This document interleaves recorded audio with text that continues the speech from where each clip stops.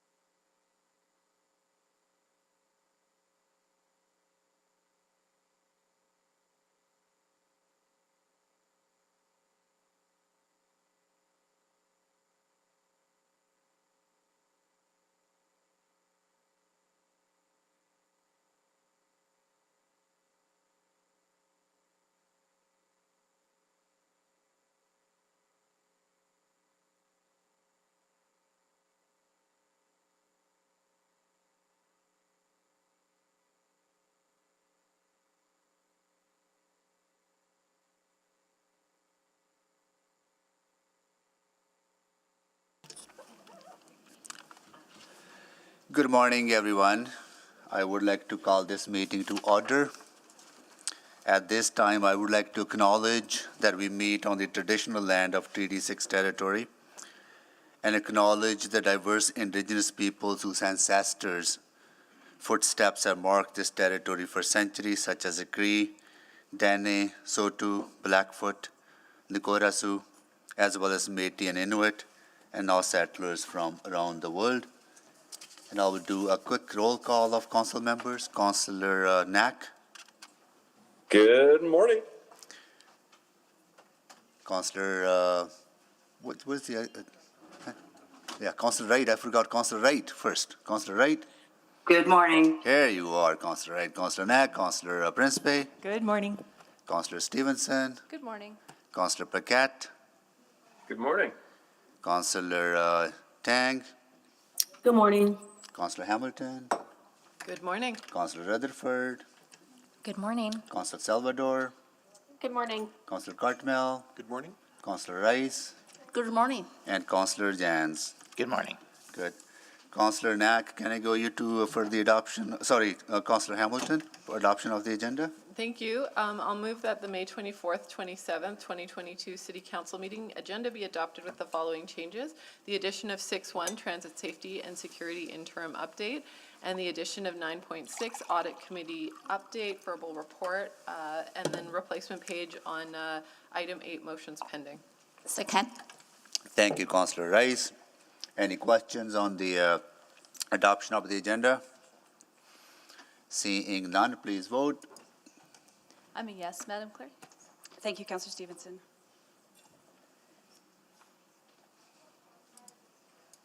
I'm a yes, Madam Clerk. Thank you, Councillor Hamilton. We're just waiting for one more vote. We have all the votes. Please display the votes. That is carried. Councillor Knack for the approval of the minutes.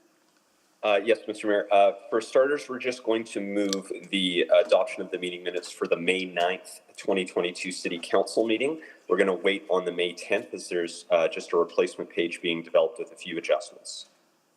Second. Thanks. So moving May 9th and 11th. May 9th, 11th City Yes. Council meeting, Yep. correct. And then we'll wait on the May 10th public Yes. hearing. Thank you. Please, any questions? Seeing none, please vote.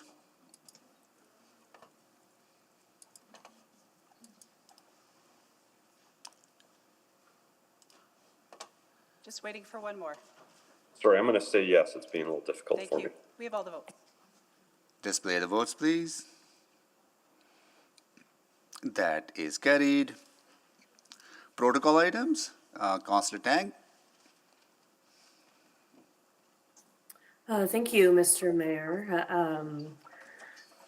I am pleased to share a protocol item today.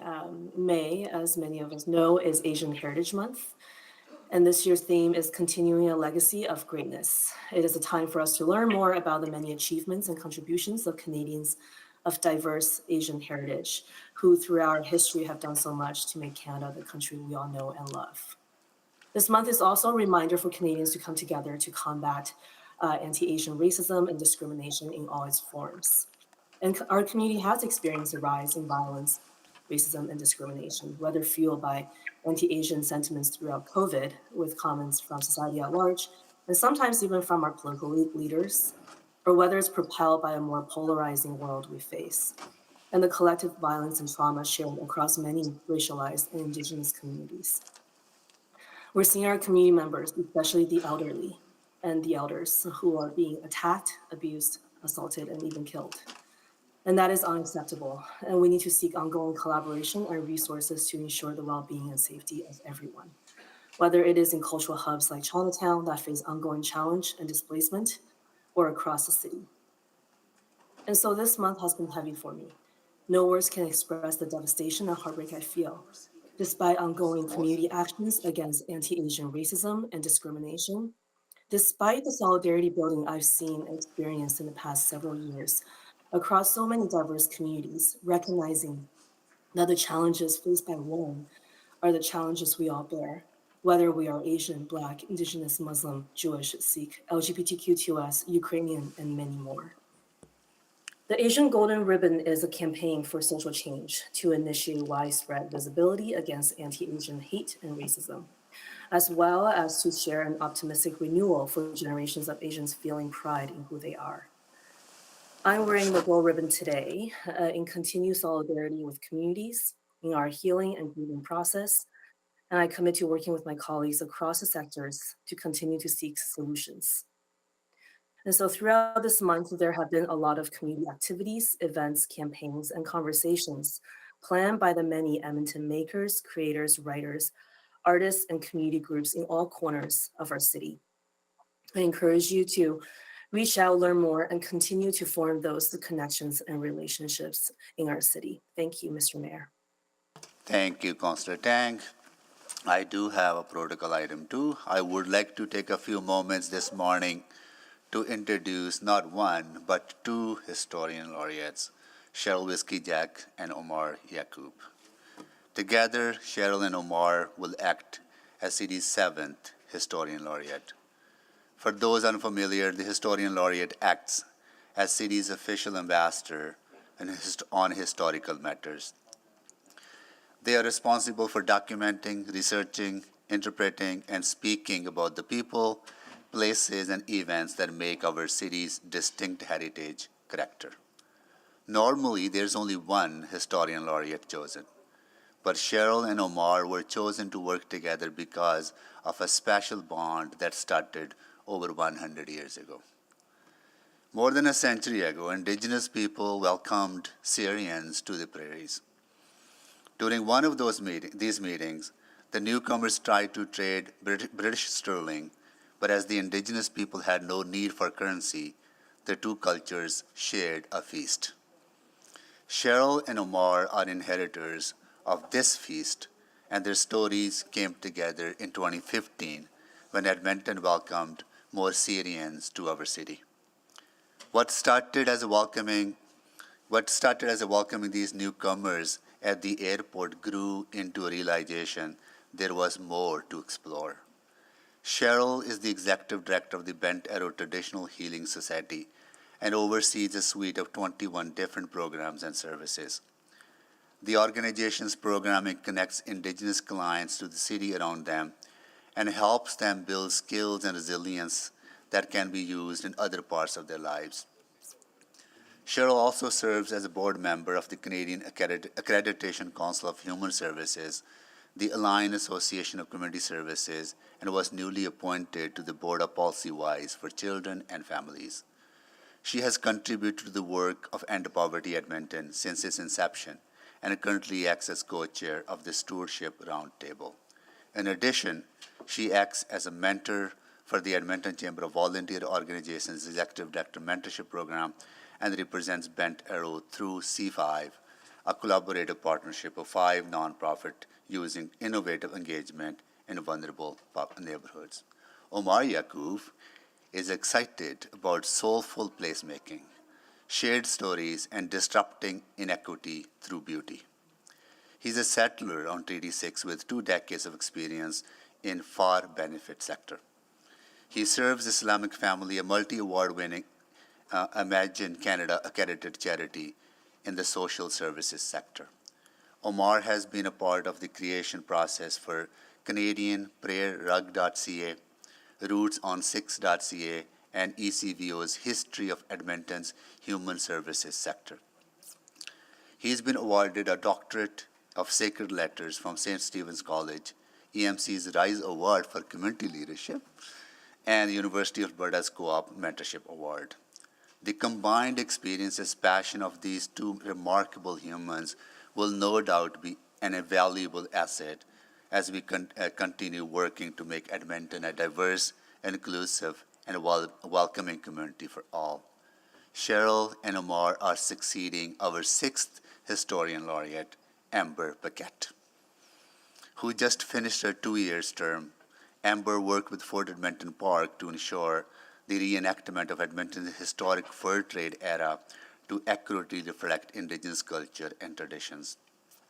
She introduced Edmontonians to many local stories and characters through the series of short documentary films. Through Amber's role as a historian laureate came to an end, her legacy and contributions made through her 2-year term will not be forgotten. So on behalf of City Council, I want to extend my gratitude to Amber for all the work over the past 2 years and congratulate Cheryl and Omar. I look forward to working with you. So Cheryl, I'll ask you to stand up, be recognized.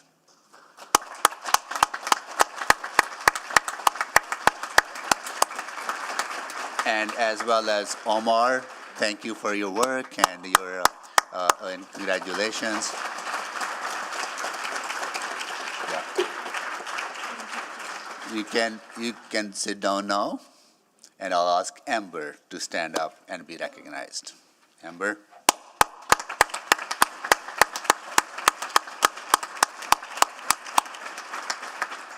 Thank you so much. All right, now we get into the rest of the business. Select items for debate. Councillor Knack. Thank you, Mr. Mayor. I'll select items 6.1 and, sorry, just scrolling down, 7.8. 7, 8. Yeah. Then I'll select 9.1, 9.2, 9.3, and 9.6. And I'll leave the rest for others. Okay. Thank Thank you, you. Councillor Knack. See, waiting for other council members to sign up. Councillor Principe. Thank you, Mr. Mayor. I will take 6.6, 6, 6.7, yeah. 9.4, 9, 4, yeah. and 9.5. Please. 9, 5 is Thank already you. selected, yeah. Okay, Councillor Stevenson.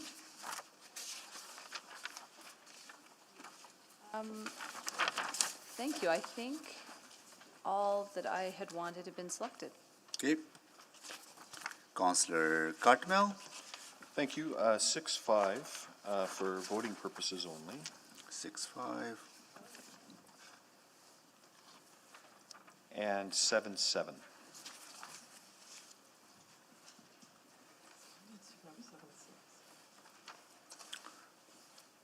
And can you also select 7, 6, because it must be selected? 7.6 as well then. Thank you, Mayor Sohi. Yeah. Okay. All right, so that concludes the selections. Mr. Mayor, point of order. So I cannot get my name to the list, Okay. but I would like to Yeah, select. just go ahead, Councillor Rice.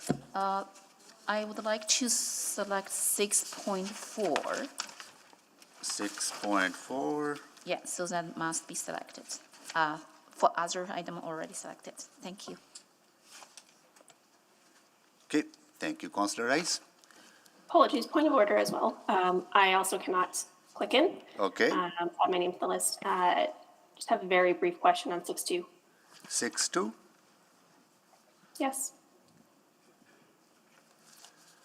All right. Anyone else? Seeing none. So, Madam Clerk, can we vote on the reports not selected for debate? If we could have a mover and seconder, Yes, that'd be great. yes, Councillor Hamilton? So, I'll Councillor Rutherford. I'll move the reports not selected. and seconded by Councillor Rutherford. Any And- questions? And to clarify, that's 6.3. That's 5.1 and 6.3, Madam Clerk. That's correct. Yep. Please vote.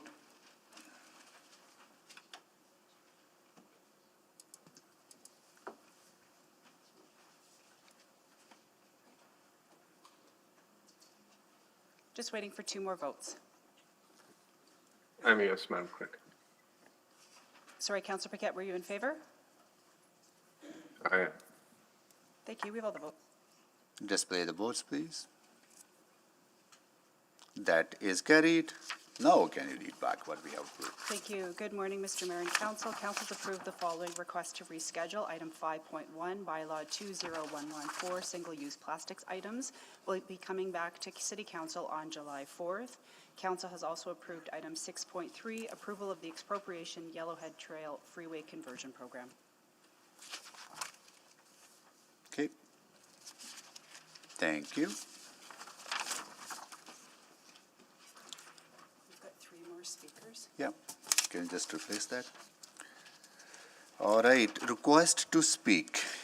We have a number of speakers.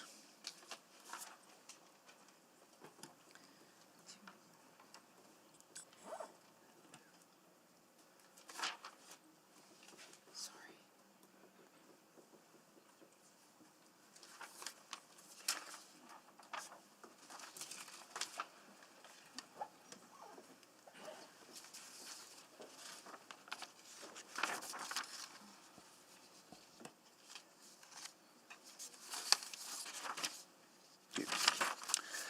Just for the benefit of everyone who's attending today, first of all, thank you for coming. We at Council do not hear from members of the public due to procedures, because that's not a practice of Council to members of the public are able to speak at committees, but recognizing the pain and the trauma that recent events have caused, we appreciate that all of you are here, and Council would have to consider whether we amend our procedures to allow you to speak. That's Council decision, right? But I just want you to know that if that request is not accepted, it is not because of any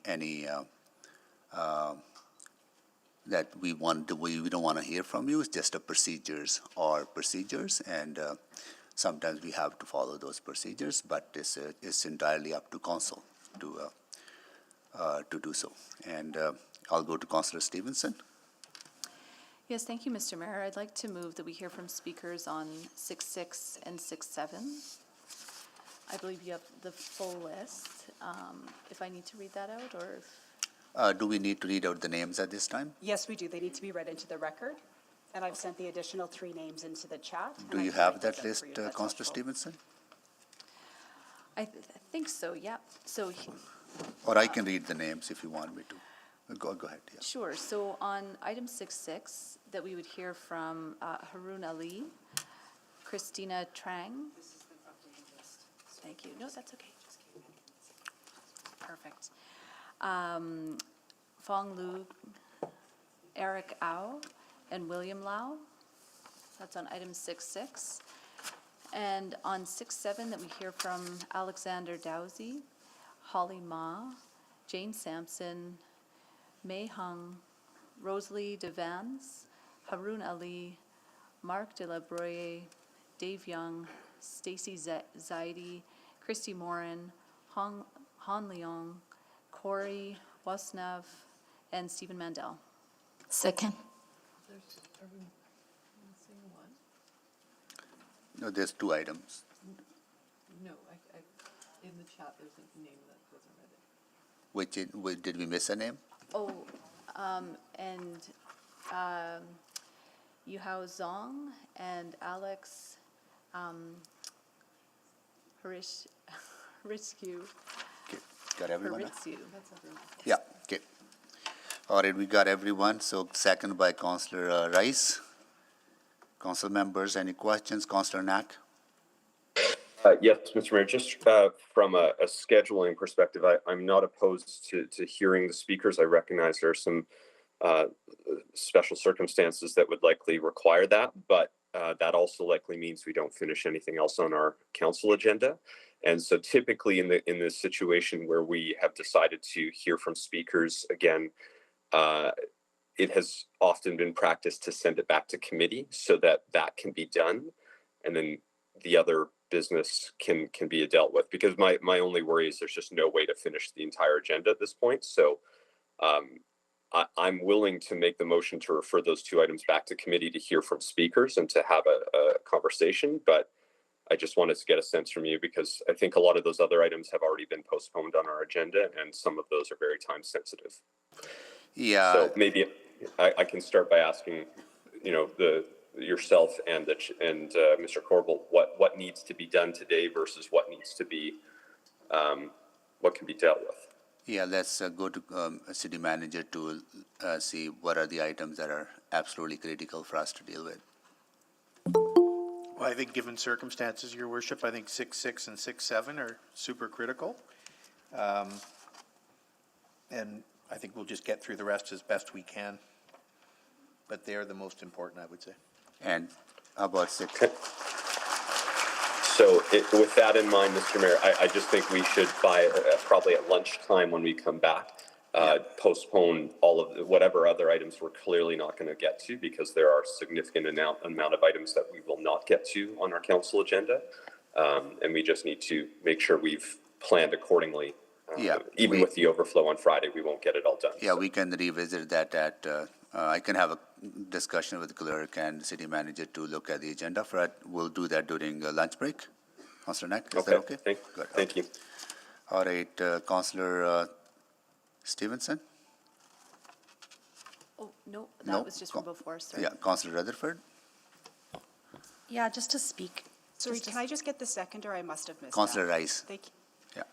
To speak, Councillor Rutherford? Yeah, just to speak to it, because I will be voting. Then let me go to Councillor Paquette. I'll come back to you. Councillor Paquette? Yeah, thank you, Mr. Mayor. Just a question for Mr. Corbold. 6.6 and 6.7 are not cross-referenced. Do they both have the same time consideration? Yeah, they're not cross-referenced. We discussed that this morning. We think they're different enough that they should be separate. We don't have any presentations to make in either, so it really is up to the speakers and council's questions in terms of how long it'll take. So you would mention that each item is critical as far as timing, so you wouldn't want to send it back to committee. I'm just wondering if 6.7 is actually so critical that we couldn't send it back to committee to hear more fully from speakers instead of being rushed today. Well, I'll just leave that to the will of council, but But what I'm asking is, you had mentioned that both were critical and you'd like to deal with them today. I'm just wondering, timeline-wise, if I can understand why 6.6 might be, I just don't see why 6.7 is as critical. yeah, 6.6 is critical because we want the strategy approved, because some of that money is in the fiscal year. 6.7 is critical because I really need to understand mostly from a process perspective which option council wants, so that we can start getting to work on that for the upcoming budget. Okay, so just looking at all of the work that we have to get through here, if we are saying that 6.7 is more important at this time than all of the other work, then I'm satisfied with that answer. It's just based on the speakers list, we will be here probably all day, just dealing with those two items and maybe not even get to a resolution. So thoughts on that? We'll just have to manage the agenda as it is now. I hear you, Councillor Paquette, but we'll have the and this is what I'm trying to do, because I would like to have a good conversation if the public is here to have this conversation. Let's do it. But I'm just wondering if, rather than being rushed or doing it all today, if there's a way to break it up, send one back to committee. I am just trying to find the best path through for the public and for council to get through this in a timely and appropriate fashion. There are a large number of people in the chamber, Councillor Paquette, so there's a lot of public interest in both of these items, right? So I think we'll probably better to deal with them today, right? So, yeah. Okay, so I will just mention that this is highly irregular, that we usually deal with this in committee, and as Councillor Knack had mentioned, when we do have a number of people showing up to speak to an item at council, our general practice is to refer it back to committee so that those people can be heard in a non-rushed and appropriate fashion. So I will just pin that and add that, because I believe that if they're here, their time should be respected, of course. But if we truly want to hear their voices, that is generally the more appropriate action. Okay. Thank you, Mr. Mayor. Thank you, Councillor Brickett. And also, before I go to Councillor Jans, I want everyone in the chamber to advise that please, in this room, we don't clap or we don't in any way support or negate something, right? So please be mindful of that. Yeah. And Mr. Mayor, since I still have a bit of time, I will make a comment that I will support the motion, even though I think that it should more appropriately be handled in committee. I actually feel very firmly about that, but I will support the motion. However, I think that there should be definitely some guidelines laid down, because this is an emotional time. Yeah. And the language may get emotional, which is fine. That's how people feel. Yeah. But in chambers here, we always try to be respectful to one another, no matter our differing viewpoints. Thank you for Councillor Brickett. Councillor Jans? Mr. Mayor. Yeah, Mr. Mayor, I was wondering if it's possible to, or if in previous practice, do we hold public hearings on topics of significant public interest? Madam Clerk? What's the practice to have a public- non-statutory public hearing? That would be directed by council, or it would be directed by the committee. It's really at your pleasure. We can organize that if that's the direction. Because I think we have 7 to 10 people who have indicated they wanted to speak, but I spoke to other people who felt that they had missed their chance to speak because they didn't think that council would take speakers in public. So I think we're not being fair in process here to everyone. If we allow speakers today, not only is that going against convention, we aren't giving everyone an opportunity. So I'm wondering, is there another option, such as calling a public hearing on a topic, or even making this time sensitive to Friday so that other people have an opportunity to register? I just want to make sure, because this will set precedent from now on, that if we allow speakers on this topic, will we now at council always allow speakers? And if we don't, does it look like we value one voice over another? That's a very legitimate concern, Councillor Jans. I think if we do organize a non-stat public hearing, looking at the agenda, it would not be in a very short amount of time. Will be sometime. It won't be able to do it quickly, right? Non-stat public hearing, if we were to schedule one. Madam Clerk? Yeah, if that's the direction of council, we can definitely look at your calendar and clear it as directed to prioritize. I would just note that as of right now, we have 20 speakers registered or in the process of registering for 6.7.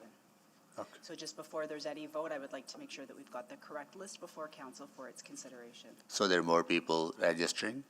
Yes, we are getting more requests to come in. Okay. And are we able to ask questions of the speakers as well, too?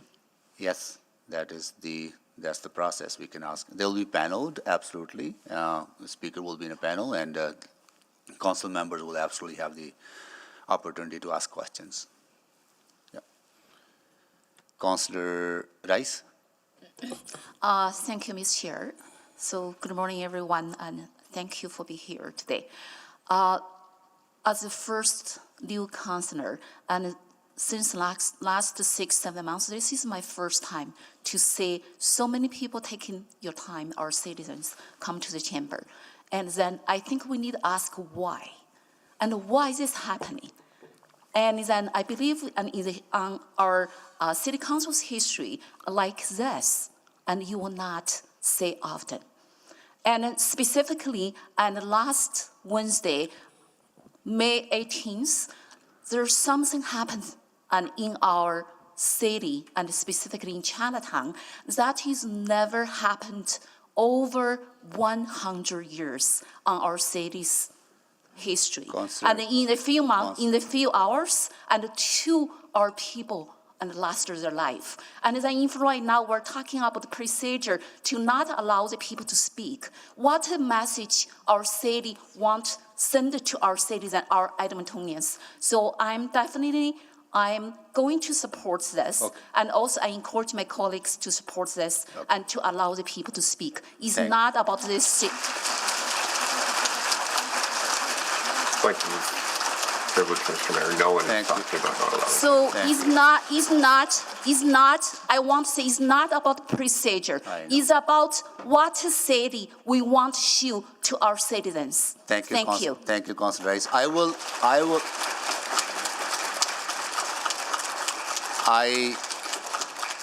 know that community is hurting. There's a lot of pain out there. I hear that. I understand that. But I would really, really highly recommend everyone to please do not clap. Please do not clap, because that is not the process here. Please do not clap. I would really encourage everyone to follow the rules, because I understand, but we want to get through this. Absolutely want to hear you, but do not clap, please. Okay. Councillor Stevenson, you are to speak, or Councillor Rutherford to speak? Yeah, so thank you so much. And again, I echo the comments of my colleagues in thanking everybody for taking the time to be here. I think we all know and all care about how important these issues are to those that are in the room and those that are not in the room. Because there's also a lot of people that work and can't come today, or, you know, PD days, and so they're taking care of kids. So I think it's really important to acknowledge all voices. However, I will be voting no to this specific motion. I do agree with my colleagues, Councillor Paquette and Councillor Knack. If there was a non-statutory public hearing or a committee referral, I would think that would be the best course of action. I agree with my colleague, Councillor Jans, in that this is setting a precedent in who we favor and what voices we listen to and what voices we don't in a process that we've laid out. We've said no to many people that have come to ask to speak to council, even in my tenure so far. And so while this is an important issue, I can't in good conscience allow myself to vote yes without any real reason why I wouldn't say yes to others that come to ask to speak to council. So from a process perspective and a fairness and equity perspective, I cannot support this motion, but that does not mean that your presence here today is not felt, it is not seen, it is not heard. It is that absolutely the case. And speaking to the two items that most people are here to talk about, I think it's really important to clarify that on both of those items, there are many opportunities for future discussion. 6.6 is a framework that starts a multi-year public engagement process with community about public safety on all the different pillars. It is the first of many conversations we're going to have on that one. In relation to 6.7, we are not deciding on any budget today. And so I think that that's been misconstrued in the intent of the motion, which was my motion, so I think it's important to highlight that. It's not a budgetary decision today. It is setting the framework for how we will decide budget in December, in which there will be a non-statutory budget public hearing. So for those reasons, I cannot support this motion on the floor. Thank you. Thank you, Councillor Rutherford. Councillor Salvador? Yeah, just for questions, Mr. Mayor was unable to click on. Is that okay? Yeah, go ahead. Thank you. Yeah, so I, like a number of my colleagues, would absolutely prefer to hear from speakers at committee. I think that that's the correct process. I'm also interested in the option of a non-stat public hearing, and I guess just process-wise, what would that look like to Madam Clerk to set something like that up? Would you need direction? Would you need a motion to do that? Sorry, I was multitasking. What would be the process to set up a non-stat public hearing? So if council wants to take any item before it today and wants to refer it either back to a committee or to send it to a special non-statutory public hearing of City Council, that can be done so by motion. We would need a little bit of time to figure out the most appropriate date, but if that's the direction of council, we can draft that motion for you. Okay, thank you for that clarity. I'm somewhat inclined to go that direction, just to both recognize that there's significant public interest here. Clearly, even virtually, I can tell how full chambers are, but that also helps retain our process. So I do see Councillor Jans back on the board. I know he was the one that initially brought that up. So I would just ponder that. I also have another process question to Madam Clerk. I know that it appears there are a number of folks who we actually have already heard from at committee, like individual speakers. So I'm wondering, hearing from the same people again at City Council, is there a way to ensure that, voices who weren't heard are being heard, but we're not duplicating voices? So right now, the motion on the floor is probably got about 2/3 of the speakers that had requested to speak. Right now, we're trying to prioritize finalizing that list, and we'll get that to council as soon as possible. If council wants to amend the motion on the floor to hear from only speakers who have not yet addressed council, that is absolutely an amendment that can be made. Okay. Okay, because I'm just, trying to be cognizant of not having overlapping and duplicating voices, both for fairness, but also for managing our time. So I might loop back to that. Apologies to my colleagues, but just thinking on those two items. That's it for now. Thank you, Councillor Salvador. Councillor Jans, are you to speak, or you have something? I would like to move that we, We have a motion on the floor already, right? So we'd have to vote down that motion to then move a referral motion? Yeah, we have a motion on the floor. All right. We have to vote on the motion first, Okay. right? So, yeah, that's my understanding. Any question, Councillor Jans? Done? Okay. All right, Councillor Stevenson, to speak or to, or Yeah, I'll speak very briefly. I think absolutely echoing my colleagues' comments that we do absolutely want to hear from you. Your voices are incredibly important in the decisions we're making, and really value everyone coming out tonight, to this morning, sorry. I think regardless of how this vote goes, what my colleagues will be working towards is ensuring that there is a way to hear from you, whether that's today or through a non-statutory public hearing. So just want to reiterate, we want to hear your voices. It's ensuring that we do it in the fairest and most equitable way possible. But grateful for everyone who came today. Thank you. Thank you, Councillor Stevenson. Councillor Paquette, do you have questions to speak?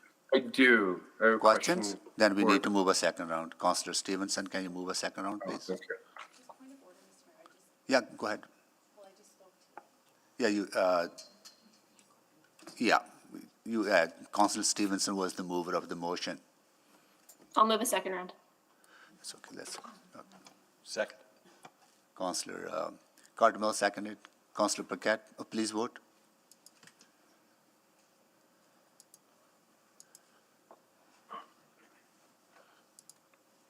We have all the votes. Display the votes, please.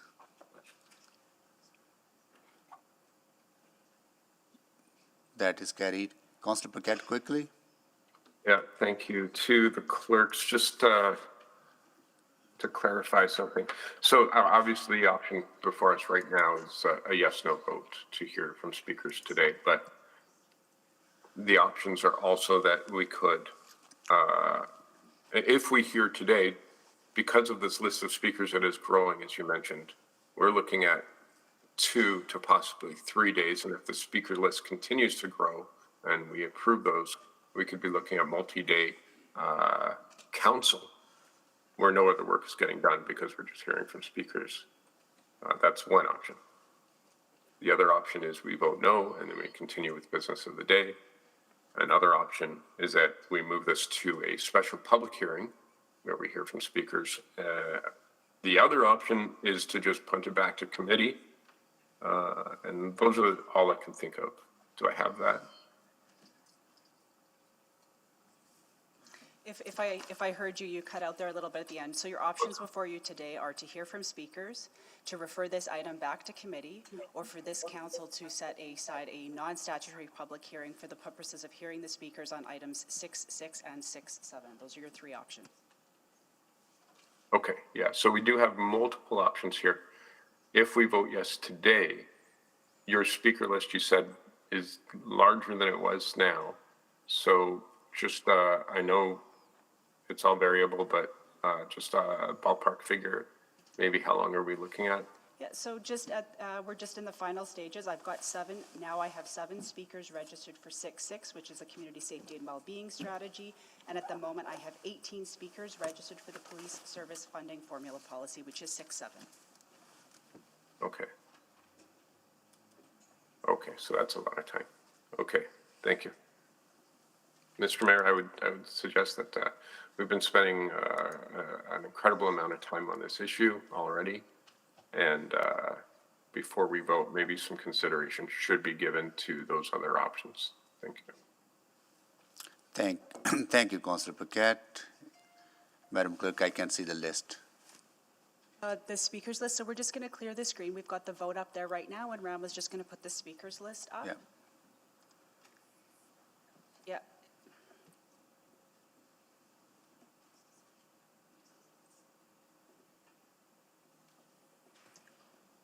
I've got Councillor Jans as the Councillor next Jans, speaker. you're next to speak. I want to move a referral after this motion is got it. resolved. Okay, anyone else on the list, Madam Clerk? No, but we do believe eScribe has been stalling, so if there are anybody who wishes to speak, if they could just let us know, we'll add them back to the list.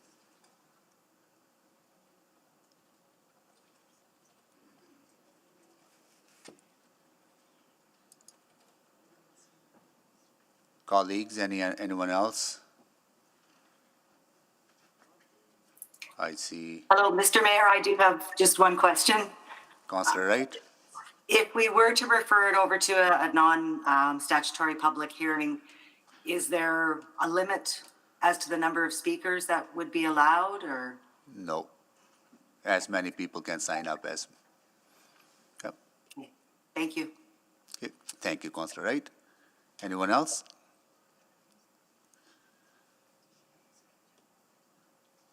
All right, we have a motion on the floor.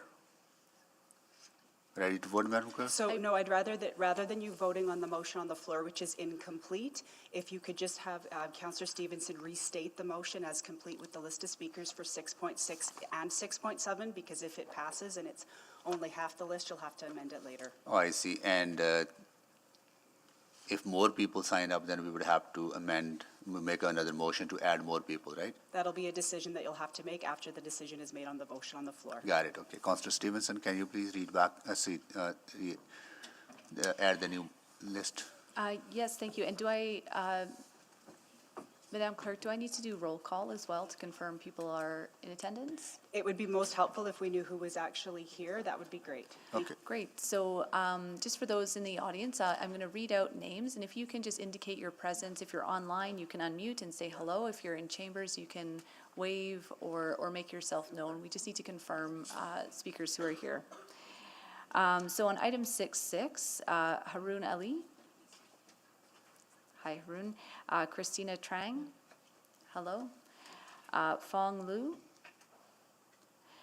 Eric Au. Oh, hi. And William Lau. William, are you here or online? Okay, we'll come back. Yeah. And Han Leong. 6.7, Alexander Dowsey. Holly Ma. Jane Sampson. Mei Hung. Rosalie Devans. They're remote. We haven't sent the link out yet because we need direction if they're speaking, but we'll take care of that. Gotcha. Haroon Ali, we have gone, is here. Marc de la Bruyere, online. Dave Young. Stacy Zaddy. Christy Morin. Corey Wozniak. Stephen Mandel. Alex Haritsu. Yihao Zong. Hello. Elk Sibbles. Elke, hi there. Eric Estrada. Amanda Nielsen. Outside, thank you. And Asif Mauji. Online. Okay, I believe that's the full list of registered speakers that we have at this time. Do we need a second? These are just the addition of the speakers. All right, anyone else? Madam Clerk, anyone that is unable to sign up? Not that we have. So once the decision's made on this and once you decide what order you're dealing with your agenda today, if there are other people who request to speak, you can make that determination at that time. Got it. Okay, we have a motion on the floor. Please vote.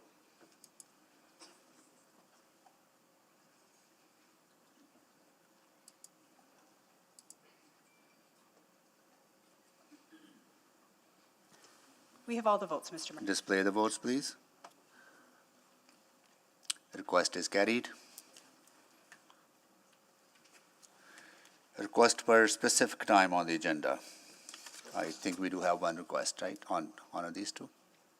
Madam Clerk? You would like to make these items time specific? Yeah, because we are happy to here. take that motion. Councillor Rice? So, thank you, Ms. Chair. I would like to request a specific item on agenda 6.6 as the first item to deal with today, and 6.7 as a second. Second. Second by Councillor Paquette. Am I right? It was Councillor Paquette, right? Yeah. Yeah, that's right. Any questions to make these items first and second item? Seeing none, please vote.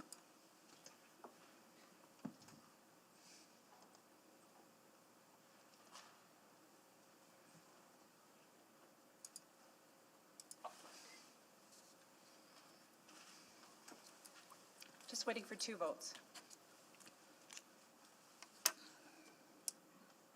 You have all the votes. Display the votes, please.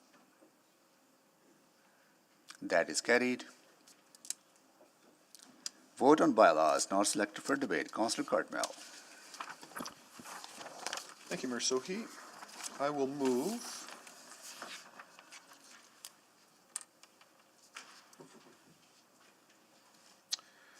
first reading of items 7.1, 7.3, 7.4, 7.5, and 7.9. Second. Councillor Stevenson. Please vote.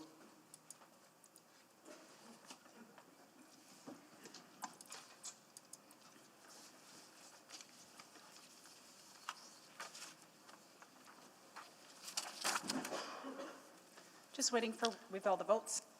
Display the votes, please.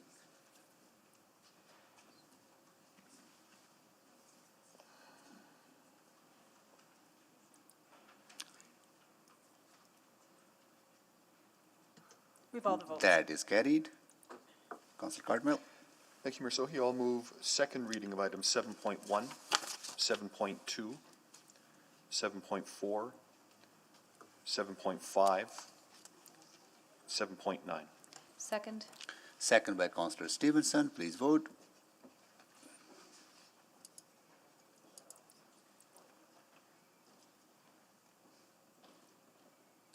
We have all the votes. Display the votes, please.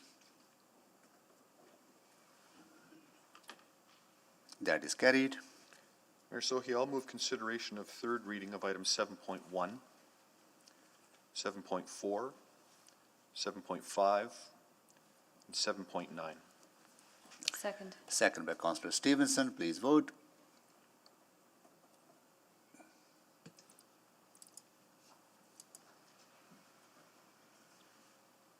We have all the votes. Display the votes, please. That is carried. Mayor Sohi, I'll move third and final reading of bylaw 19973, bylaw 20068, bylaw 20130, bylaw 20107, and bylaw 20084. Second. Thank you, Councillor Stevenson. Please vote.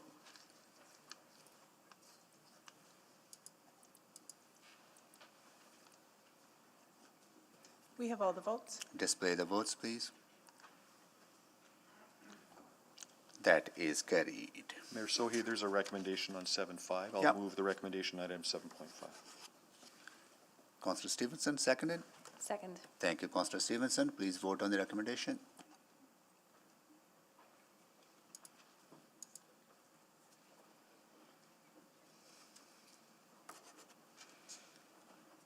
Just waiting for one more vote. We have all the votes. Display the votes, please. That is carried.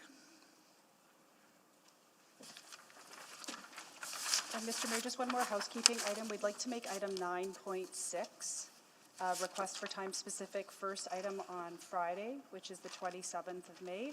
You don't have to make that decision now. You might want to see how far along you get in your agenda. We'll wait. Thanks so much. All right, Consular Enquiries.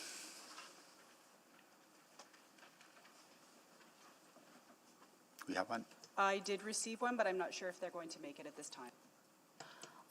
Thank you, Madam Chair. I do have one, but I don't have the final wording yet, so I will move that and to the next time. Yeah, we to can do wait. that. Thank you. That was the only one, right? Okay, good. Thank you, Councillor Rice. Reports to be dealt with a different time? None? Okay. So, to explain the process to everyone present in the room, we have made item 6.6 first item on the agenda, and 6.7 will be the second item on the agenda. So we will hear from members of the public on 6.6 first. Then we will debate that item. Once that item is concluded, then we will come to the second item, which is 6.7. After hearing from members of the public, we will debate that item, and members of the council may have questions to you as well, right, on both of the items for the people who are signed up for specific items. So, Madam Clerk, we go to members of the public now. Yeah, perhaps we'll just check if, give us a few seconds just to confirm and see if the city manager has any opening remarks. Or No. We do not, Your Worship. Okay, sure. So we'll just need to, If you could couple of panel, I wonder if we could have 5 minutes, because we'll need to send out the remote invitation to those people who are speaking remotely, and those that are in chambers, hopefully one of my colleagues can come down and we can get everybody set up for item 6.6. Okay, we'll recess for 5 minutes. Thank you.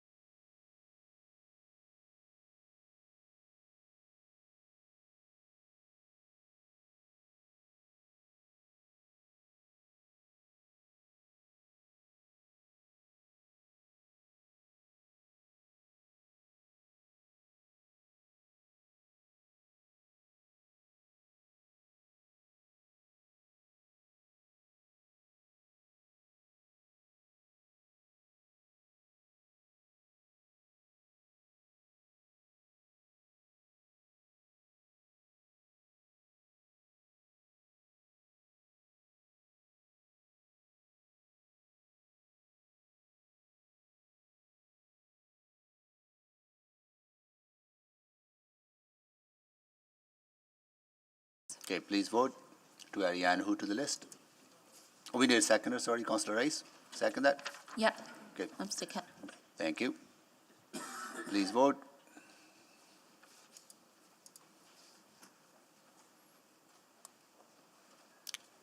Just, Councillor Paquette, are you with us? I believe Councillor Paquette's not with us, and neither is Councillor Hamilton. We have 11 votes. I am with you. I'm just trying to get this to work. I'm a yes. Thank you. We have 12 votes, Mr. Mayor. Display the votes, please.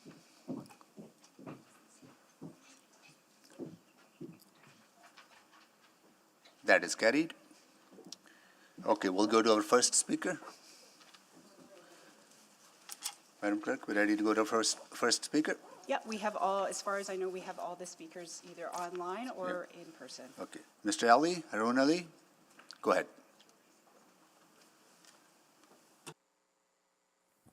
Awesome. Yeah, first off, I just want to say thank you so much to the community for showing up today. I think it's important to make sure that people's voices are heard on this issue. I do want to say quickly, though, that I am disappointed that this same level was not shown to the Black community back in 2020 when they came here to speak to council regarding police funding and when they came to speak about the state of policing in Edmonton. And I would encourage council to look at creating a procedure around this in the future to make sure that it's an equal process for everyone. I spoke to this, as many of you know, I spoke to this at the committee last week. I want to once again thank administration and those in the city manager's office for creating the strategy in consultation with the community. It's incredibly important to make sure that we're actually doing something here. And I would like to speak in favor of the community safety well-being strategy. I know that the business cases that administration have proposed are excellent proposals to spend the money that has been withheld from EPS. I appreciate the transparency that the city is also showing in these progress updates, and I hope to see more of it as well. I would argue that programs like the BEAP program are not helpful, but instead what we should be seeing is we should be seeing crisis diversion programs. These crisis diversion programs have better success rates, and it's proven, and it will help to actually ensure that people in the community get the support that they need. So I would definitely encourage, and I hope to see programs like COT become more prevalent in this strategy over the next few years. And as we see the implementation, I'm sure that we'll see some phenomenal things come out of it. And once again, just to be clear, we as a city need to recognize that some in the community have a serious concern with the behavior of EPS, and that has been natural over the few years, and this is something that's been growing. It's not something that's popped up overnight. So once again, I'm not arguing against community safety. However, I'm saying that policing is often reactive, not proactive. While we need to have programs that are addressing the current issue of safety, the long-term solution cannot be increased police presence. The Community Safety Wellbeing Task Force had multiple good recommendations, and once again, as I said last week, I encourage council to review it. And yeah, and the Integrated Call Evaluation and Dispatch Center has been something that a lot of community members have been speaking for years now, and I've been championing. So I'm very, very excited to see this in the proposal, and I'm excited to see the development and how that actually goes. I'm also incredibly excited to see programs like the extreme weather response, which will also help to ensure that in situations where there's extreme cold, that people actually get the support that they need, and that we have proper structure to it. And finally, I think the drug poisoning response is also another great initiative. But once again, as I said last week, this needs provincial support. We need to make sure that our province is actually addressing the opioid crisis because it's serious out there, and we need to make sure that people feel safe and that people are getting the support that they need.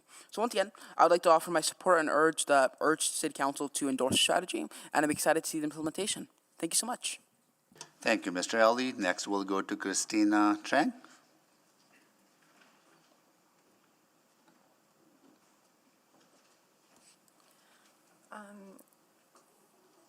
Go ahead. We're here today to talk about my dad, one of the victims who were lost on Thursday. And he came over to Canada on a boat in 1979 and worked from the time he arrived in Canada to support all the siblings he brought over as well as his parents. Never to think that he would lose his life in the way he did to give us a better future. We were going through his photos, trying to put the slideshow together for his funeral, and his sister showed me a photo and said, he would take her to this place in Chinatown every Sunday to get her something. And whatever it was that she wanted, she would get. That Chinatown is not there anymore for her. My dad's been working at Albert's Auto Body for as long as I can remember. And everybody in that area is a close-knitted community. Everyone knows everyone, and we're always there to help each other, as you can see from the support today. Our family will never be the same again. My mom does not have anyone to go home to anymore. I do not have a dad to call on for anything that I may need in the future. Neither does my sister. My sister's son, his grandson, will never be able to remember him.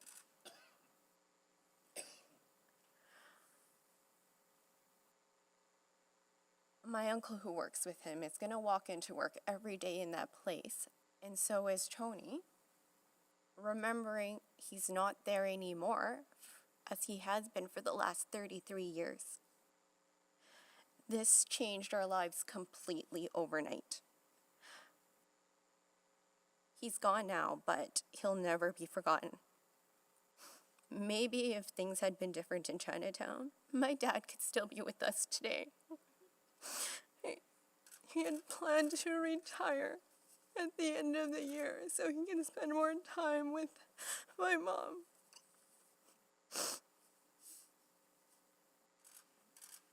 People feel unsafe walking on the streets in Chinatown.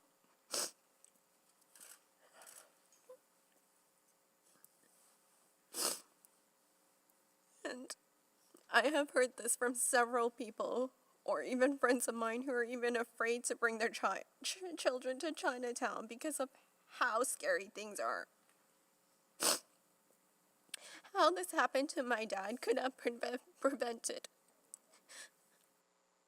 Had it not be the different businesses in Chinatown paying out of their own pockets for the private security team that they had, the offender could still be walking around the streets and more victims' lives could be taken.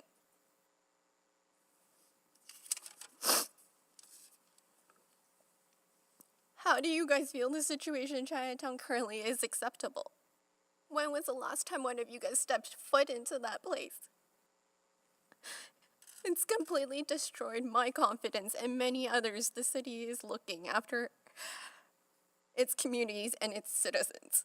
It is clear of this when the community had to hire their own security patrol in Chinatown and pay out of their own pocket. I'm here today to honor the memory of my dad, and if there's one thing he would hope for now is that his death can open up everyone's eyes to see how out of control things are there. How his senseless and tragic death can not only change my family forever, it also impacts the entire Chinatown community as a whole, and something needs to be done. We all need to care for Chinatown here. Thank you for your time and listening today. Thank you so much for sharing your grief and pain with all of us, and on behalf of council, our deepest condolences to you. Yeah. Thank you for having the courage to be here today. Yeah. Next we have Pong Lu. Go ahead.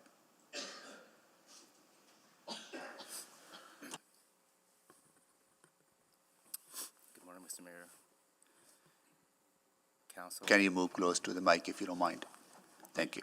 Thank you for your time, and thank you for everyone who's coming out today to support this, support our community. Our community has been in distress for many years, not just yesterday, probably a decade. We've been voicing our issues, our concerns. And we were hoping that this event of losing 2 men in our community wouldn't happen, but it has. We always kept quiet. We always thought, you know, the city will take care of us, you know, sooner or later. But it seems like every time that our community speaks up or needs help, we're not heard. I'm a business owner there, and there's many business owners here too, with clients. I just want a vibrant community. Without Chinatown, there will be no downtown. With no downtown, it's just, everything goes hand in hand.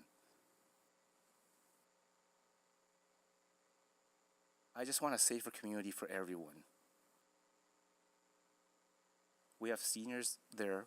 We're closing up early now, locking doors, because it's not a safe place. It's not. We need help. We need help now.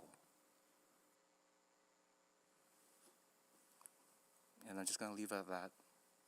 Thank you. Thank you, and thank you for being here. Next, we'll go to Eric. Eric?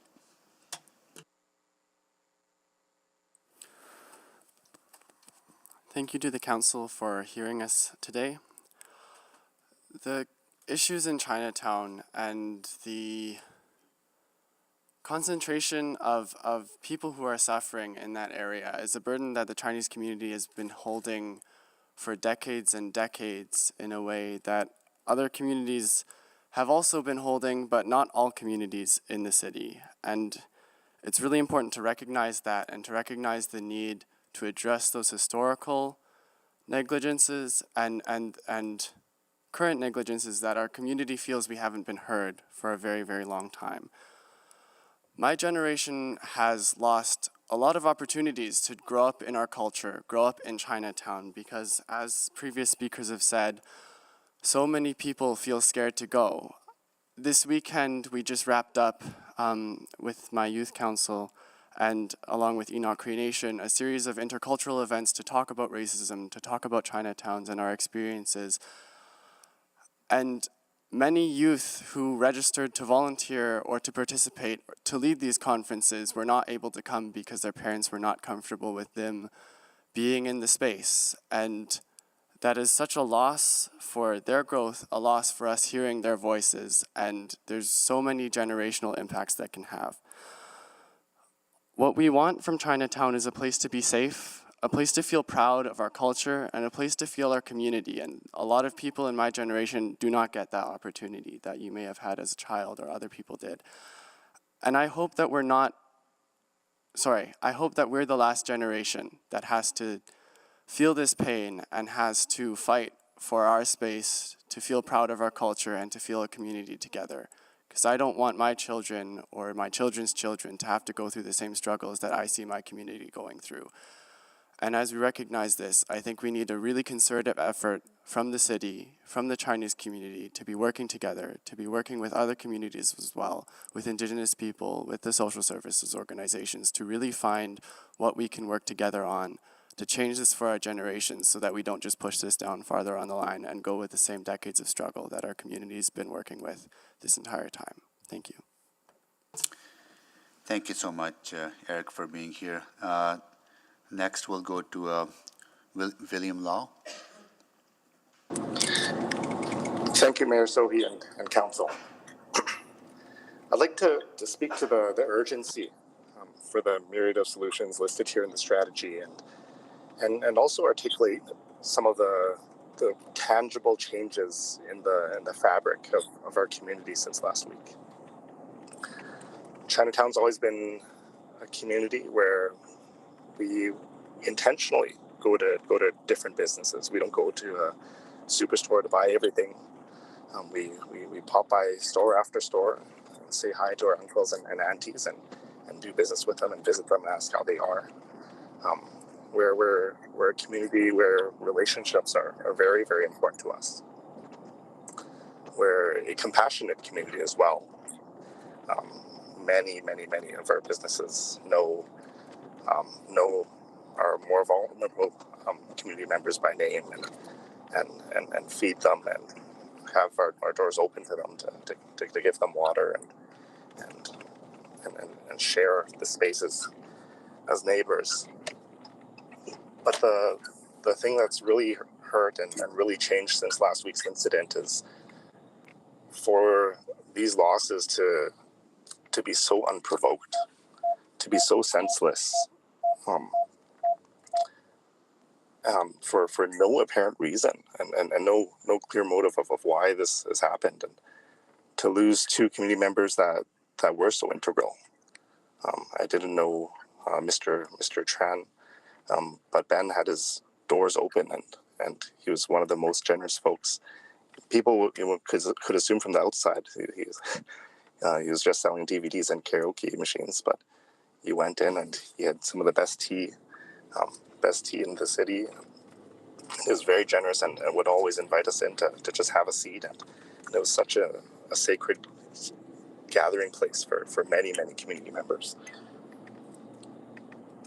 And for them to be taken away from us like this, since that incident, what hurts a lot is to see the degradation of trust between the business owners, between the patrons and the more vulnerable. When after the incident, my first time walking through Chinatown, I had to, it was the first time I actually felt wary of smiling and saying hi to someone on the streets. It's the first time where I asked, should I keep the distance? And when I had dinner in Chinatown on Saturday, and as a vulnerable member of the community hopped in to say, hey, somebody's in the alley smashing windows, it was the first time where myself and others in the restaurant just looked at each other in fear and were hesitant to take immediate action. Previously, we might have gone out to see what's going on and try to stop them. But this time, the business owner spoke up and suggested, maybe let's stay here. Let's stay safe first. So if you could imagine how that trust is broken and the amount of work that needs to be done right now, our services, our systems, our solutions need to be able to differentiate between members of the houseless community that are harmless and need very compassionate help. But there are, I believe, some criminal elements that need to be addressed and haven't been addressed over the years. But while our systems and our solutions need to differentiate that, what also hurts is to see that those of us as citizens, residents, and patrons in Chinatown don't have that ability at this moment to differentiate that. And I hope that's something we can work on as we really need peace and healing in Chinatown and the city center. And we need it now. Thanks. Thanks, William. Next, we'll go to Mr. Han Long. Mr. Mayor and councillors, I'd just like to say that I'm going to speak with brevity, but I'm hoping to have some leniency with respect to the 5-minute limit. I am here today to speak on behalf of the Huang family. Ben Huang would have celebrated his 58th birthday 2 days after his life was taken. It's a remarkable story. In an article in the Edmonton Journal on November 4th, 1992, he said, "On May 20th, 1980, we were sent to a refugee camp from which we could apply to be admitted to another country. You can't believe our feelings. It became the first day of the rest of my life, so I decided to call my birthday." Ben died near the day of his exaltation. Ben Huang was actually born on June 3rd, 1964 in Hanoi, Vietnam. At age 17, Ben arrived in Canada through a refugee camp in Macau. This is after 2 failed attempts on a 9-day boat trip where he could have died of exposure. When he arrived in Canada in 1980, he knew that he was starting a new life. There are stories about how Ben would wrap newspapers around his feet or wear garbage bags in minus 40 weather to get to work. Living with an uncle, Ben lied about his age so that he could work and send money back to his family. There are so many endearing stories of Uncle Ben. I was contacted by a woman in Maui that remembers Uncle Ben staying with them, and he would chase down ice cream trucks to buy neighborhood kids popsicles and ice cream. He would go to Kim Fat every morning to buy 2 drumsticks to cook for his daily lunch. He would bring tea and talk with Fong. My friend Fong is here today. He misses Ben. His sister Anne said the same thing when she cleaned out his retail store last weekend. Why is society so unfair? It is so unfair. We sat here talking together and drinking tea. Now there's nobody to talk to. She looked at his phone and remembered discussing which phone was better, Huawei or Samsung. Now the discussion is over. That phone is lifeless. Ben is survived by his daughter, Jo, and his loyal wife, Asan. His wife told me she didn't go into Chinatown the past 2 months, and she blames herself for not being there with him. It was too dangerous. We couldn't find anybody to work in Chinatown. Maybe if I was there, he would still be alive. It's ridiculous. Ben's sister Anne is a Calgary resident. She told me how she heard the news and waiting 10 minutes felt like waiting 10 years. Can you imagine that? She said to me that her family had already had a death last January, and now this. I wish my brother could serve me tea. I want him to be sitting here. She asked me, why is Calgary so different from Edmonton? We owe the Huang family an answer to that question. Later, Ben found employment at an electronics company as a tank tester, while also working as a janitor, restaurant dishwasher, and as a photographer. Ben was young, tenacious, and incredibly hardworking, who would often find himself working 16 hours a day. Eventually, Ben opened a business importing records, cassettes, and CDs. This led to his best business, Universal Electronics and Video. Ben was a prominent business leader in Chinatown. He brought karaoke to Western Canada. He's a big reason why we can enjoy karaoke. Ben knew everyone, and everyone loved Ben. Not having him around is an incomprehensible loss. I still get text messages asking me if it's really him. His death is tragic, and we cannot forget him. Ben was born in the year of the dragon. He had great ambitions, including restaurant karaoke, and even patented a product that would amplify the sound of all conventional speakers. He worked days and nights, Christmases and birthdays. Aside from being a successful businessman, Ben had a deep love and dedication to his family. He sponsored his parents and 2 brothers and 2 sisters to move to Canada. Everyone knows Uncle Ben. Now everyone knows he's gone. Ben's wife said, I could deal with it if he died of natural causes, but he didn't. He was murdered in a despicable and undignified manner. According to his wife, Asan, the past 2 years were extremely hard. Nothing is turning out the way it should. Running a business while having loitering and social disorder on his corner was impossible. Uncle Ben was tolerant of his neighborhood, accepted the social injustice, and decided his tea club mattered more to him than shutting the business down and moving on. He enjoyed hosting talks over tea and catching up on the good old times, remembering when Chinatown was thriving. One of the most painful stories I heard was how he'd always make dinner for his wife and daughter. I relate to that. He loved to cook, especially for his family. Who is going to make dinner for them now? Do you understand that kind of emptiness? When I arrived at the store last weekend, we talked about finding a bowl of unwashed rice. I guess Mr. Huang was getting ready to make rice to bring home for dinner when he was viciously attacked. Can you believe that? 1 second you're thinking about bringing rice home to your family, and the next second your life is over. What a great man, but what a terrible way to die.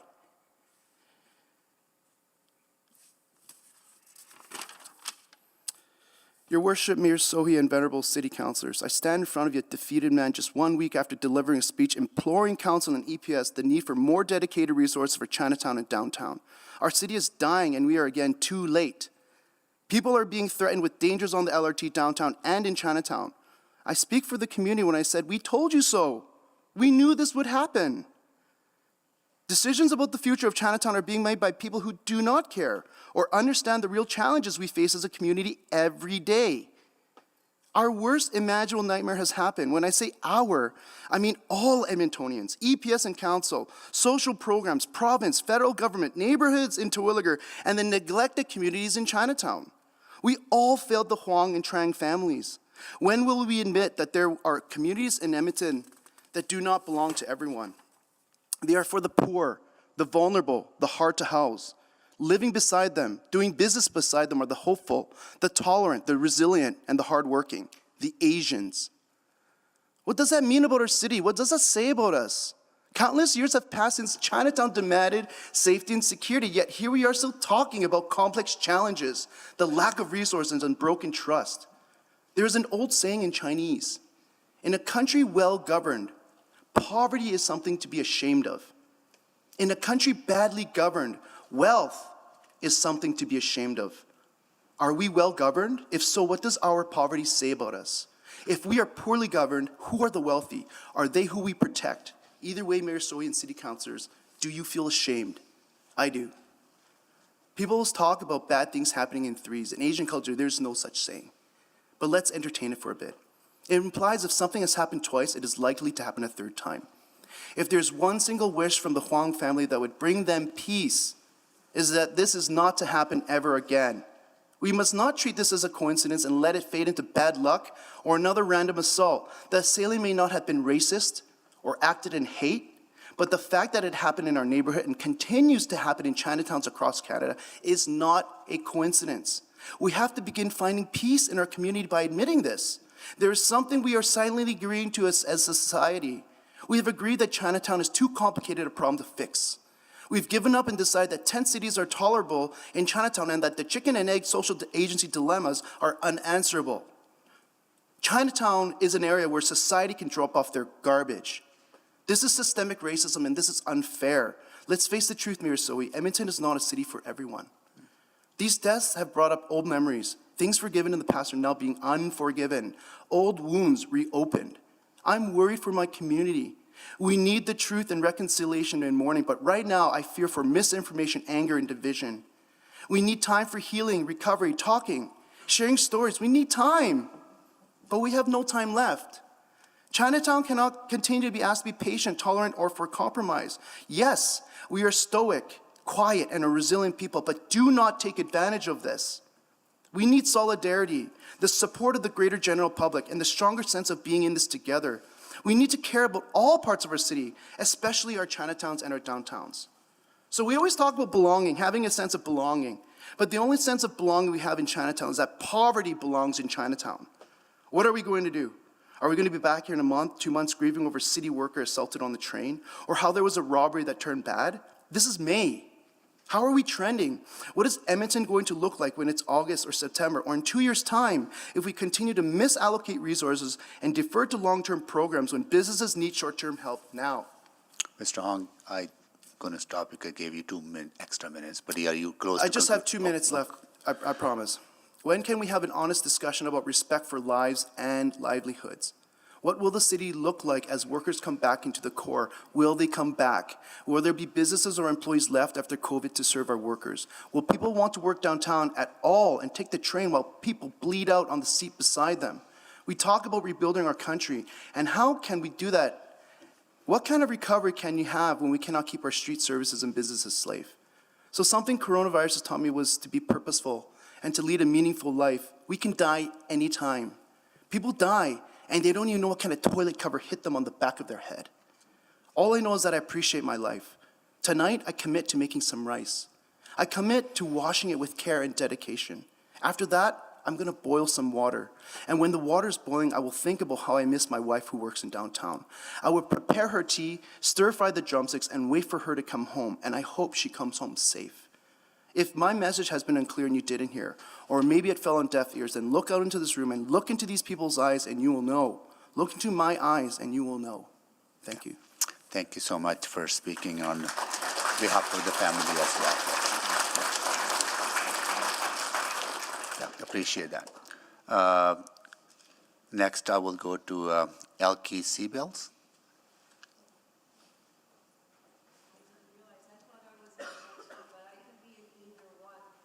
Are you signed up for next one? I think so. Okay, got it. No, thank you. Okay. All right, so that concludes the presentations. There's a person in the corner that is there, but she hasn't had a chance to speak, but I don't have her name. Eric, the person sitting beside you. It's Yan Ku, I believe she was read out And Ku, and in the amendment. can someone get her name, please? And Yeah, it's at the bottom of your sheet, and Councillor Stevenson already Okay, moved got the it. motion to hear. Okay, go ahead. Thank you for hearing us today.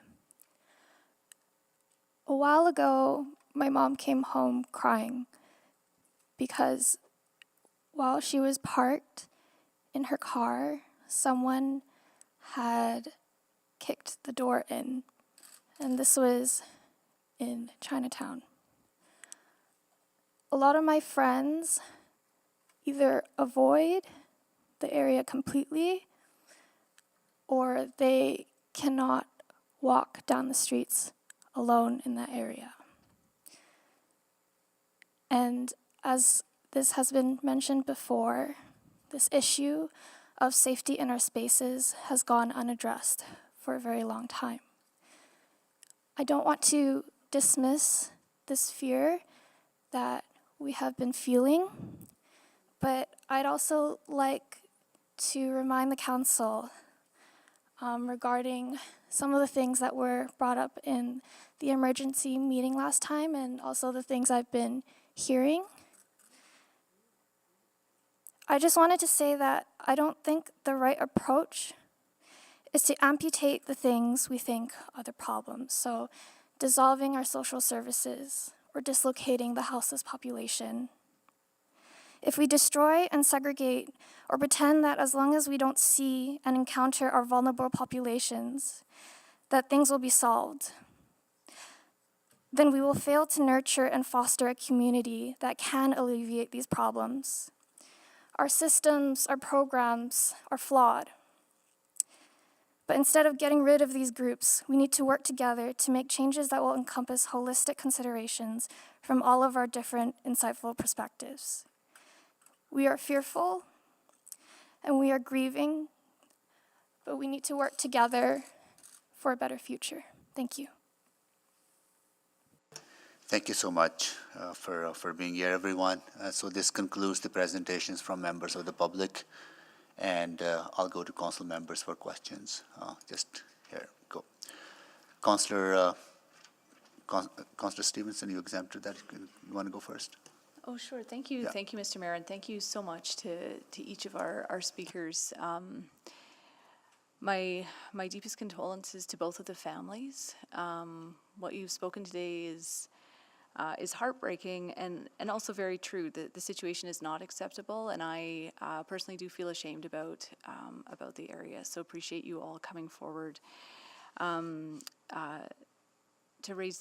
re-raise the importance for all members of council. You know, I really appreciate that what I hear from the community is that there is that urgent need for the short-term solutions. We need to see those. And then as just spoken so eloquently, also those longer-term solutions as well that holistically address the challenges. So Mr. Leong, I know we've spoken before, but maybe just to help all of council hear some of those really short-term, immediate things that would be most impactful for your community. What would help most right now? So, Councillor Stevenson, I am here to speak on behalf of the family and not necessarily in my role as the chair of the Chinatown Transformation Collaborative. I think some of those questions you can redirect towards item 6.7, and this committee can speak to those items. Sure, happy to do that. Maybe Ms. Koo then, just thinking about how the city can support the process that you've outlined. I think it's incredibly powerful thinking of those longer term solutions. And not to put you on the spot, I mean, it's for us to develop and consider those actions that we can take, but any ideas that you wish to share today?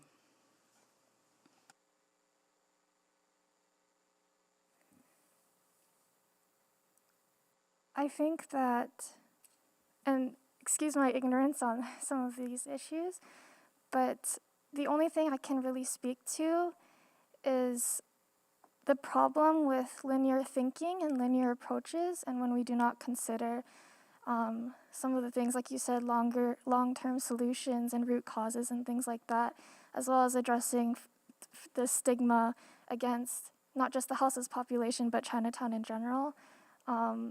My hope is that we can listen to the many perspectives of all the different kinds of communities here and the different peoples, and yeah. Thank you. Great, thank you. And I think creating that space is one of the most important things we can do to hear the voices. So thank you again so much, everyone, for sharing your voices today. It's very important and very meaningful. Thank you.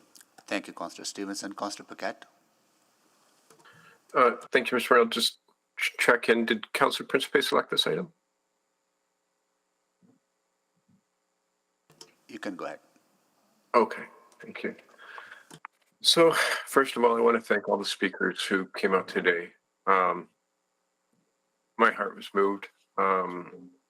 Frankly, I turned off my camera because I was crying.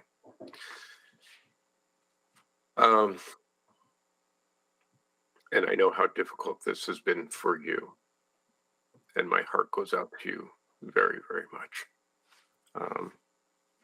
Our communities very much know the experience of loss and of discrimination. And I know that it's felt in this situation because I feel it too. I think my first question, I believe it was Jan, is that who spoke last? Yes. Yeah, thank you for your words, and thank you for your concept of nonlinear thinking in solving this problem. You sound very young. I can't see you, but there's been a long history of the people of Chinatown facing challenges, facing discrimination, even being forcibly moved from one neighborhood to another. And while I know that the city has different strategies and action plans for Chinatown, I'm just wondering if you've felt or seen any of that in your daily life. Have you seen any action that you could identify as coming from the city that would help you feel like the city cares about your neighborhood? Not, to be honest, not from the city, but more so from the groups and the projects of, for example, CTC, the organization of litter cleanup, or feeding some of the homeless population there. Personally, I haven't seen the city do anything for these spaces, but I do think that does not mean I do not have faith in our council and faith in everybody here today. I'm not sure if that answers your question. I'm sorry. Yeah, thank you. Yeah, because there have been multiple motions, and I know that this council does care. But do you feel that visibility would make a difference in how people feel about the value of their community if there was a visible show from the city rather than just things that are happening in meetings and between departments and things like that, but to see visibly the work happening? Would that make a difference to you? Yes, but I'd also like to add on that when you say visibly, I think it's important to not just recognize and acknowledge these issues symbolically or just talk about it. I would like to see change, whether that be in policy, whether that be in how we work with other groups and communities. That's an excellent answer. Thank you very much. And thank you for coming out to speak. I have so many questions, but I know that we have a long day, so I will yield the rest of my time. Thank you, Mr. Mayor. Thank you, Councillor Paquette. Councillor Principe? Thank you, Mr. Mayor. Ms. Trang, I'm so sorry for the loss of your father. It sounds like he was an upstanding father, husband, and community member, so I'm very sorry for your loss. And as well, Mr. Leong, Uncle Ben sounded like a great guy, and I wish I could have sang karaoke with him. I'm very sorry for the loss, and you're right, we need to do something. We need to work together to resolve this issue. No more waiting. We have been working on it, but we need to do more. And Mr. Leong, I just wanted to talk about what you had said about misallocating resources. Can you explain that, how you feel we could do better?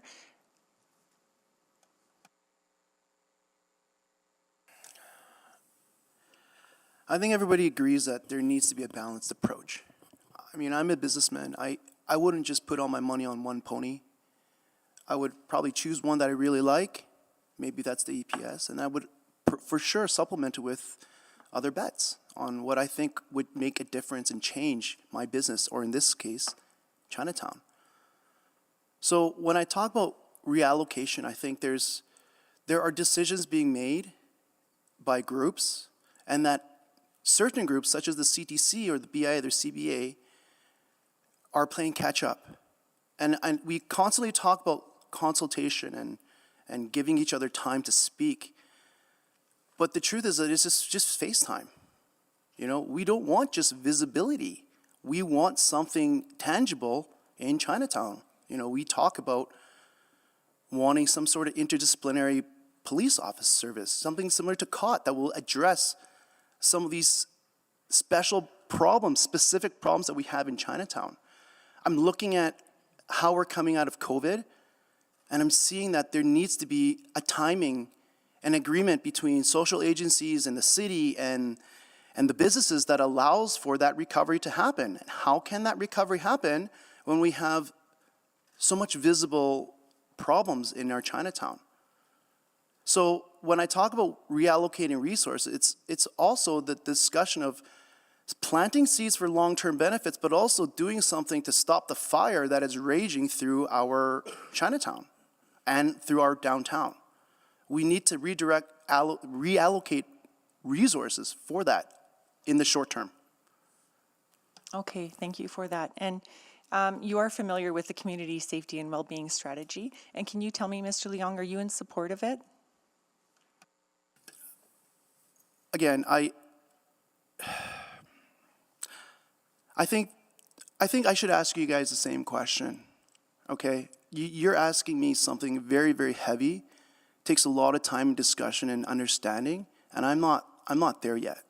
And it sounds like you guys are not there yet either. So no, I don't feel comfortable answering this question, but I think there's definitely, the question is in the room, and we all need to answer that. Yeah, thank you for saying that. That's a good point. Thank you. Mr. Au, I just wanted to say that I just wanted to acknowledge what you had said about wanting to be the last generation who feels that they're not safe at Chinatown. I just want to say that that's our goal as well. And I'm so sorry that your generation had to go through that. That's just not right. Thank you, Mr. Mayor.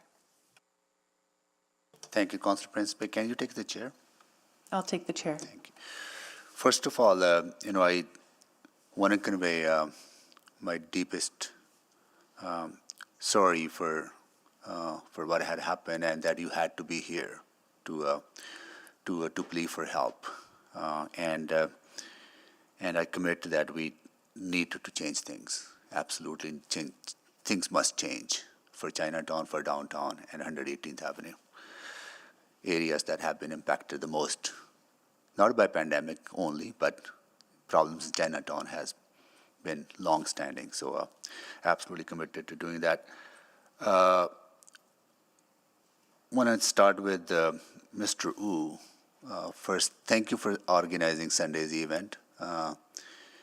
It gave me hope to be there with the young people and indigenous communities coming together to grapple some of these challenges, right? So the anti-racism work that you're doing. Want to know from you, what are some of the immediate things that council can do to improve safety and well-being in Chinatown?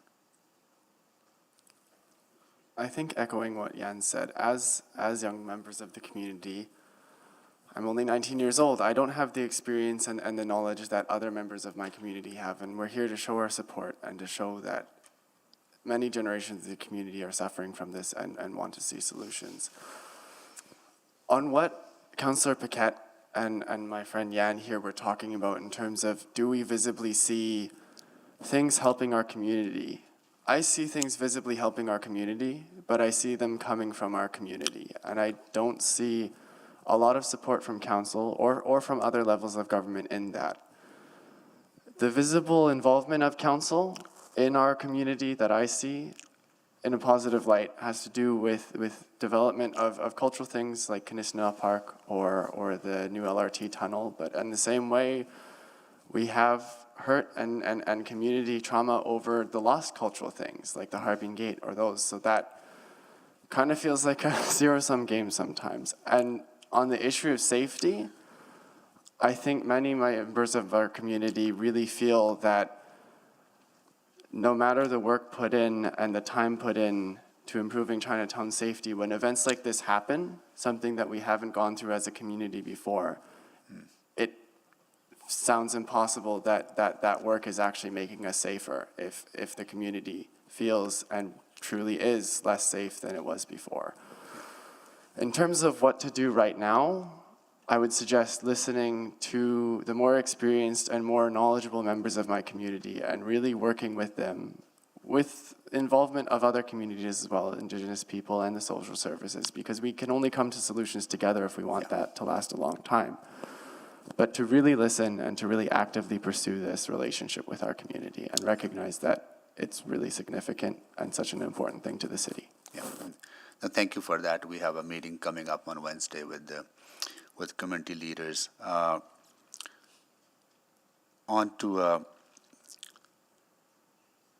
really want to follow up on the multidisciplinary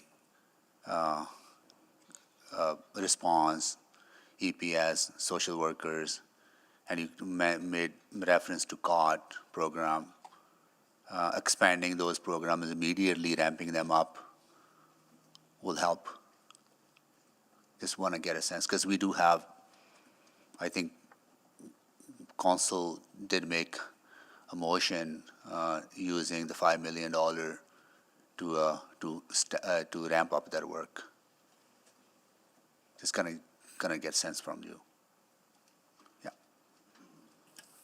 So the community has, I guess there was discussion between the EPS and our local Chinatown BIA to have a permanent office in Chinatown that would be visible. The discussion is still new. We're trying to figure it out. But I think what we're talking about is that Chinatown is a specific, special circumstance. We met on Friday, Mayor Sohi, and even you were surprised that there were not as many beat clubs as you expected. Yep. So I think, that kind of sums it up, Mayor Sohi. I'm sorry. You're not going to know everything, and the only way you will is if you continue to consult our community, and we'll tell you. Right? So this interdisciplinary program, it's just like how we've identified the LRT as being a special circumstance. Chinatown is also a special circumstance. It's about time we had our own task force to address these things, our own dedicated budget or proportion from EPS to address the situation that we have in Chinatown. Okay. Yeah. Thank you for that. And I heard from Chief that he is committed to changing that situation. So it's good to know that. But I hear you. Absolutely hear you. And I'll take the chair back. I'll give you the chair back, Mr. Mayor. Thank you. Councillor Rutherford. Yes, thank you so much. And again, thank you to everybody that spoke. I want to focus on item 6.6 and the requisition that came from committee without a recommendation. It's not on the floor yet, but I'm sure it will be, that the safety and well-being strategy be approved and that adjustments to the budget as outlined in attachment 1 be approved with funding from the Edmonton Police Services funds from financial strategies. And I know we're going to have a bigger conversation about at 6.7, but I just want to focus on this item and say, I guess I'm going to go to you, Mr. Hahn. Of those 10 items and of the strategy that's put forward, where would you recommend an amendment then to the recommended budget items? Thank you, Councillor Rutherford. I think when I look at the community safety and well-being study, the thing that I find most alarming is that there's no line item for anything in Chinatown.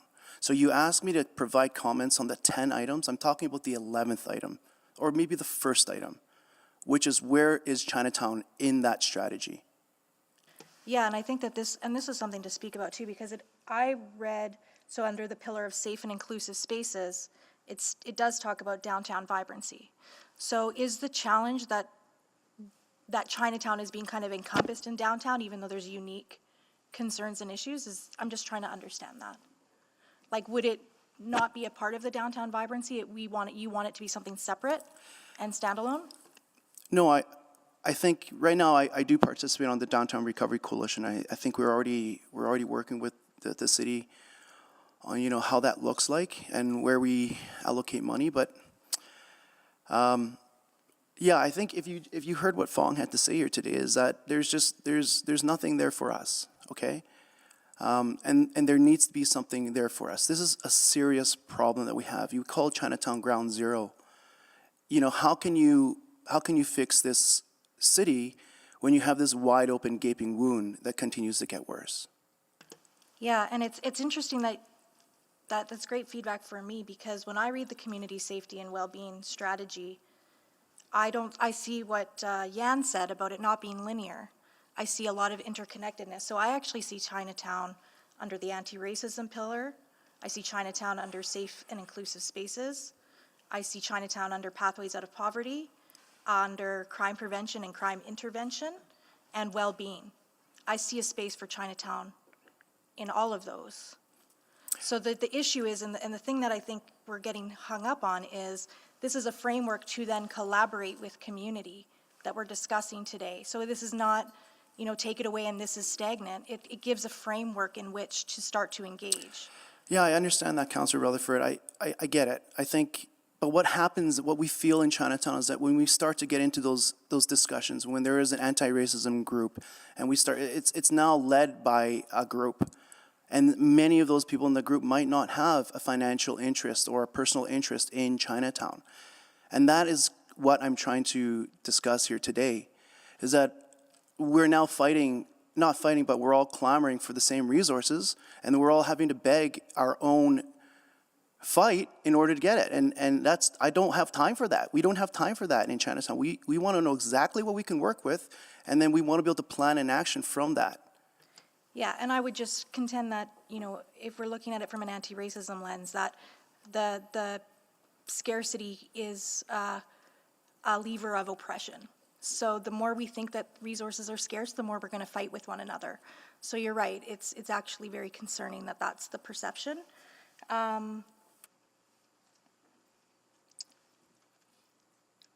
So I guess the question comes down to, the other thing I also grapple with this is, it was mentioned that, Chinatown's been experiencing this for a decade. So this is not a new problem. This is not something, we've inherited this council. But it also, I think about complex systems, there's lag time. And so even the changes and the decisions we've made in council thus far won't see the results of them for, let's say, a year or 2 years. That's the reality, even if we put people on the ground tomorrow. And I'm just grappling with, being overreactive to this course that we're already trying to set. So what are your thoughts on that?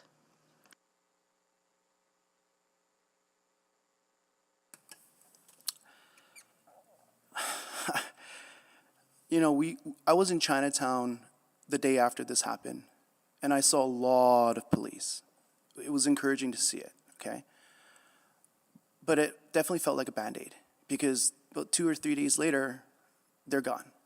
And they're replaced by peace officers who have limitations to their abilities. So I don't know if this answers your question, but there is definitely something to be said about how the city and the EPS manages and allocates resources or keeps each other accountable.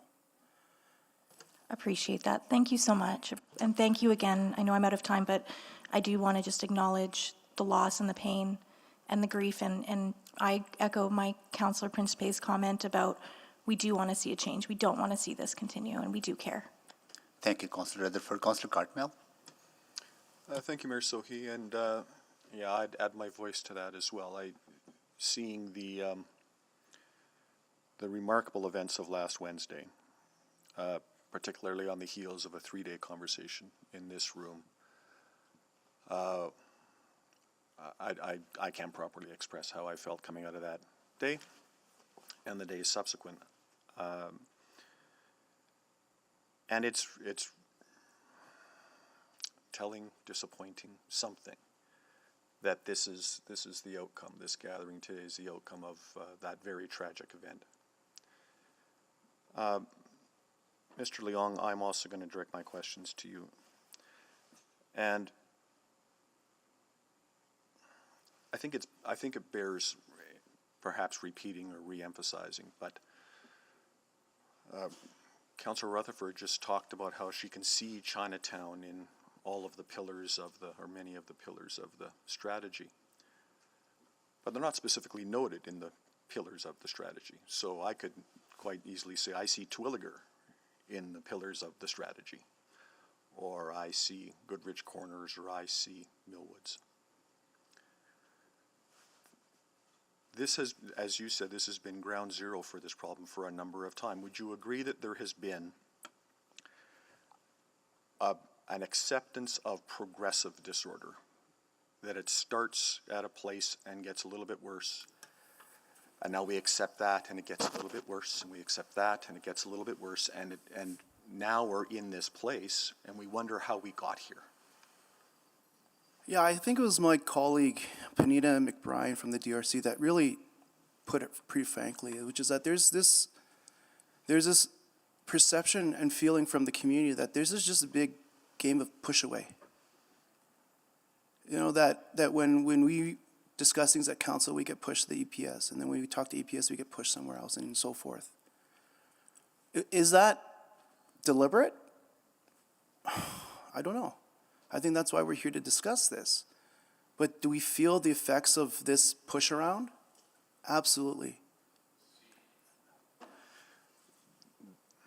That years, even decades of spiraling disorder and you know, incremental disorder and incremental acceptance of that disorder.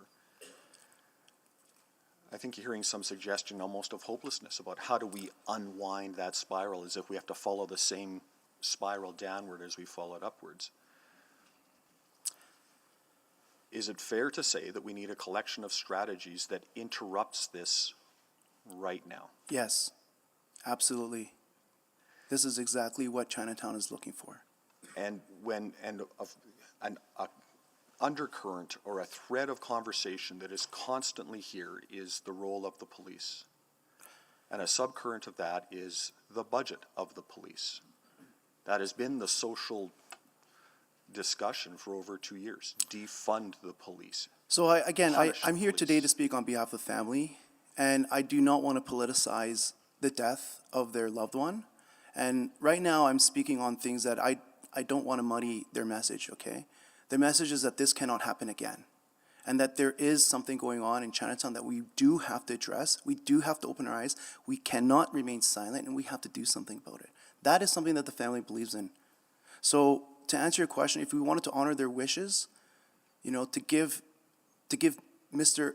Uncle Ben and their family peace through this, is that we begin this discussion. You know, there is a perception right now that that's okay, that Chinatown is a proverbial dumping ground for the city. That is, we have to talk about that. I'm not going to speculate where and why and who, and I'm not. That's not, I can't do that right now in 5 minutes. But we do have a problem right now, and it continually happens, and it happens in Chinatown. Thank you. Thank you, Councillor Cartmel. So that concludes the questions from Council. Thank you, everyone, for being here. And next, we'll go to our administration.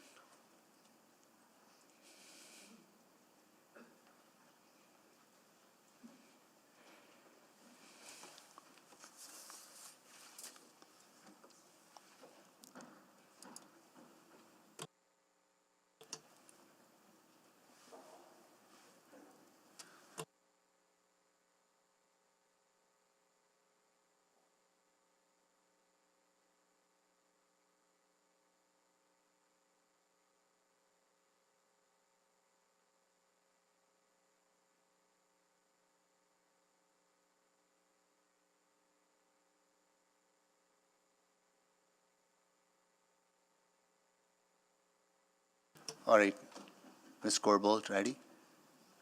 Yes, Your Worship. Okay, I'll go to Councillor Principe first. Councillor Principe, you're exempt to this item. Thank you, Mr. Mayor. Mr. Corbold, so listening to the speakers today and from the reading of the Community Safety and Wellbeing Strategy, this is, I see it as a very good strategy, and, but it'll take a while to implement. Are there other things that we can do in here and now to kind of start the implementation of this strategy? Yeah, thanks, Councillor. I would say that while it is a strategy, there are a lot of immediate actions, especially as part of the recommended funding options for this fiscal year. And they're laid out in the 10 recommendations on funding. And like I've said before, the sooner we get that money confirmed, we can get it out and doing some actions. There are also actions happening on downtown, on transit safety. And as has been mentioned, Chief McPhee and I are working on a better coordinated response in all the areas. And when I think of the safety areas in the town, I think of downtown, I do think of Chinatown for sure. I do think of Alberta Avenue, White Avenue, and those places in the city that are important to vibrancy, but are also challenged similarly from a safety perspective. And so we'll talk more today about, at item 6.1, about specifics on transit safety, including an increased approach.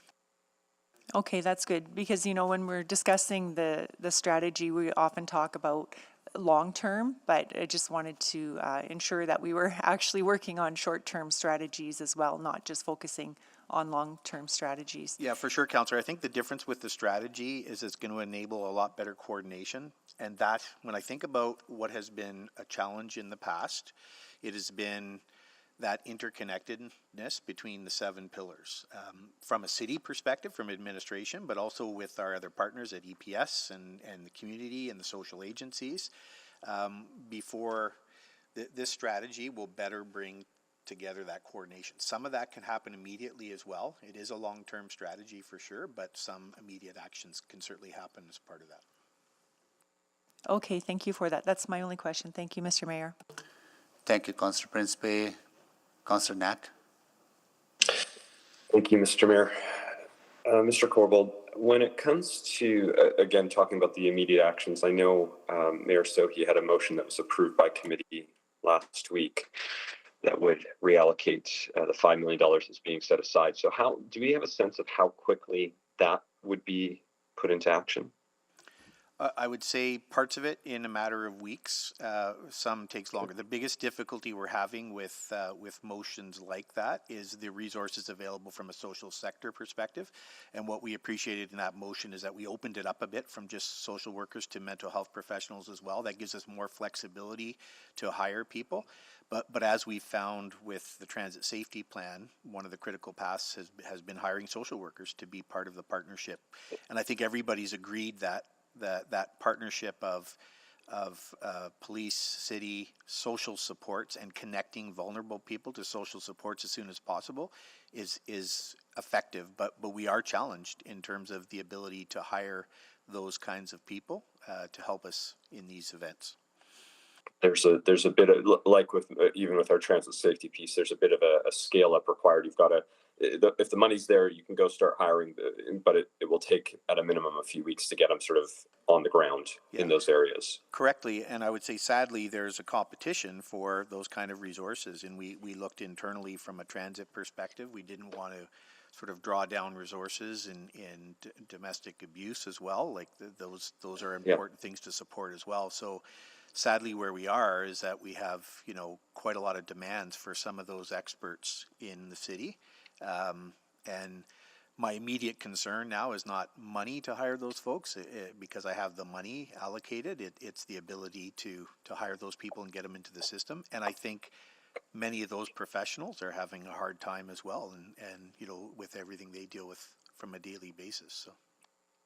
Okay. Since, and hopefully this question is in order, Mr. Mayor, but because we're talking about sort of what's the best use of funding and Mr. Cobold, I know folks, and I don't want to spend any time dwelling on this, while something like housing is provincial jurisdiction, nobody cares about jurisdiction. I get that. So I guess I want to ask the question, you know, we have 500 units that are ready to be opened within what, just like, I mean, a month or two now at this stage? 500 units of supportive housing for the hardest to house who might be dealing with complex challenges. Is it a couple I don't months from know now, the specific timelines, but it's close, yeah. Okay. Yes, Councillor Knack, it's a couple of months away. There's some fit up that's required, but that's underway right now. The challenge I think we're still up against right now is there's currently no operational funding committed to those units, any of those, that would allow them to operate in a truly supportive housing context. Is that correct? I think that's correct, Councillor, and I'm still in negotiations and discussions with with other orders of government to demonstrate the need and compare facts, and we've been having some positive discussions about clarity on the facts, but as of yet, all that funding is not there. And as you know, what we tend to do is make it work anyways with the funding that we do have available, but not to the need required. Well, and so there's my question, which is that, you know, and I appreciate that, you know, we're struggling to figure out how we can fill these gaps. I mean, the fact that these units are being built is something that we decided to take on in partnership with the federal government, recognizing that's not normally the approach. I wonder, between now and the point at which you have finished those conversations, I would just hate to see those units be completed and not being able to operate based off the current need. And I'm wondering if we have any sense of, you know, what kind of cost would there be, you know, if these are ready in 2 months' time and we're 4 months away from something being officially sorted out with the province, what might we need to do to allow those to open 2 months from now when they're ready to open until the point at which the province formally takes over? I'm just wondering if we've got a sense of the cost of that, because I think that's another sort of immediate action that can be taken for many folks who are right now living in encampments in and around Chinatown, downtown, and a number of other areas. Yeah, I don't have that answer immediately here. I can take it on to get it to you pretty quickly, but I would want to make sure I review that before we provide an answer, and I just don't have that in front of me. Okay. I'm just wondering if we should get that. Again, I appreciate that you know, folks want to see something, and we want to see those units being used to the need and housing those who right now are needing quite a bit of support. Okay, I'm out of time. Thank you. Thank you, Councillor Knack. Councillor Stevenson. Yes, thanks very much. Just really want to pick up on the thread for a first round of questions, just around those really immediate things that the city can do. So I know, Mr. Corbold, you and I have been in conversation for a number of months around resources that can be diverted to Chinatown. Could you maybe speak a little bit to how peace officers have been redeployed to the area, and maybe just, well, I'll start there and then just have a few follow-up questions as well. I'll just see if Mr. Jones wants to get to the specifics of how he has redeployed his resources. Sure, thanks very much for that question. The area that we were trying to cover in downtown, in the downtown core, was fairly large, and so as a result of some current events, we've tightened up that jurisdiction to really focus on a high visibility presence in the Chinatown business district. And we've redeployed a couple of our peace officers from general duties across the city to support those foot patrol teams as well.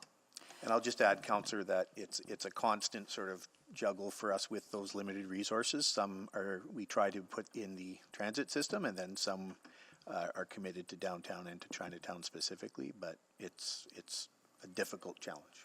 Yeah, absolutely. And I think, thinking about, where and how they have the biggest impact, I think that visibility, so folks out walking is a really, really good one to hear.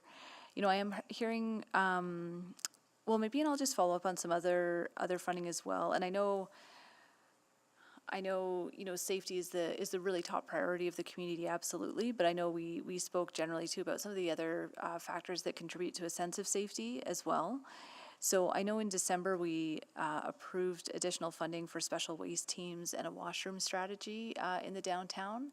Just wondering if maybe Mr. Sibrick could speak to how your crews are operating in Chinatown, if that has been shifting in recent months as you've ramped up those additional operations. So, Councillor, we're trying to tackle the downtown as well as the surrounding BIAs, so that being Chinatown as well as, to the west. So all of those areas are focused as part of this additional work we're doing, and certainly it's the cleanup in those areas as well as assistance to supporting the encampment cleanup as well. And maybe just an update on the washroom strategy as well. Have any of the temporary washrooms that we funded for this summer been opened in the Chinatown area? Councillor, I need to check into the specifics of which ones we've opened to date, but we can certainly get that for you. Probably by after lunch, we can get an update of all the ones that have been opened and the ones that are upcoming. Great, thank you for that. Just wondering as well, again, I think certainly heard from the community just the amount of pain that's there and justifiably so. Wondering what programs may be available from the city to support the community in that way, if there have been conversations around counseling services that the community may be able to access, if anything like that is available. I don't think there are specific supports from the city, but in terms of counseling services, they are available through health and AHS as part of the health supports that are provided, and I believe that they are immediately available. I have not heard of concern about that. Okay. Well, just thinking through again, I think we'll be getting into some more detailed conversations this afternoon around the funding packages for this strategy. But again, wondering if you could maybe speak to some decision points around the crisis diversion and how that program is funded, and whether there are opportunities, was that explored and there just wasn't the ability to ramp those up quickly enough, or is that potentially an option for us to consider as we go through our funding decisions? Yeah, again, Councillor, I would say that we put forward some very specific recommendations, which for a small amount of the money that the city puts forward for this strategy, which is the $8.4 million that was left in the community safety account, if you will, in financial strategies. And so, I don't think anybody should take that list of 10 items as the key. There's a lot more going into it from other pieces. I think there's a lot of crisis diversion supports in place with our base funding. And of course, as we do things like increase the number of COT teams, and if we decide to increase the number of help teams in EPS, those also can contribute to some of those successes. So I think what I've heard commonly is that help teams and COT teams work in EPS and in the city, and we are on a trajectory to improve and increase those resources, and I think that we need to keep doing that. Yeah, and I was thinking specifically too of the REACH 24/7 crisis diversion program. I know we approved $250,000 in December to add an additional team. Just wondering if there's been conversation, if there's capacity, if the funding is there to add another team or more. I think yes, but it's a matter of questions for sure. I mean, we've made a recommendation because again, we were trying to diversify our action on the strategy, but absolutely. More could be added there if there are more resources to do so. Great, thank you. Thank you, Councillor Stevenson. Councillor Paquette. Thank you, Mr. Mayor. Mr. Corbold, for my entire career in council, we've been talking about these issues. And we're doing everything we can. We started a lot of these initiatives years ago that are going to come into fruition today. That's how long it has taken. And there are good reasons why. The primary reasons are our fiscal capabilities, just money in the system. Do we have it? And the other challenge is our jurisdictional situations where we're not passing the buck that has landed on our doorstep, but really what is the root causes of these issues? It's mental health, it's addictions, it's houselessness. What order of government is responsible for these files? Well, I believe mental health and addictions is a provincial file, but I also believe that coordinating all three orders of government is just a necessity in these times, given the challenges. Sure, we have to coordinate all of that, but we're talking about root causes here because we've been spinning our wheels, or at least I have for years, on trying to address the impact of these issues on our streets. Are there any MLAs here today to speak on provincial funding for mental health or addictions?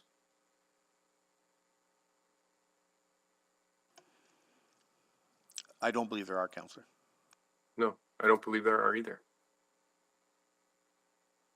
And so with our limited amount of money, property tax dollars, not income tax dollars, property tax dollars, we are being tasked to do the job that is on our doorstep, and we're doing it as best we can. But we need more partnership. Is that partnership forthcoming?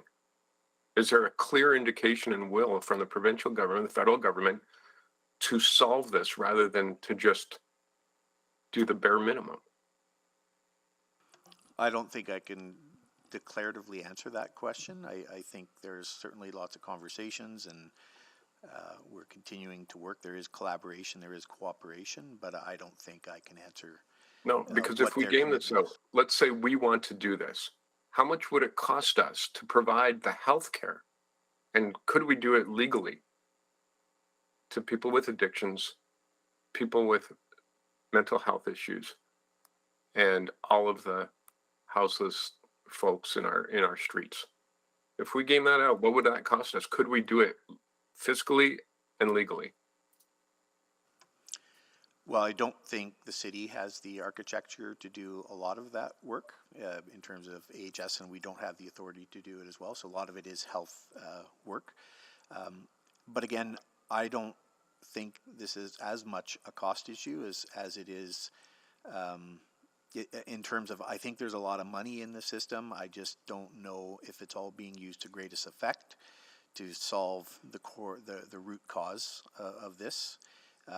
And that is something that we continue to work on and try to get the province. So when you say money in the system, are you talking about from the city of Edmonton, the thing that we actually control? No, I think money in the overall system in this country. I think federally, provincially, and municipally, there needs to be some work on examining how all the money is spent, what outcomes are being achieved. And that's something that this council and the previous council have recommended to other orders of government. Yeah, I think there needs to be a better understanding among the public so that we can fix this issue, Mr. Corbold. And I don't put that on your shoulders. That's up to us to talk about. We have immediate things that we're going to be doing. Is there a way that we can showcase that so that the people in these communities can know that this work is being done? Can we show our work and show the results? Yes, we can. And we'll continue to, I think it's another area where we can improve on in terms of demonstrating very specifically what's being done short term as well as longer term. Thank you. I appreciate that. And I will just make the comment that we are facing this issue. It's an Edmonton issue, but it's also in municipalities across Alberta and across the country. And this community crying out right now could just as well be the voice for everyone in every municipality. Thank you. Thank you, Councillor Paquette. So we are just getting close to 12 o'clock, and we'll stop here and resume back at 1:30 with questions. Councillor Jens will be next up at 1:30.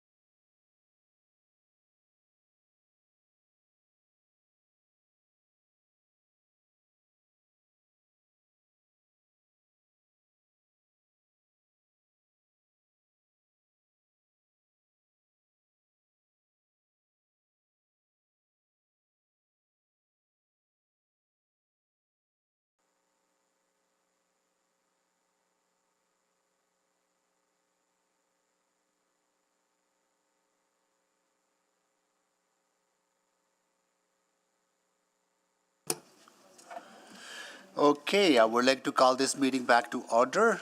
I'll do a quick roll call. Councillor Wright, Good afternoon. Councillor Knack, Good afternoon. Councillor Principe, Hello. Councillor Stevenson, Good afternoon. Councillor Paquette, Councillor Paquette, Councillor Tang. Oh, I am here. Sorry about that. Got it. Councillor Tang.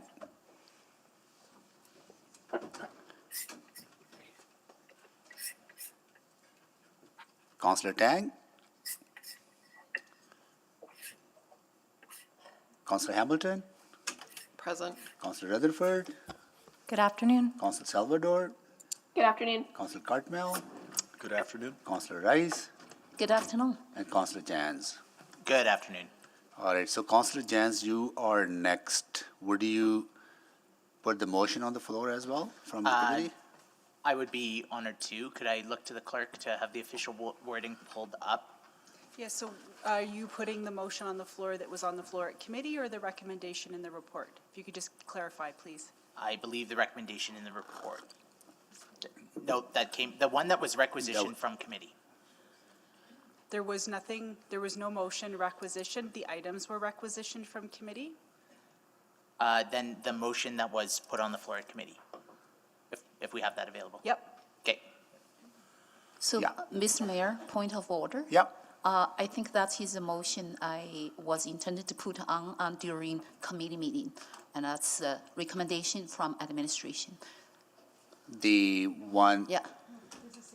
This is 6.6 we're talking. Oh, we talk about 6.6. 6.6, Okay. yeah. We're still on 6.6. Thanks for that clarification. No worries, no worries. So just for clarification, we're going to put the motion on the floor that was not put at Yeah. committee last week. The two-part motion, that 1 and 2. Councillor Jans, can you read it? Sure. It's in the attachment 1. Yeah, in can the we get a first. seconder, please? Need a seconder? Second. Councillor Cartmel, seconded.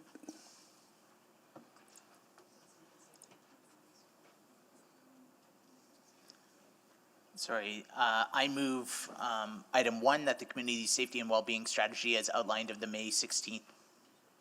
May I ask the clerk to pull it back up if possible? Yeah, it's Oh, about there 2 we go. pages long. This one? Yeah, Okay. so, Here we go. All right.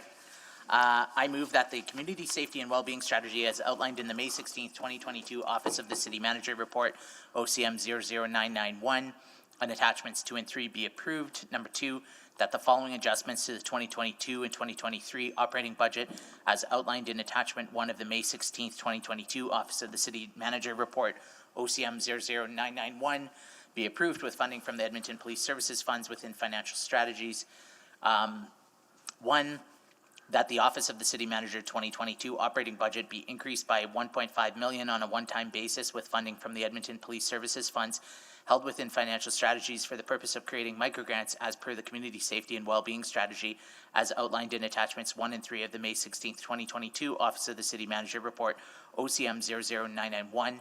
Number 2, that the Office of the City Manager 2022 operating budget be increased by $1.5 million in 2022 and $555,000 in 2023 on an ongoing basis with funding from the Edmonton Police Services Funds held within financial strategies for the Integrated Call Evaluation and Dispatch Center purpose as outlined in attachments 1 and 3 of the May 16th, 2022 Office of the City Manager OCM 00991 report. Number 3, that the Social Development Branch 2022 operating budget be increased by $811,000 on an ongoing basis with funding from Edmonton Police Services Funds held within financial strategies for the Indigenous Framework implementation as outlined in attachments 1 and 3 of the May 16th, 2022 Office of the City Manager Report OCM 00991. Number 4, that the Infrastructure Planning and Design Branch 2022 operating budget be increased by $1 million on a one-time basis with fundings from the Edmonton Police Services Funds held within financial strategies for the Indigenous-led shelter as outlined in the report and attachments 1 and 3 of the May 16, 2022 Office of the City Manager Report OCM 00991. That the Social Development Branch 2022 operating budget be increased by $1 million on an ongoing basis with funding from the Edmonton Police Services Funds held within financial strategies for the Extreme Weather Protocol as outlined in the report and attachments 1 and 3 of the May 16, 2022 Office of the City Manager Report OCM 00991. That the Social Development Branch 2022 operating budget be increased by $25,000 on a one-time basis with funds from the Edmonton Police Services funds held within financial strategies for the purpose of drug poisoning response as outlined in attachments 1 and 3 of the May 16, 2022 Office of the City Manager Report OCM 00991, that the Community Standards and Neighborhoods Branch 2022 operating budget be increased by $415,000 on an ongoing basis with funding from Edmonton Police Services funds held within financial strategies for the purpose of community safety peace officers training and professional standards centers of excellence as outlined in attachments 1 and 3 of the May 16, 2022 Office of the City Manager Report OCM 00991. Number 8, that the Social Development Branch 2022 operating budget be increased by $1,622,000 on an ongoing basis with funding from the Edmonton Police Services funds held within financial strategies for the purpose of community wellness as outlined in attachments 1 and 3 of the May 16, 2022 Office of the City Manager Report OCM 00991. Number 9, that the boards and authorities Edmonton Public Library 2022 operating budget be increased by $200,000 on a one-time basis with funding from the Edmonton Police Services funds held within financial strategies for the purpose of Sing, Sign, Laugh, and Learn program as outlined in attachments 1 and 3 of the May 16, 2022 Office of the City Manager Report OCM 00991. Number 10, that the Social Development Branch 2022 operating budget be increased by $290,000 on a one-time basis with funding from the Edmonton Police Service funds held within financial strategies for the purpose of Bridge Healing Center as outlined in attachments 1 and 3 of the May 16, 2022 Office of the City Manager Report 0CM 00991. Thank you, Councillor Jans. That was seconded by Councillor Cartmel. Right. So we have a motion on the floor, and I'll start your time again. Councillor Jans, you go ahead. I think the motion kind of speaks for itself, so I'm prepared to defer. May I still ask a question of the city manager? Of course. Sure. I'll start your time again. Go ahead. Through you to the city manager, I was hoping, I understand we have a number of, we were talking earlier about provincial interfaces here, and I understand that we have a couple of different pieces. There's this homelessness task force. There's also another piece looking at shelter standards. There's a number of different things going on that the city is actively doing with the province, and I thought it would be valuable to highlight some of this work and make sure we reflect upon it as we go forward. Yeah, thanks, Councillor. I would say that there's some stuff going on within the homelessness task force that we'll hear more about publicly in a couple of months, I think. And I can't speak to those yet because we haven't finalized recommendations to the minister. Having said that, there's some of those recommendations that are things that we have publicly asked for from council before, and I think those are probably 4 that I can talk about. The first is minimum standards. We know that the province is considering our request to adopt the minimum standard for the funding that they provide to the system. I haven't got an answer one way or the other, but we're having good clarity discussions on what that might look like from a provincial perspective.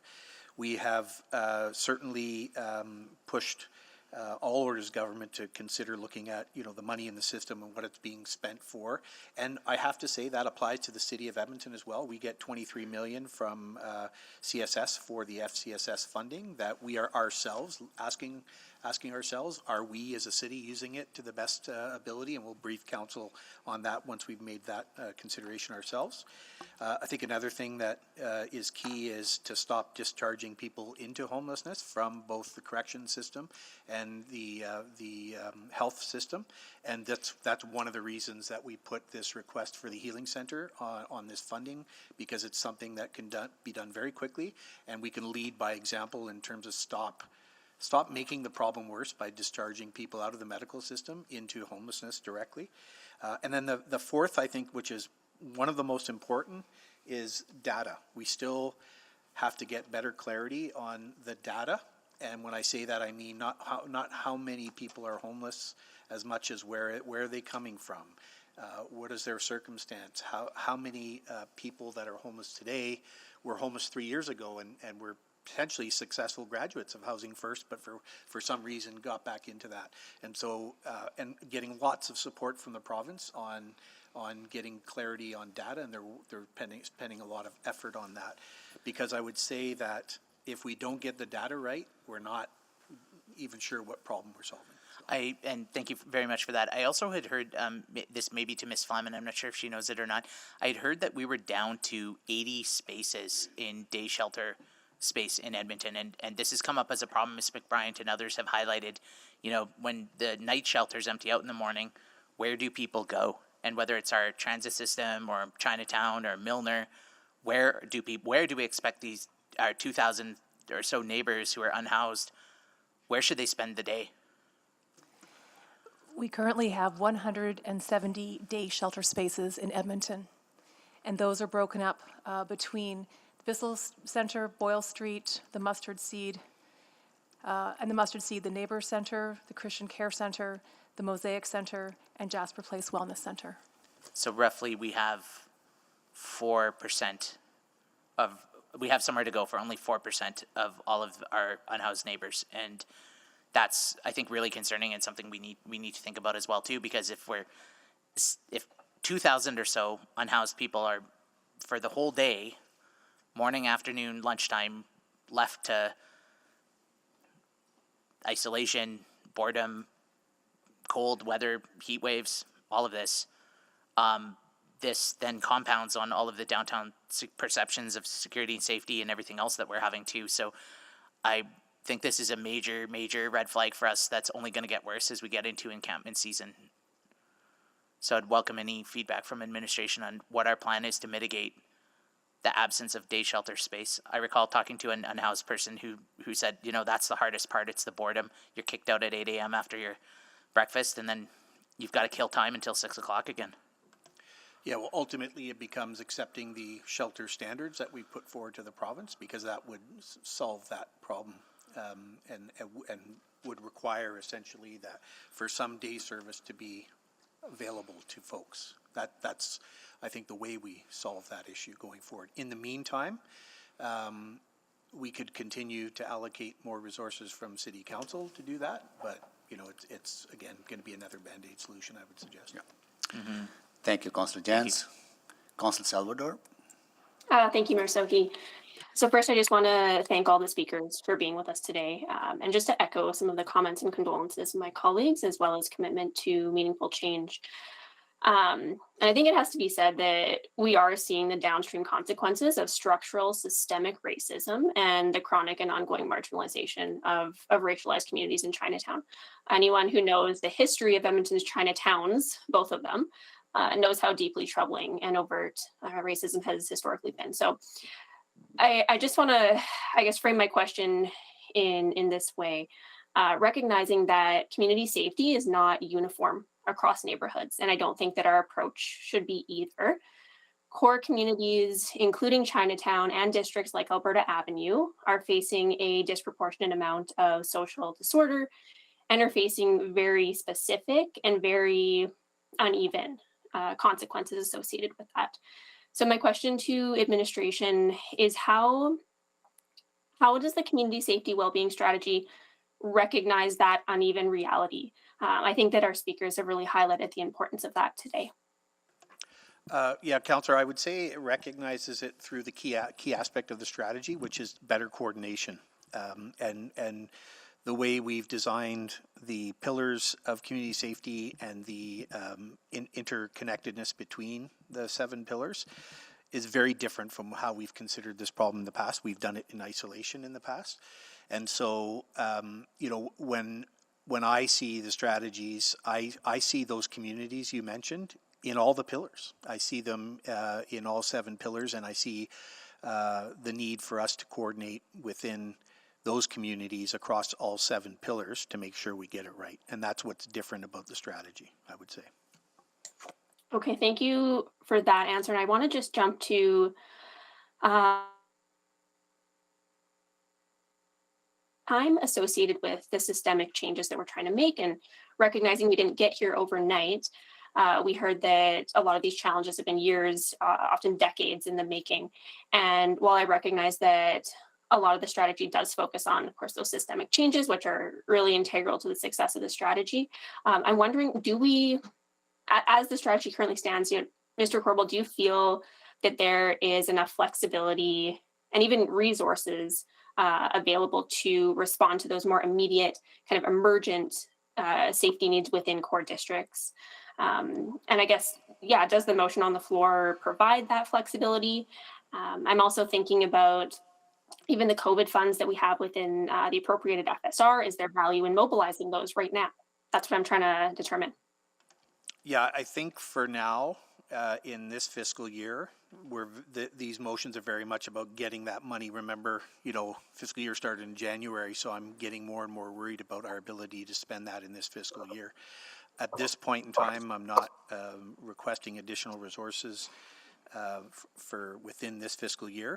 I think the better answer to your question is going to take a few months to get to on the future, like getting this systemic change done, and we'll bring that back as part of the 4-year budget. Right now, I'm just trying to get this money allocated so we can get it out as soon as possible and start moving along with it. And so I think I have what I need for now. Having said that, I also have the delegation from council of up to $2 million for COVID funds to do what we need to do as well. So I'm already starting to consider options for the expenditures of those funds. Okay, that's good to hear. Can I just speak to that? Sorry, super quick. I'm from REACH. I'm part of the delegation here. So okay. We do work in Macaulay and Chinatown both, but that work that we're doing right now is currently unfunded, but we recognize that there is a need, as you've all heard today and previous. So given that work isn't unfunded, just that gives you an idea of this level of need versus resources out there. Thanks. Great, thank you for that addition. And the example that I'm coming back to, I know it was discussed quite extensively at committee around setting money aside for the expansion of help teams in downtown, for example. And I'm just trying to think about, how do we ensure that is touching not just the downtown proper, but is able to support Chinatown, Alberta Avenue in the short term? Yeah, I would say, from my perspective at city administration, we're focused on the COT teams, and I think Chief McPhee can better speak to how the additional support for help teams could be deployed throughout the system, because they would be with EPS. Okay, I'm out of time. Thanks. Thank you, Councillor Salvador. Chief, quickly. I mean, as Andre said, what really needs to happen here is we need to get back and build this comprehensive plan ASAP and figure out exactly what we need. We're deploying resources short term there now, but I think we've heard it over and over and over again that this needs to be sustainable and it needs to be a multidisciplinary team, which includes police, and we're committed to doing that with the city manager. Okay. Thank you, Chief. Next, Councillor Rice. Thank you, Ms. Mayor. So my first question is very straightforward. I understand, and for this strategy, yes, our city is on the right direction, and we do need safety strategy to ensure our city, our community safe. And I just have the first question, how this strategy right now on the floor will be impact, or any potential change could be made, and based on what we heard today, and then after Chinatown tragics happened? I would just say, Councillor, speed at which we action, which was clear today, and we're committed to doing that. So. I want to focus on the actions specifically, and we are talking about two things. One thing is urgent. So there's these urgent needs and right away to address the concerns, to address the safeties. But how we do that?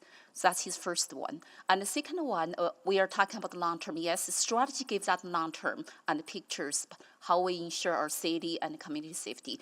And so my specific question is about right now, and then this motion is proposal and $8.4 million and from our financial strategy.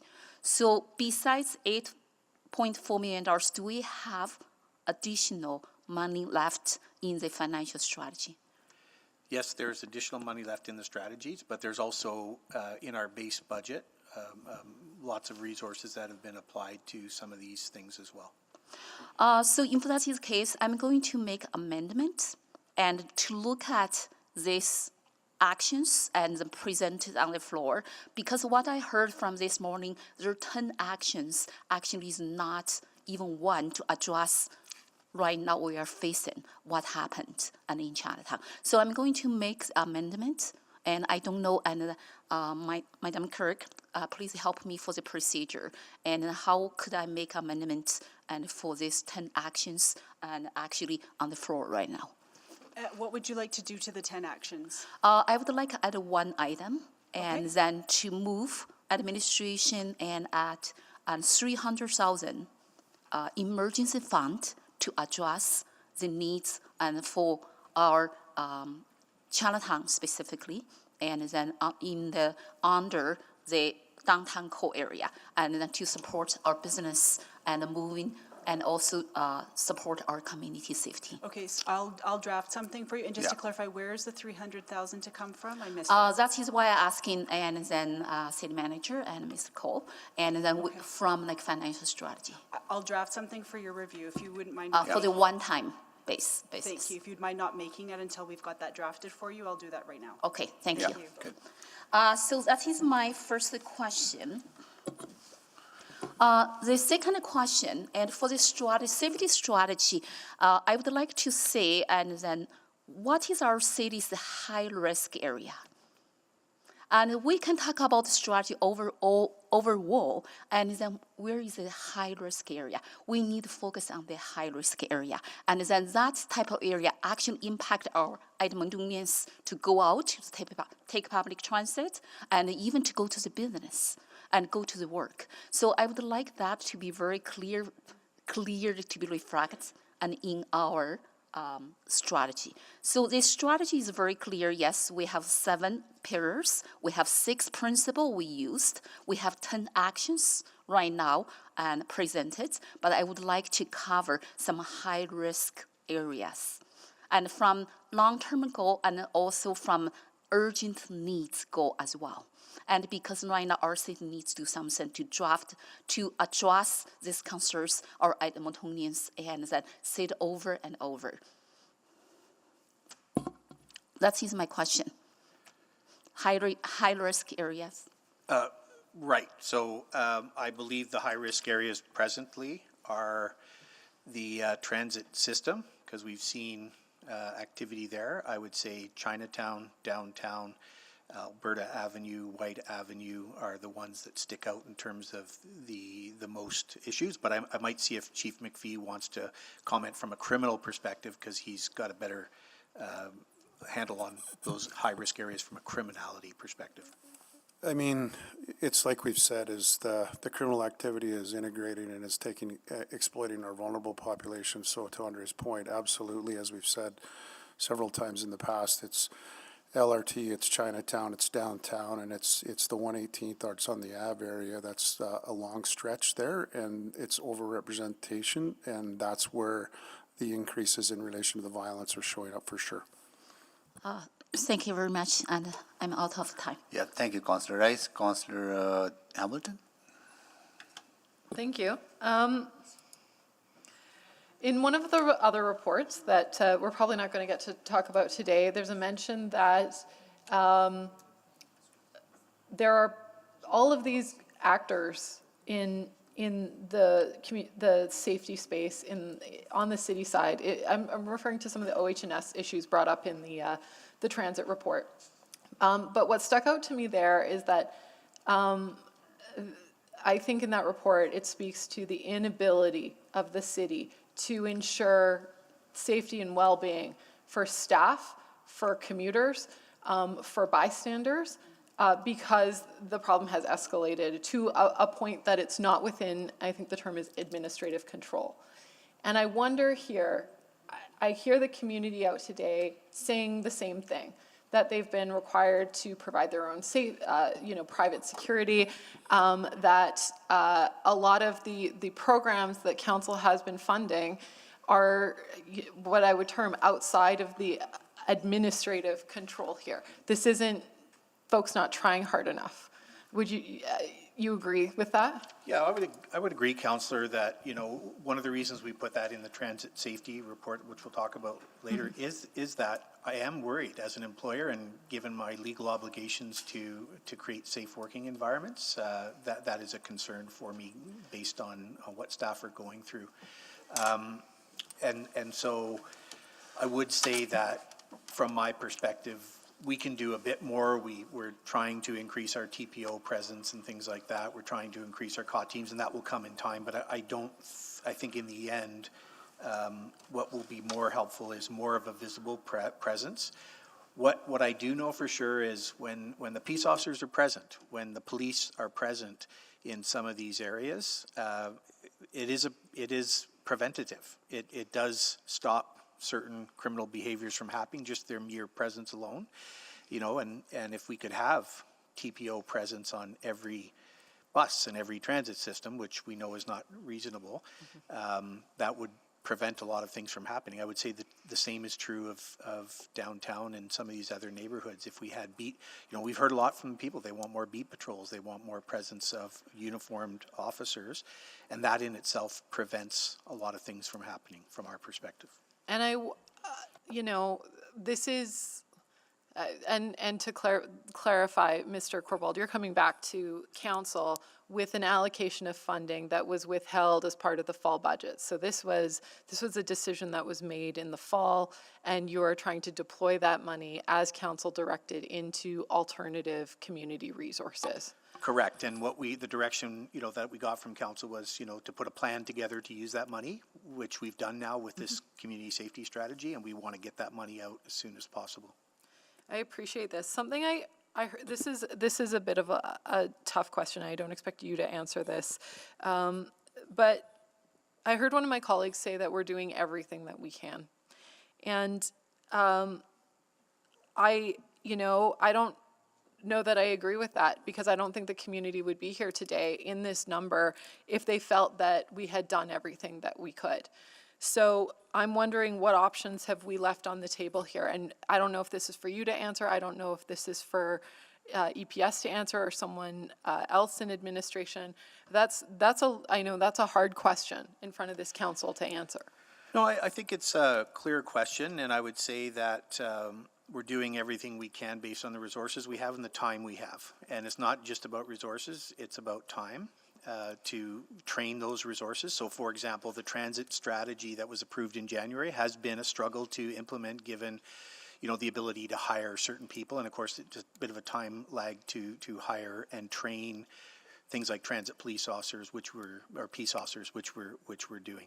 I would say that the one thing we haven't done yet, to the extent that's possible, is more of a uniform presence in a preventative way, and I'll defer to the chief to see if he wants to add to that from a criminality perspective.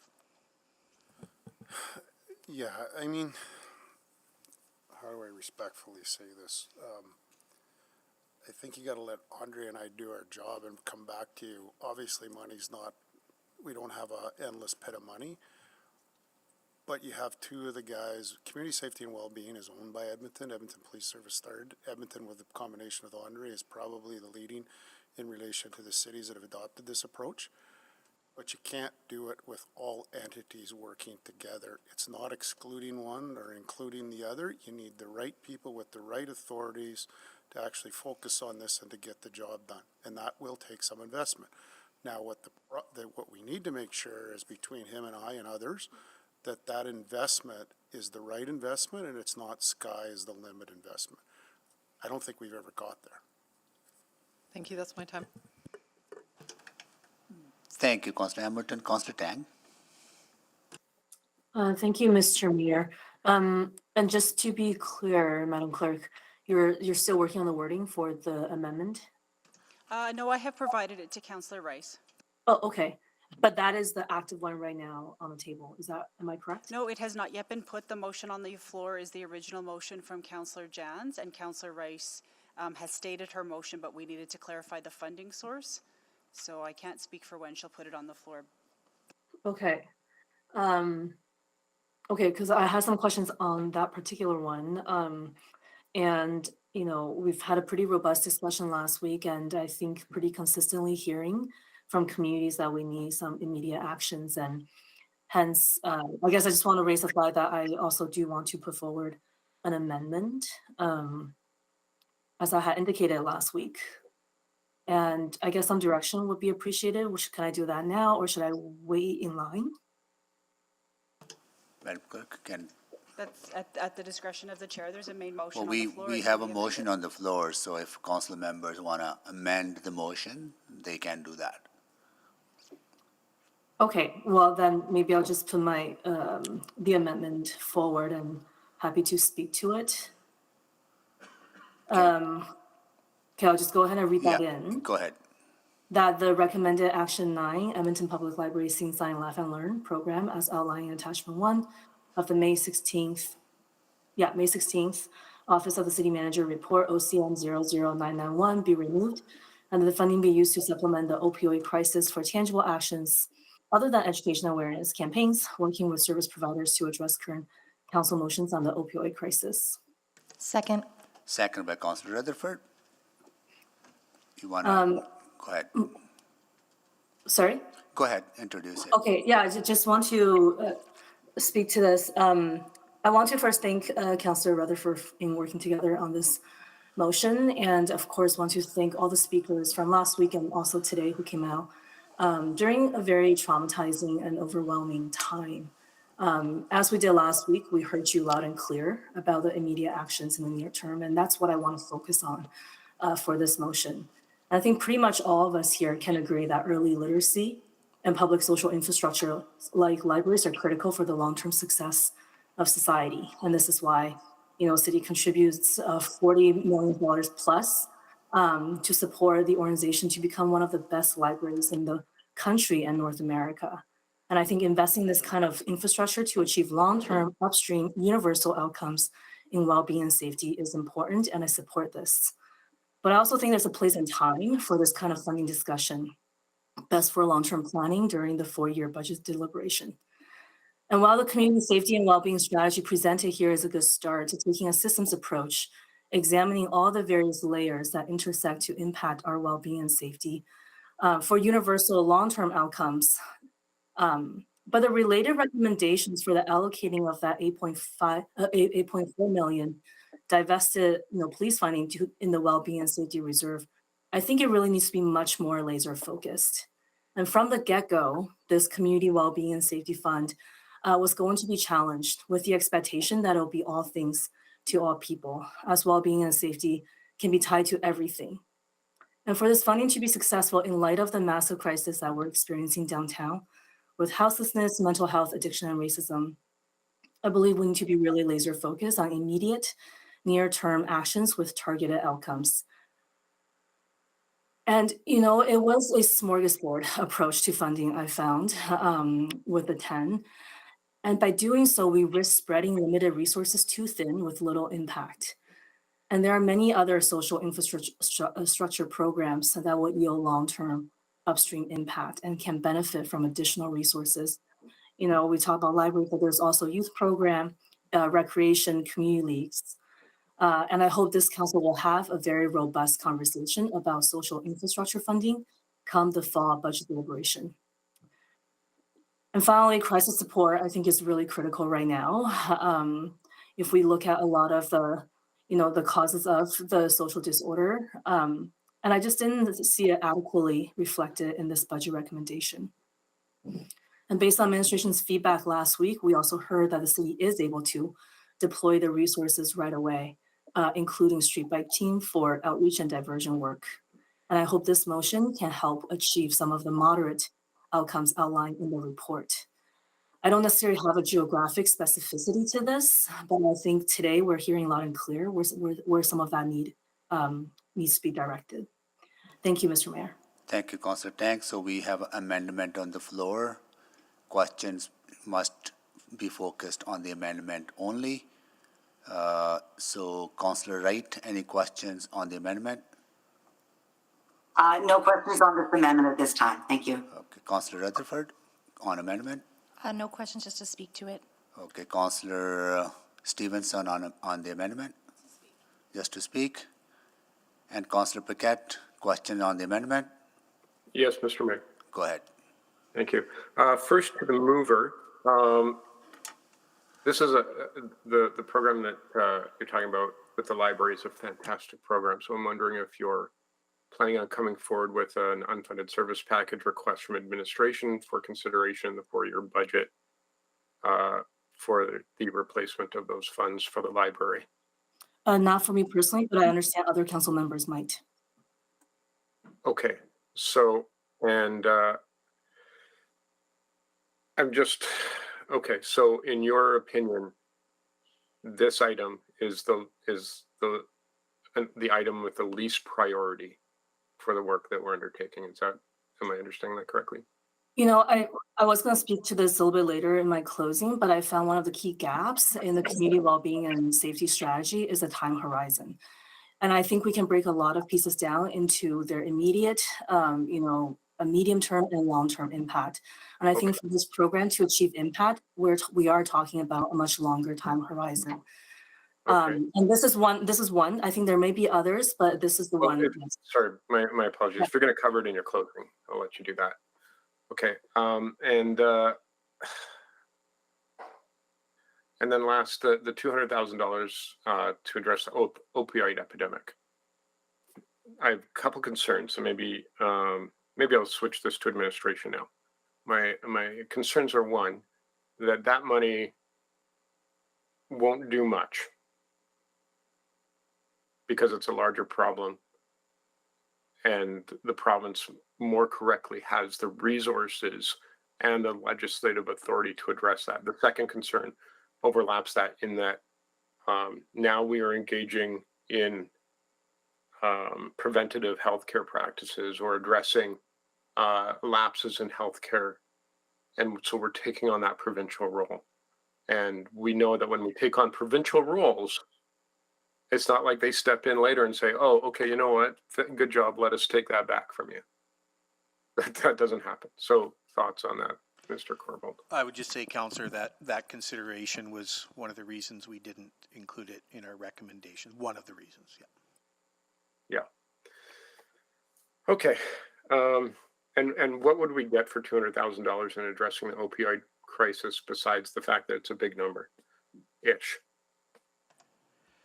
Well, we haven't put a plan together, but as Councillor Tang mentioned, one of the things that came up on the spur of the moment last week was bike teams. I would rather, if this motion passes, I would rather do a bit more analysis to figure out what the best option is, as opposed to just, you know, a spur of the moment answer. But we can do that relatively quickly, I would say. I want to make sure we're getting the best possible outcome for that small amount.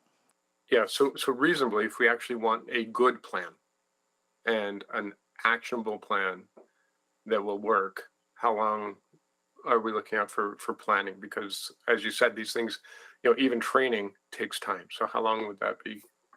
Well, I think the staff can put a relatively good plan together within a week or two. Like, I'm not worried about that for this amount for this fiscal year.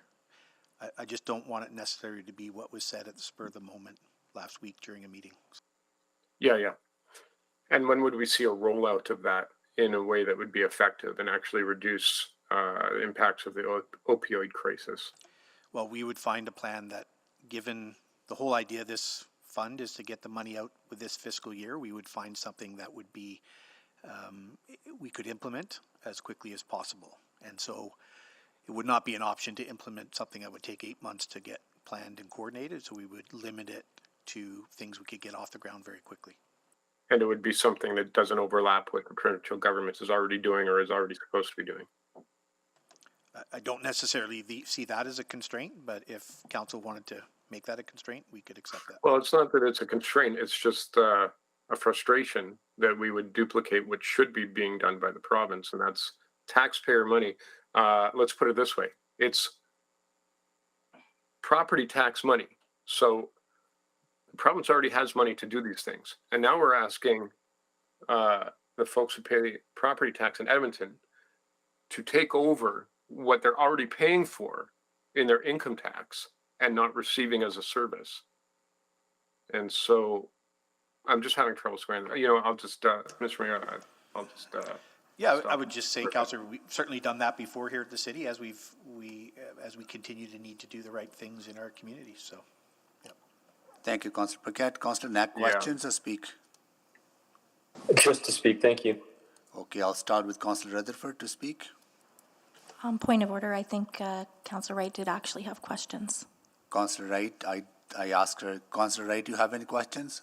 Yes, I just, something I just thought of here that came up. I'm just wondering, Mr. Corbold, so this is 200,000, and I think for the opioid poisoning response, the moderate level would be 400,000 required, is that correct? In order to have the 1 FTE and naloxone training and availability? Yes, correct, yeah. And so is there an additional 200,000 that could come from somewhere to have that moderate response? The only other finances available to council are the FSR.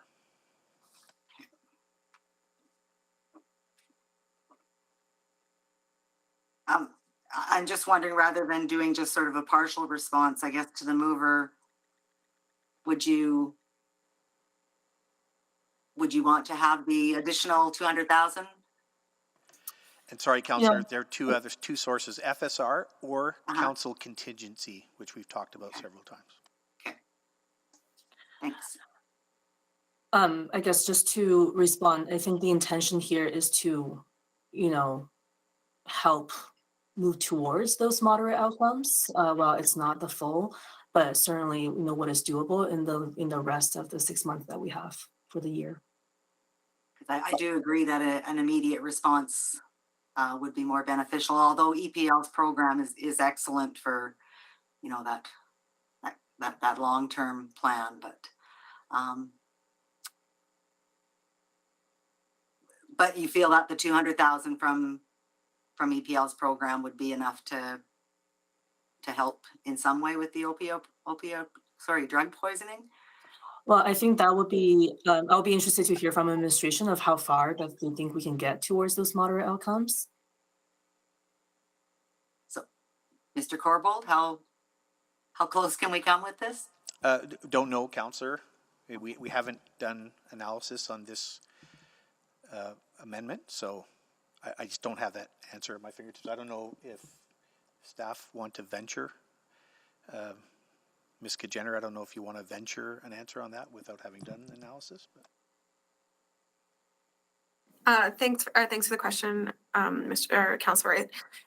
The business case costing was put together based on what was included in that business case. And so I think if the funding was 50%, to Mr. Corbold's point, we would need to go back and just look at what we could do. And there may be some creative options that we haven't considered with our partners, or, leveraging our resources internally differently. But I think in the absence of the time to just quickly go back and do that, I wouldn't want to commit to an outcome right today. Okay. All right. Thank you very much. That's all I have. Thank you, Councillor Wright. Councillor Rice, you have questions or speak to this?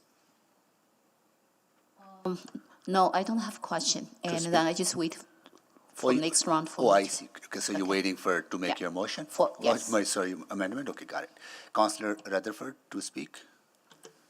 Yes. Again, I just want to echo a lot of what Councillor Tang said in terms of this isn't a discussion about the value of this program. It is a very well-loved, very important community program, and something that I do believe we need to fund, and we need to fund in the next 4-year budget cycle. The question is, in the current, call for immediate action, is this the best place to be strategically investing our funding with this specific pool of funding?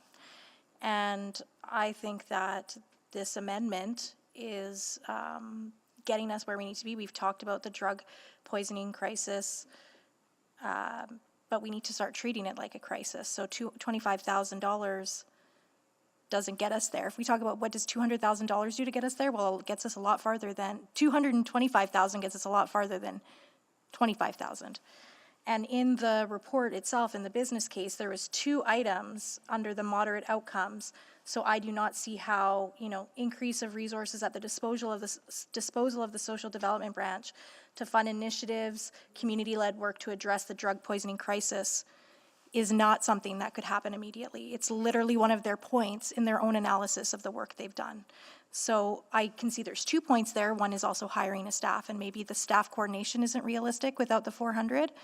But I do think this is similar to how we're activating funds with the micro grants, with other proposals here, but we need to start treating this like the crisis it is. And when I hear the concerns from the community today, when I heard the concerns from community at committee last week, and when I've heard them in multiple other conversations we've had around community social and well-being, including with my own constituents, at the doors, through conversations, it's clear that, we need to be addressing the root causes immediately.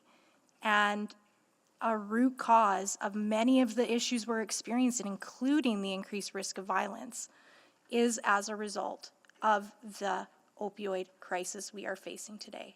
And so I wholeheartedly encourage my council colleagues to support this amendment, understanding, again, we have to stop thinking of these things as either-or conversations. It is about the timing and the pool of funding to pull that Sing, Sign, Laugh, and Learn money from. It is not about the value of either of those being more important than the other, and I don't like the framing of that conversation in that way. So I urge my council colleagues to step up and support this additional funding for the opioid crisis. We will see immediate results from this if that point 2 that I just read out is actually actioned in the next 6 months. And thank you, Councillor Tang, for bringing this amendment forward. Thank you, Councillor Rutherford. Councillor Stevenson.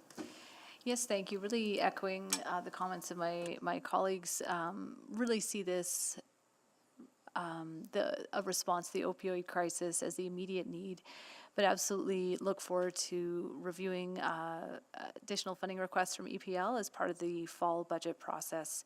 I'm confident that there are many community-based solutions that are ready to scale up. I've heard from some directly who are anxious to get going and feel that this will absolutely have the biggest impact in the highest need areas that we've heard from today. So again, look forward to hearing from EPL as part of our fall budget process. The Sing, Sign, Laugh, and Learn is a huge part of the long-term strategy to make our community safer, and look forward to having that discussion in the fall. Thank you. Thank you, Councillor Stevenson. Councillor Knack. Thank you, Mr. Mayor. I struggled with this one because I see the Sing, Sign, Laugh, and Learn and other programs that EPL does as some of those long-term solutions that actually will produce the overall outcomes we're seeking, but it takes time. And so I'm swayed by the messages and the comments that we've heard today about further action, immediate action, and the need for that. And so I'll just echo what I think I've heard from a couple of my colleagues. I think they're correct in highlighting that by accepting this amendment, that would help us produce more immediate results. And then I just thought I'd be very clear as a bit of a heads up that when it comes to the 4-year budget, I will absolutely be putting forward a number of profiles for EPL, because that is one of the few departments that over the last decade really hasn't received a single increase at all.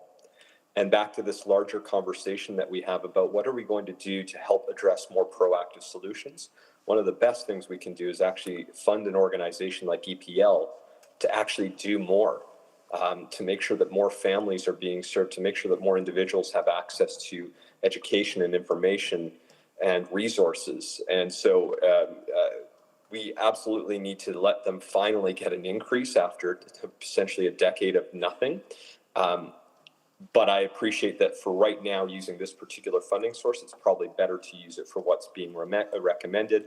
And then at budget, we will see hopefully this program and quite a few more, because I will be putting them forward at budget if nobody else is, just to be very, very clear. Thank you. Thank you, Councillor Knack. Councillor Paquette. Mr. Mayor, I still have a few questions. I would need a second round. We are speaking to it now. Okay, well, here's my speaking to it then. Yep. I don't support this motion. I don't think it's a bad motion, but this is what I would do. I would hold this funding in abeyance and give administration the time to come back with a costed plan for what they could do with that $225,000. Or if we actually wanted to make an impact in this sphere, which I honestly have my doubts that the amount that we're talking about is going to work. If we actually want to make an impact in this sphere, to work with the provincial and federal governments to see what they also can contribute to this effort. Because that might mean that we increase our contribution. It may mean that we may not even have to make that contribution.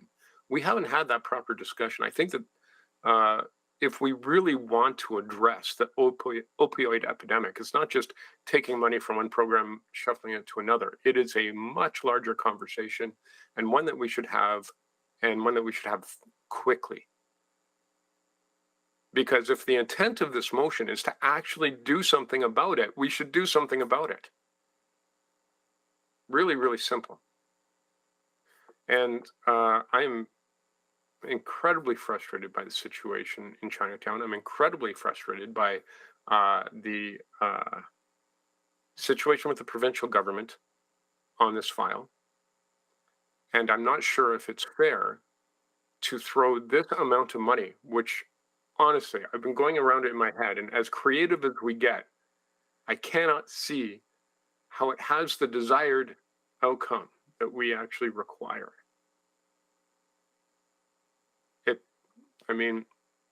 All with all respect, I think that the intentions here are 100% the right place, but we won't get the results just from this. So we have to think a little bit different, think a little bit bigger. I would submit that maybe the best plan of action is that this motion gets withdrawn and that a larger strategy is put forward that actually has a hope in heck of actually doing anything. Because at this point, I'm really frustrated with these sort of piecemeal approaches that don't get us to where we want to go. So that would be my submission, Mr. Mayor, and my suggestion that we could actually do something better here. Now, I guess the argument could be made, let's do this and then go ahead and have that conversation. We could do that too. And honestly, I'm agnostic, but this isn't going to give us results, quite frankly. After 4.5 years of doing this, looking at the amount and looking at the problem, it's sort of like taking a teaspoon and pulling that a teaspoon of water out of the ocean and saying, there, at least we've done our part. Well, I guess if 10,000 people all had teaspoons, that would work, but we only have 3 players here, us, the provincial government, and the federal government, and they have got far more than a teaspoon of a tool. So, I don't know, Mr. Mayor, I hope that, whether or not this passes, that we actually get that motion that I described earlier forward by the people who care enough to make this motion that is on the floor in front of us right now. Thank you. Thank you, Councillor Paquette. Councillor Hamilton. I'll be really brief because I spoke to this motion at committee. I'm not in favor of this motion. This is the only thing in this entire community well-being discussion that has included children, and and taking this out and saying that's not a priority, I think misses the point of why council originally withheld this community safety and well-being money. I didn't agree with the decision then, but I'm not rehashing that. What I take exception to is that we continue to we continue, I think, to try and manage what is becoming an unmanageable situation. But this program, we've seen firsthand and we've seen up close, is a benefit, not just to the children who partake, but to the families that attend with them.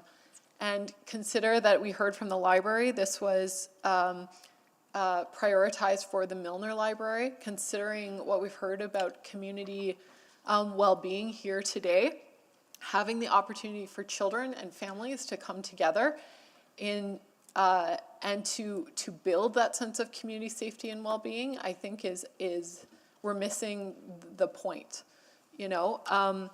And so I love the library. I think it's actually the best social institution we have in this city, and I'm not going to vote to reallocate good money from their really good work to something that I don't think will have the same impact in the community, even in the short term. Thank you. Thank you, Councillor Hamilton. Councillor Principe? Thank you, Mr. Mayor. I agree with Councillor Hamilton and Councillor Paquette. This, as Councillor Paquette said, this won't get us where we want to go. And this is not a response to listening to the people this morning, the speakers this morning, because this actually came from the May 16th, May 17th meeting. But know that your voices were heard. We are listening. And my concern with this motion is, it says for tangible actions other than education and awareness campaigns. My concern is what are the actual tangible actions? Would it be needle supply, decriminalization? What is it going towards? Is it actually going towards rehabilitation, which might have an effect for the community, as opposed to just those individuals? So I'm not sure exactly what the tangible actions would be, so I cannot support this motion. Thank you.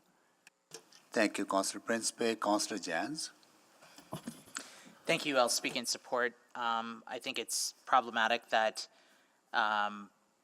we're having to pit these pieces against each other, and it's also, this is one of those downstream consequences of austerity that we've talked about. The library during the pandemic had a $2 million funding reduction, $2 million from the previous budget. That would pay for a lot of preventative programs, and we know how vital the library is to not just our children, but to all of our neighbors. It's a place of opportunity and refuge, and I certainly would welcome, I believe Councillor Knack said, an additional funding package there. But that being said, sometimes symbolism is important, and when I look at this report and see 8 times the amount budgeted for our opioid emergency towards Sing Sign Laugh and Learn, that's a problem. And considering we've lost over almost two neighbors a day have died due to the opioid poisoning emergency.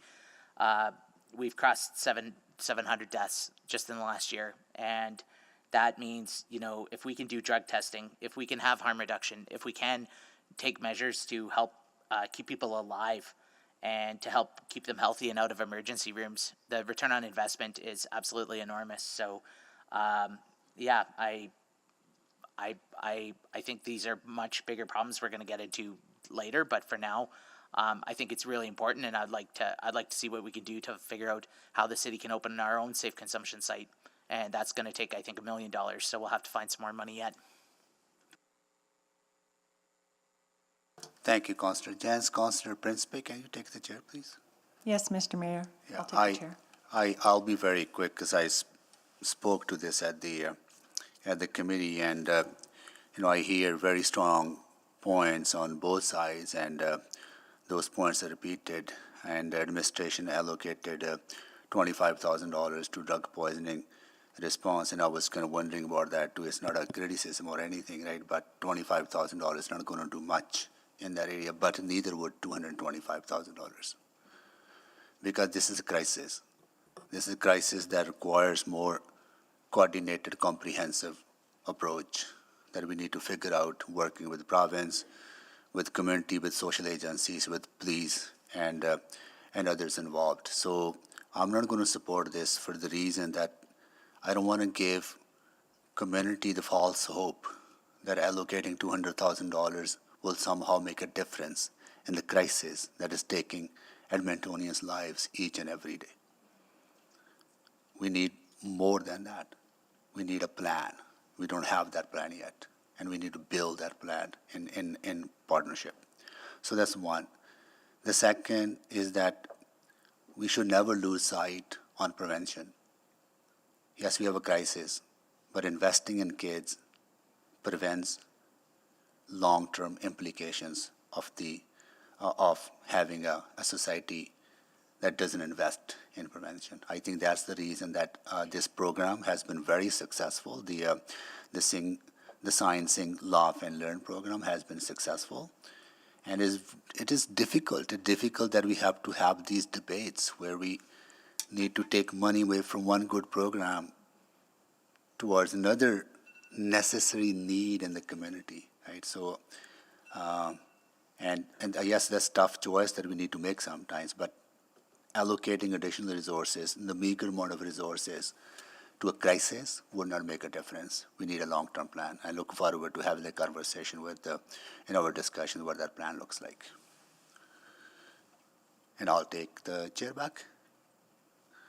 And I'll go to Councillor Tang to close.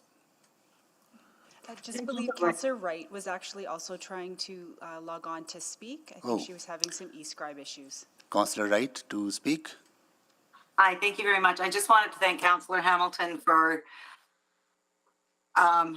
sort of showing me or reiterating that the EPL program does bring together the community and families, and I think I hadn't really considered that perspective.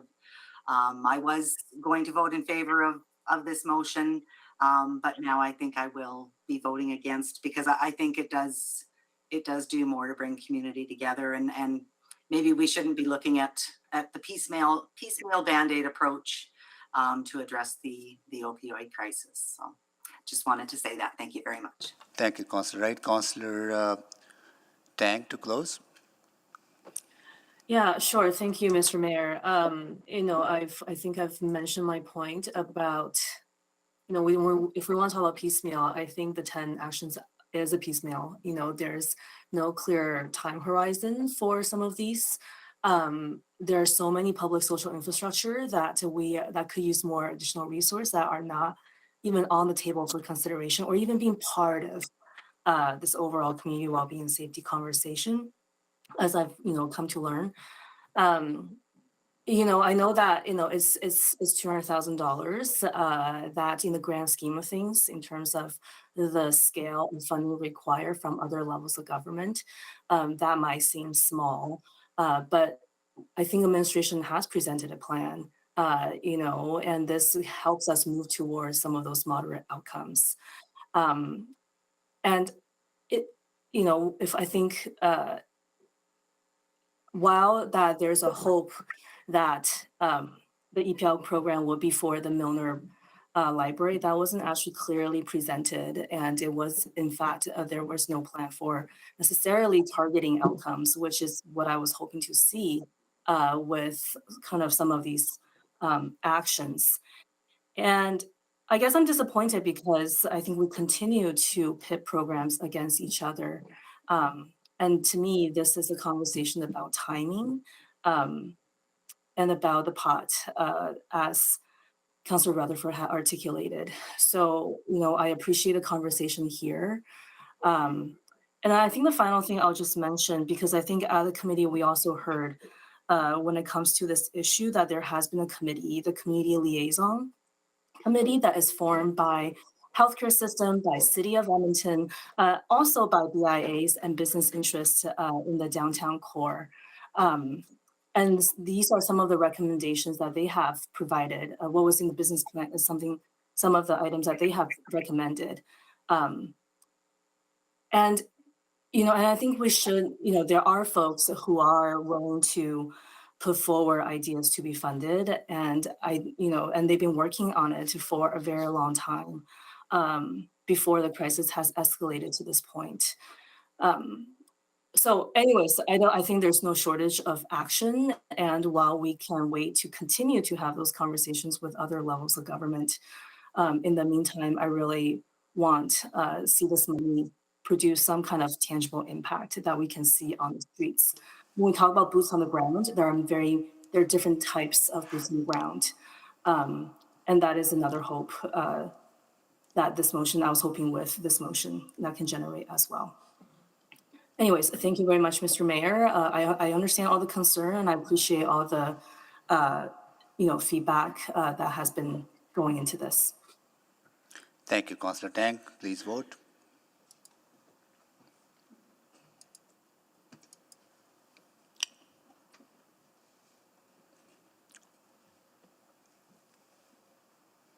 We're just waiting for one more vote. I guess I'll have to say yes verbally. Thank you. Thank you. We have all the votes, Mr. Mayor. Display the votes, please. That is defeated. And Councillor Rice, you have amendment?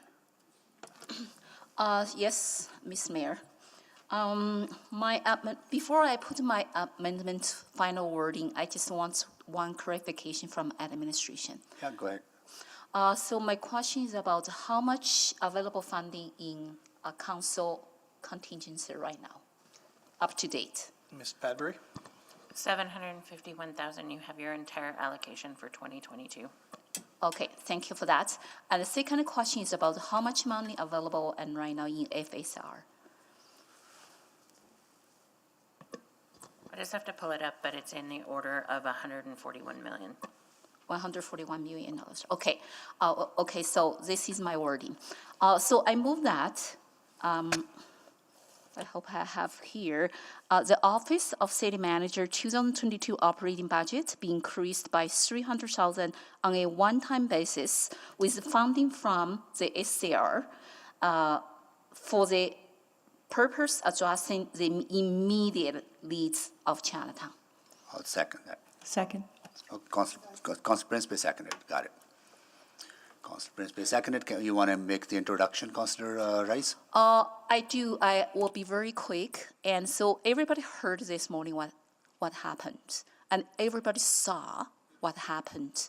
And then I believe our Edmontonians understand what we are going through right now. And then as a city council leader, as a city, we have to send a message. We do care about our people. And by action, is not by wording. And by action, that means we heard loudly, and that our Chinatown right now needs immediate needs, support, and then to be addressed the public fear and for the life threatening, and for the other concern about this community safety and security. I think as a city, we need to do something. I want urging our colleagues to support this community, and as we support other communities, the same level, and to address this concern, and specifically, and for 2 points to add, to have that assistance and for the security and the safety support, and also to give that support to our community right now, to facing that stress never faced over 100 years. And because this has happened in the few hours, two lives lost. So I just want to stop there and thank you for your support.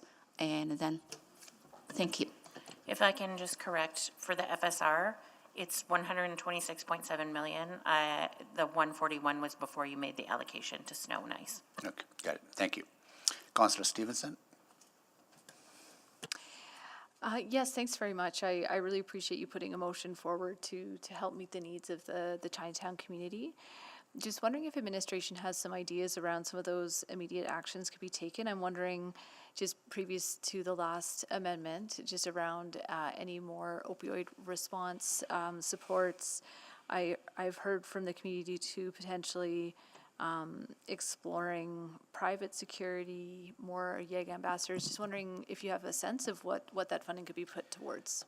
No, Councillor. I mean, all those are on the list. What I was just texting actually was, if this motion passes, we need to meet very quickly with Chinatown to decide the best use of these funds, and we could do that almost immediately.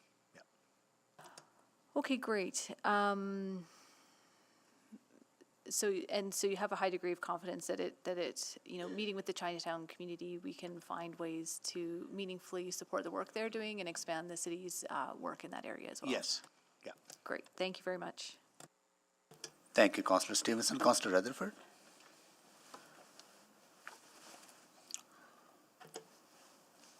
I'm just to speak to it. Okay. Thank you. Councillor Paquette? Yeah, thank you, Mr. Mayor. Okay, so as far as I know, we already have two motions. One of them is $1 million for downtown and Chinatown, and the other is for EPS, transit officers, peace officers, to develop a transit safety plan. So we've got two efforts right there that are $1 million plus, which is good. Now, this $300,000, I'm not sure what it's being used for. And so it seems like putting the cart before the horse. If we go to the community and say, we've got $300,000, what do you want to do with it? That's one thing. But if we go to the community and say, okay, what do you need? And then we get a financial, idea of what the cost is. That's another thing. And then we can move it toward that. So thoughts on that, Mr. Corbold? Just, Councillor, like you said, I think I would immediately want to get with colleagues and the community, if this motion were to pass, to confirm and determine exactly what would be the best use of these funds for Chinatown. Okay, and where does that fit in? Sorry, I misspoke. $5 million, right, for downtown and Chinatown? Is that right? So there's this concept of micromanaging that council shouldn't be doing, and now we're in to borrow from some of my colleagues, nano-managing. And I'm not quite sure what this $300,000 is intended for besides the optics of doing something when we already have over $5 million allocated toward doing something. I think that's probably a question better Mr. Corbold, I'm just curious about this. Can I provide a little bit more context? I know what the process be, Madam Clerk, because I'm usually the last one to speak, right? Can I provide context to this funding before I go to Councillor Salvador in response to Councillor Paquette? Sorry, could you say that again? I just had a hard time hearing. I know Councillor Paquette's question is to administration, but I have some information. Can I share that with Councillor Paquette as chair in his response to the question? Yeah, of course, please do. Sure, if you want to give up the chair and speak to the item, no problem. Yeah, so we'll circle back when you're ready, Mayor Sohi. Okay. And then if this goes forward, and I'm not sure if it should without an actual plan in place, because then it honestly just looks reactive for no reason. The funding, in my opinion, I'm putting forward an amendment that change FSR to council contingency. So that would be my amendment.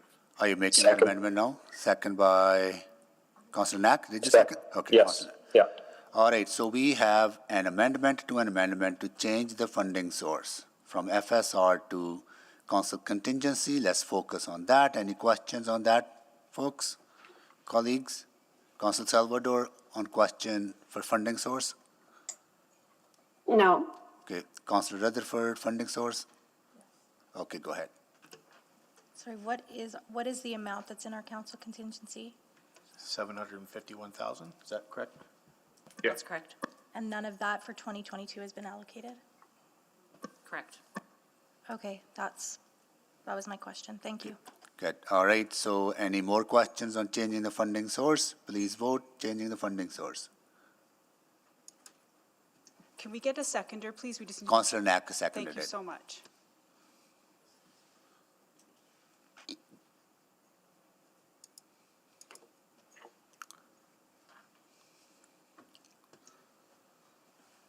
We're just waiting for one more vote. We have all the vote. Display the votes, please. Funding source is approved. Sorry, funding source is changed to contingency. All right, Councillor Salvador. Oh, Mr. Mayor, I believe you had an answer, or you wanted to give some. I'll come back to after Councillor Salvador. Councillor Salvador, go ahead. Yeah, thank you. So a few questions. I guess to Mr. Corbold, I had a very similar motion drafted in recognition that core communities, including Chinatown, including Alberta Ave, 118th Avenue District, are facing very urgent challenges and needs, but decided to hold off on that based on the answers I received to my previous line of questioning. Given that my understanding is that you essentially have the delegated authority to make those types of decisions and to do exactly what is outlined in this motion. So I'm trying to understand the process here and whether this is going to happen anyways, I guess. I think it would happen anyways. I think, and I alluded to the fact that I have the delegated authority up to 2 million to deal with some of these emerging issues. But I think the other part of the question would really be better served by the mover, I think.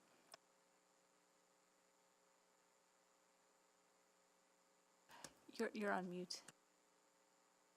Apologies, I was on mute. Yeah, to the mover, just to provide a little bit of context, reflecting on conversations I've heard from community members in the neighborhoods that I serve, there's been escalating levels of crime, arson. There's been over 400 fires in the last 12 months leading up to the election. There was another one this weekend. I mean, it's a crisis situation for many folks, and I'm wondering how we're capturing that.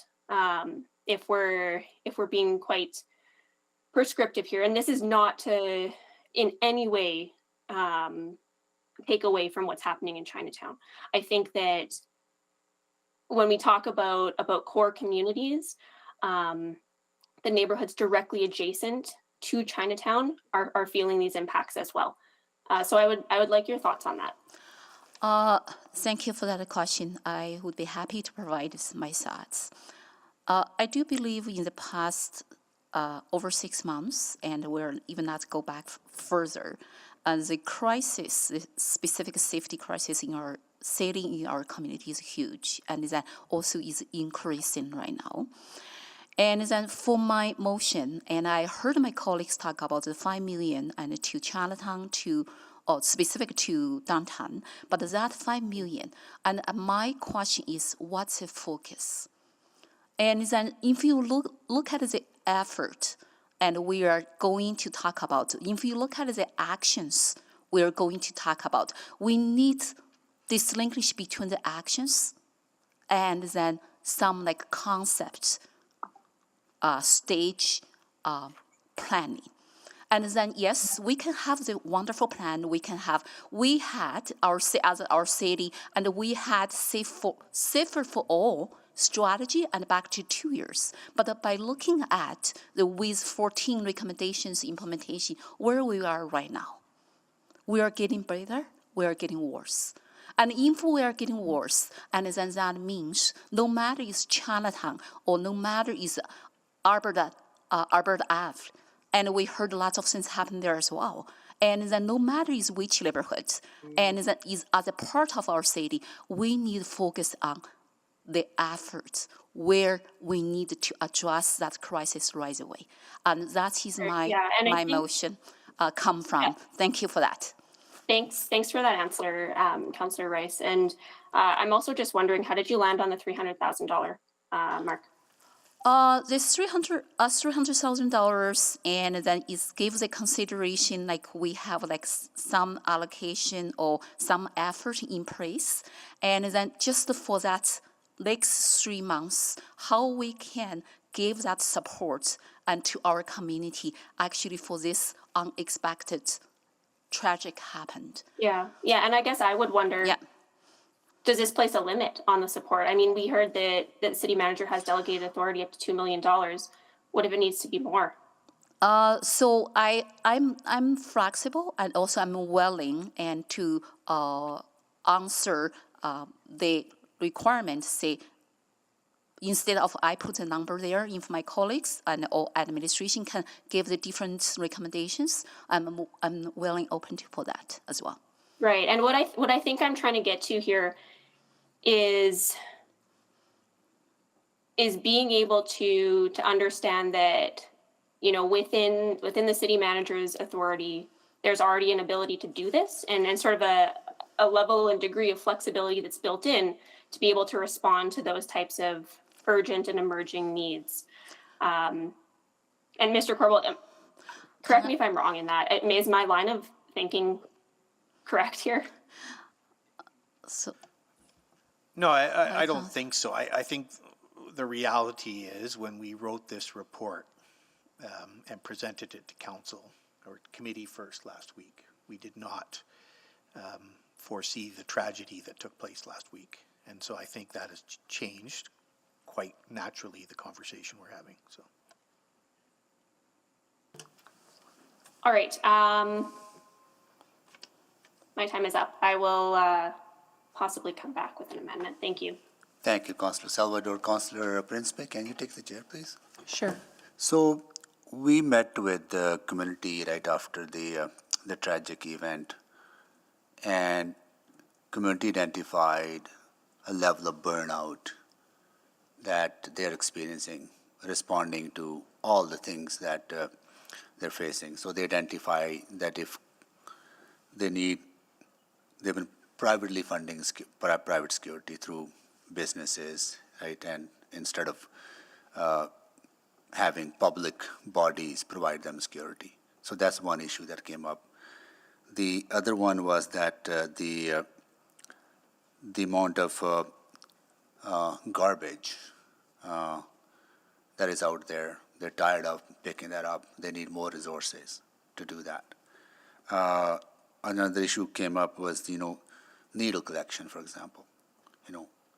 There are needles out there that they're collecting. They need to be collected and disposed. Then the issue of encampments on private properties. Once they dismantle, some cases, private owners are responsible, but they don't have the resources.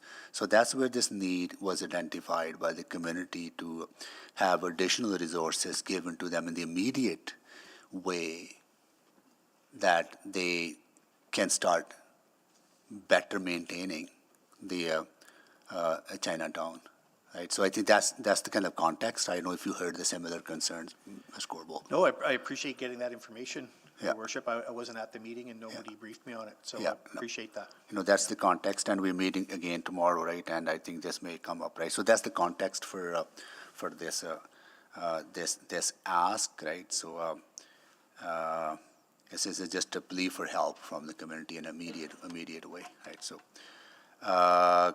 Councillor Paquette, you are on your second round, right? No, just to close, Mr. Mayor. To close? To speak to you. Okay, go ahead to speak. Okay, I think this motion is unnecessary. This is well within the city manager's purview. I don't know why we're doing this, besides the optics, which is fine. But it also draws down $300,000 from council contingency when the city manager can already approve these actions. The other concern is that, look, I support Chinatown 100%, and we need to do these things. They should be done anyway. It shouldn't even take a motion from council for this to get done, frankly. But if it is a motion in council, then we should not be surprised if every councillor starts coming up with a $300,000 package for their ward for cleanup, for maybe a little bit of extra security. Like, this is the issue where we have when we start to micromanage issues. This is well within the city manager's purview. And so I think this should be done anyway. I don't think this motion should pass, but I think the work involved in it should go forward anyway, because it can. And we can get a memo or a report back about the expenditures, about the effort, and see the results. We can do that. We don't actually need this motion in any way whatsoever. And the more that we start to get smaller and smaller with the way that we manage things here, the more we spend money in time and resources, the less we get to the larger issues. And the more, in my opinion, it gets confusing for the communities involved. So while I support every action that the mayor just detailed, and I think that they should go forward, and there should definitely be an accounting for it, this $300,000 doesn't actually have a plan attached to it. In my opinion, that is not the best way for council to be approving funds.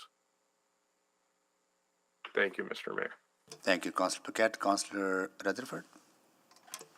Yes, I'll be brief. Thank you, Mr. Mayor. I support everything that Councillor Paquette said, and I feel it's important to say that so that people understand why I'm voting no to this, not because, again, I don't agree with every action that the mayor outlined or what we heard today. I do think it is within the city manager's current discretion, and it's also, quite frankly, within EPS's discretion, how they want to operationalize some resources. So I think it's really important to know that there is power. It's just who has those circumferences of power right now.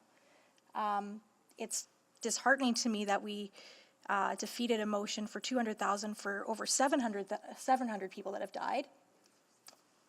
So it's not pinning one tragedy against another, but, you know, this is just gross all around.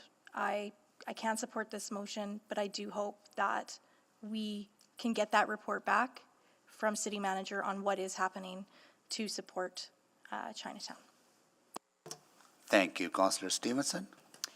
Yes, thank you. Just very briefly, I do appreciate all the points that my colleagues have raised. And I think for me, where I want to continue to support this motion is the fact that just the degree of clarity that it provides.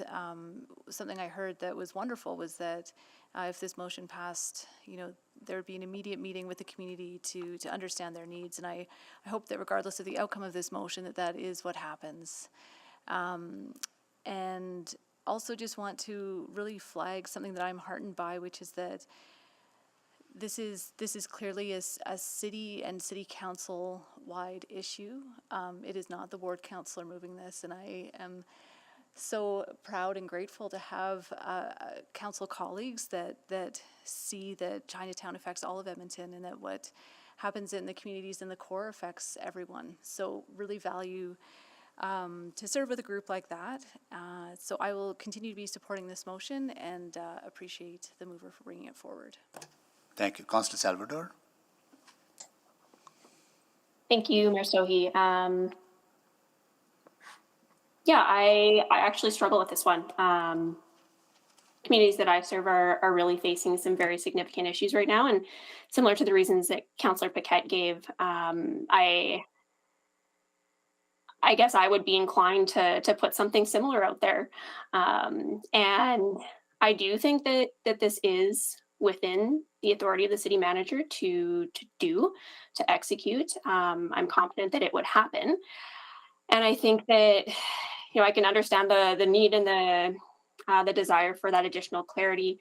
But I'm really not feeling like this is sort of the correct way to go about doing that. So for that reason, I will likely not be supporting this motion. But I appreciate the conversation, and I appreciate the very thoughtful points that have been raised by all of my colleagues. Thanks. Thank you, Councillor Salvador. Councillor Principe, can you take the chair, please? Thank you. I haven't heard of a single community in Edmonton where community has to hire their own private security to provide protection to the people and the property in their neighborhood. We have seen businesses do that individually, but not as a collective community. It's disheartening that community has to come here or in meetings to ask for that kind of help. And that's disappointing, and there's a failure of the city to protect citizens and property. It is unacceptable that citizens should be required to pick up needles in the neighborhood. That is the responsibility of the public body to do it. It is unacceptable. There's a litter out there created by the disorder, absolutely, not by the property owners, that people pick it up, then there's more mess, people pick it up, but people are tired. How long can they do it? Out of their own pocket, out of their own money. I hope that we can support this, because this will go a long way to provide that immediate help. Another issue that we heard, and I was surprised, and I know our city manager is looking into that matter. We heard from property owners where they had encampments on their own property, on the private property.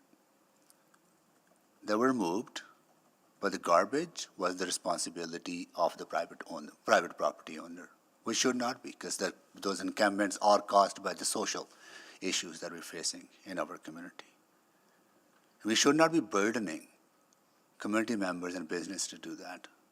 It is a collective responsibility of our city and our city-funded institutions. Whether we fund through this funding, whether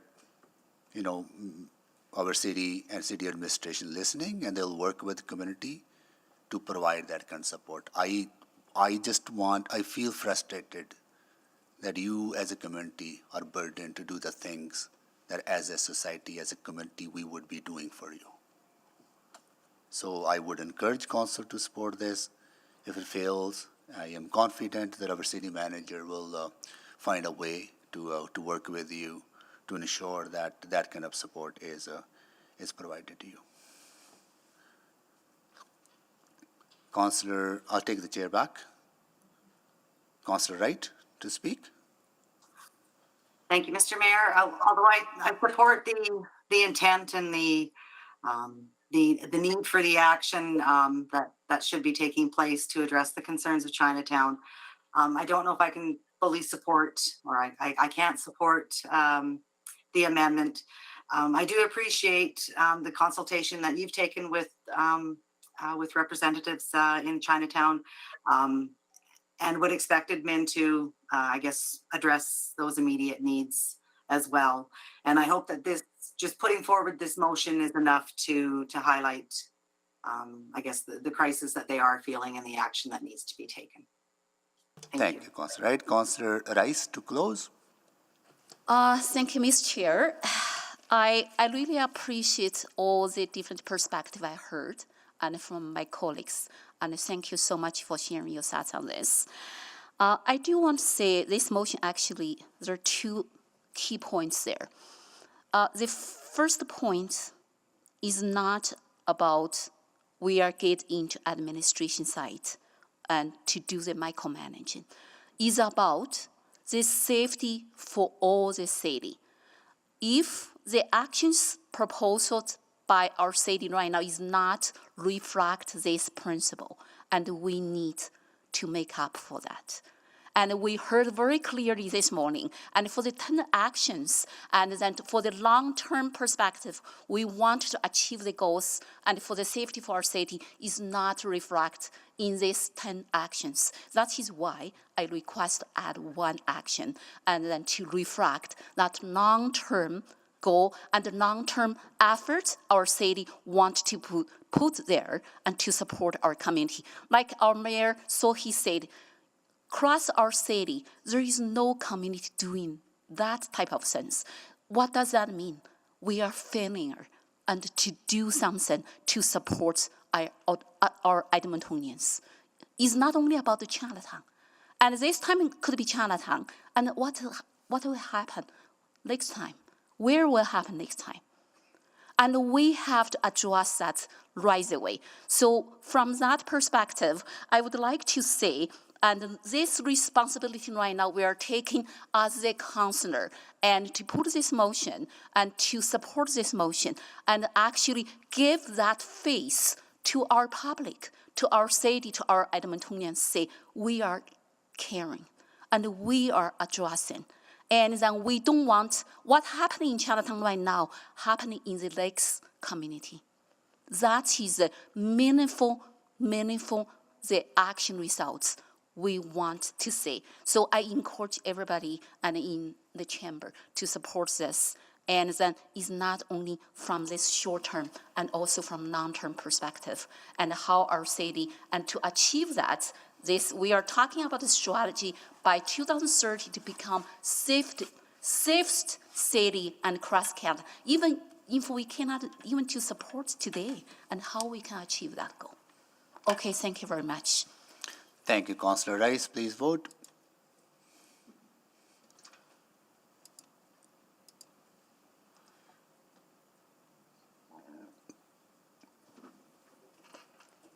Just waiting for one more vote. We have all the votes. Display the votes, please.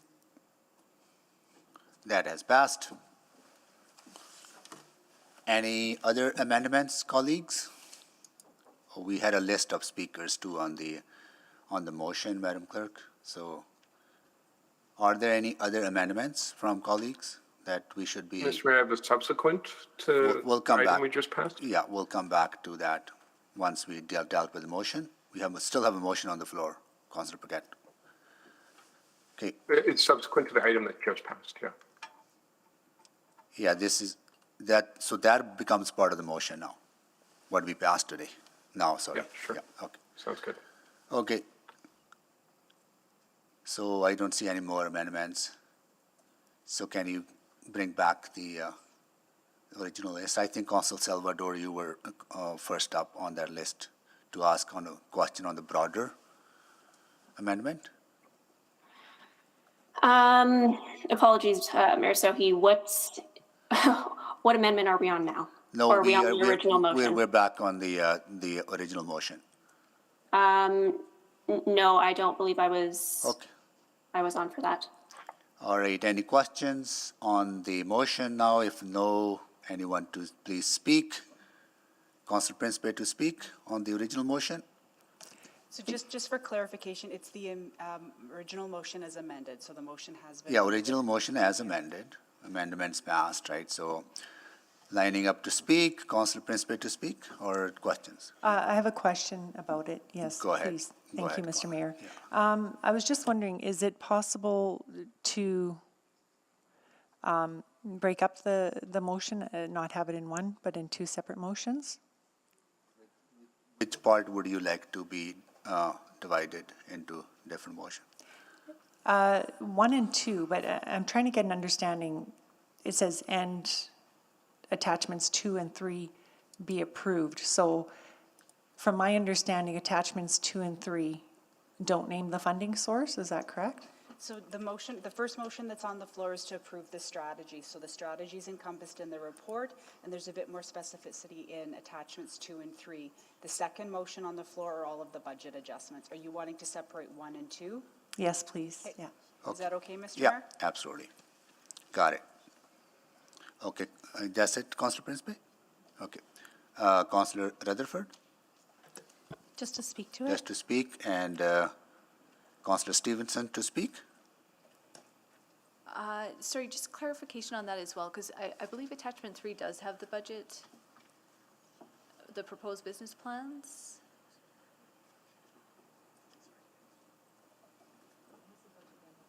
We can't anticipate what's going to be passed in attachment 2, so I'm assuming that once the budget adjustments, if they all pass or don't pass, then attachments 2 and 3 can be revised. Oh, okay, so if we approve, if we vote, if the first part of the motion passes, it still allows us to pass the second part of the motion, even if that modifies what's in attachment 3. Yes, because the actual budget's being adjusted by part 2 and all of the Gotcha. subsequent parts. Okay. Good. Thank you. I think I'll just come around to speak to, but. Okay, got it. Yeah, thanks. We'll go to speak then. Councillor Rutherford, go ahead. Councillor Wright, questions or speak? Excuse me, I had an amendment to number 1. What is your amendment, Councillor Wright? I'm sorry? I was asking earlier on if there were any additional amendments. And I'm sorry, I've tried to sign in and out of eScribe several times here No today. worries. What is your amendment? Just to include EFCL to be continued as a stakeholder in the community safety and well-being strategy, and that administration work with EFCL to support local community initiatives, health, and active communities. I just didn't see them as being a major player in this. I know there was some consultation. Can you make that as a subsequent? If I can, I didn't know Yeah. whether it was subsequent or an amendment. Madam Clerk, that could be subsequent because this is budget, right? And we're not identifying stakeholders and to that specific level, right? So again, part 1 is actually approving this strategy. Yeah. Part 2 is all of the budget adjustments. Yeah.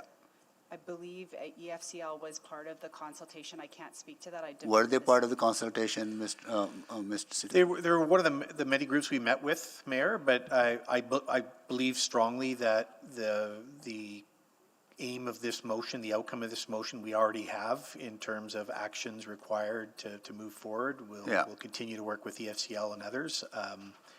I guess I would worry that, you know, there are hundreds of different organizations we need to meet with and engage closer with, and we'll keep doing that. Yeah, it might be redundant, Councillor, right? Okay, my concern was, you know, there's specifically EPL and the BIAs are listed. So, and I just had thought that the community leagues were sort of a wider scope of organization. Yeah, if I can have your commitment, Mr. Corbold, that they are a major stakeholder? Absolutely, and in fact, I'm going to reach out to the chair of EFCL very soon, given the comments we heard last week at committee. Okay, and that was my concern, is what was raised there. Okay, thank you, All Councillor. right, I'll forego any motions and get back at this. Thank you, Councillor, right. Okay, to speak, Councillor, no, Stevenson is first. Sure, thank you very much. I will keep it very brief. I think this strategy is a really important starting point, and I'm very excited for what comes next, particularly in terms of a more detailed roadmap, and also the metrics that we're going to be discussing later this year. I think the key part to success will be ensuring that the community is very much a part of the strategy moving forward in terms of providing input into the priorities and also in delivering.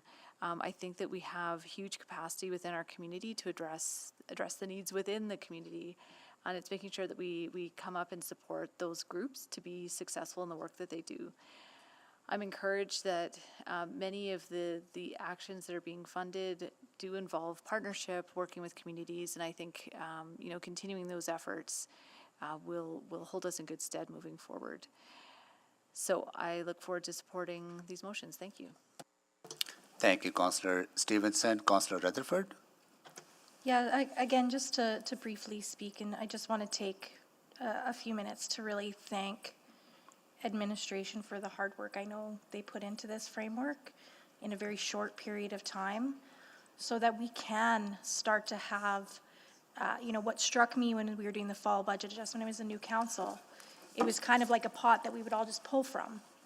And that wasn't strategic nor targeted nor going to achieve those outcomes that we all want, that community wants, that Edmonton Police Services wants, and that we're all working towards. So I really just want to take a few moments to say, you know, we see the work that you did. We know it was no easy feat.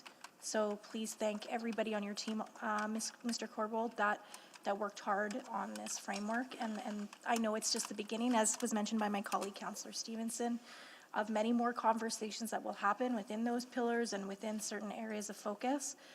But I just wanted to say thank you for your great work. Thanks, Councillor. We'll pass that on for sure. And I know a lot of staff are listening, so thank you. Thank you. Councillor Tang? Great, thank you so much. You know, very supportive of the community safety and wellbeing strategy. And I mean, I've been reflecting on this strategy all week long. I really commend the teams for putting in the time, the energy, the effort, and passion into this work. It shows. You know, for the longest time, and I recall, we always point to systems coordination as a key driver for improving service delivery. Well, I don't believe that's the sole solution. I do think we can coordinate a system without seeing the system as a whole. And for the first time, I feel like we finally have something as a start. You know, at the same time, I think we do have to contend with some key questions around time horizon for impact, like I mentioned before, and be realistic with our capacity to hire and train quickly, as the administration has mentioned, and to carry out this work in the face of ongoing COVID recovery. And I will say a very much fatigued, burnt out, and demoralized workforce and communities. We have some great initiatives like the members of the public have mentioned, like the community outreach transit team, but scale that up is also not that simple in terms of just providing the fund and expect that something will happen right away. And this has always been one of my biggest concerns. How will we be actually able to deploy this funding this year and have the capacity to demonstrate results and impact despite the constraints that may very well be outside of our control? And outcomes and results is where I will continue to look for and push for. And that was really meant to be the goal for the item, at the committee last week about the methodology and results. I think it opened the conversation, but I think we can strive for more. Moving forward, I hope we can continue to build that theory of change for community well-being and safety and develop the strategy in collaboration with the systems actors who will be expected to help move Edmonton to the desired future state. I will also love for this council to continue to be involved along the journey somehow, whether it's through non-regular meetings, to review deliverables, or part of informal conversations. And finally, I will encourage us to consider funders, not just City of Edmonton, but funders overall as a key lever, and not just the government in this well-being and safety ecosystem. I know FCSS was mentioned earlier, but based on what I've heard recently about the FCSS Common Outcomes Framework, I think there are insights there we can learn from at the funders level to drive better outcomes. And ultimately, and this constantly come up, but we really do need to consider the role of municipality in the broader community well-being and safety conversation. Who really is taking the lead and who really is playing a supporting role when it comes to issues of housing, drug crisis, mental health, and social infrastructure. Well done, team, and I look forward to continuing on this conversation.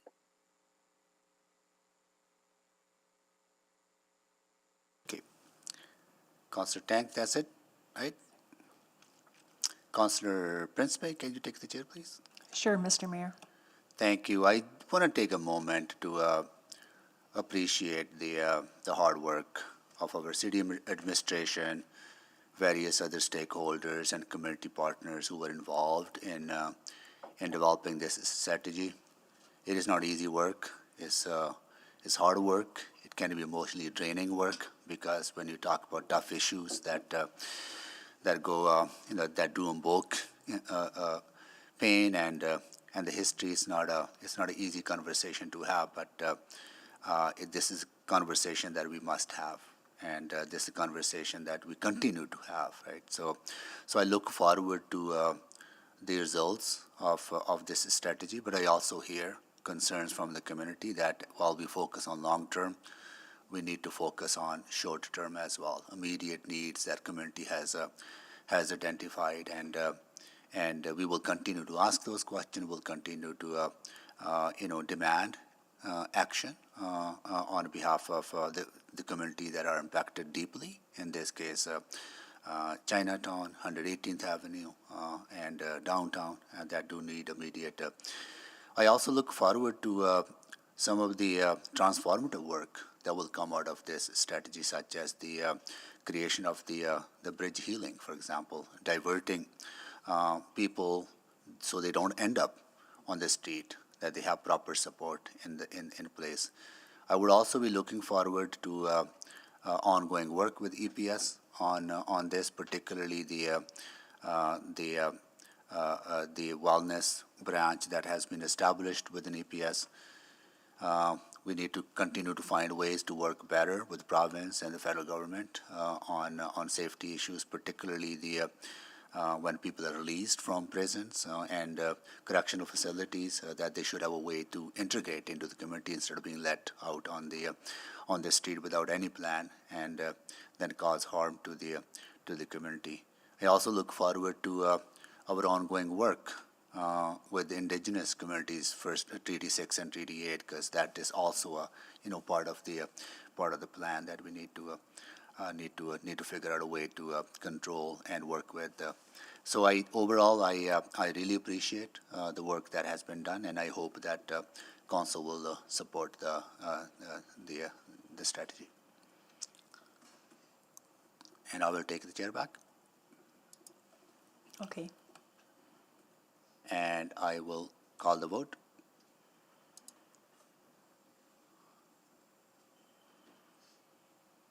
We are voting on the part one, right? First. Yep, as requested, the motion's been split, so this is just part one of the motion. We're just waiting for 2 more votes. We have all the votes. Display the votes, please. That is carried. Now we vote on part 2.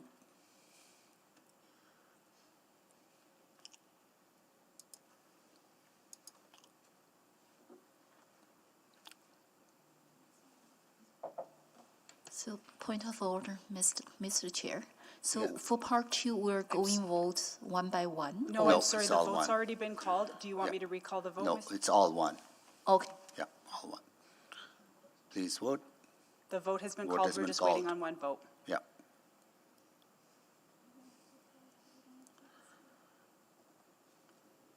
Councillor Rice? We have all the votes. Display the votes, please.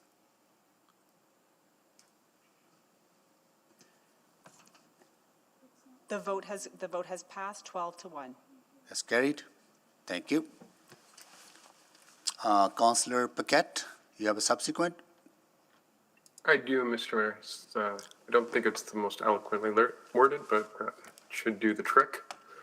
That city manager give a memo update to council on the plans and of the action undertaken in response to the requests made by the Chinatown and Area Business Association in relation to the $300,000 allocated from the council contingency. And it's just a simple cleanup motion that has to do with with governance. Thank you. Okay, need a second? Second. Second by Councillor Rutherford. Any questions on it?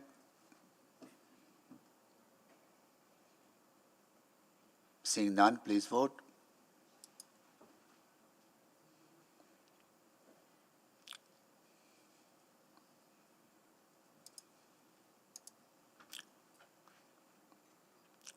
We have all the votes. Display the votes, please.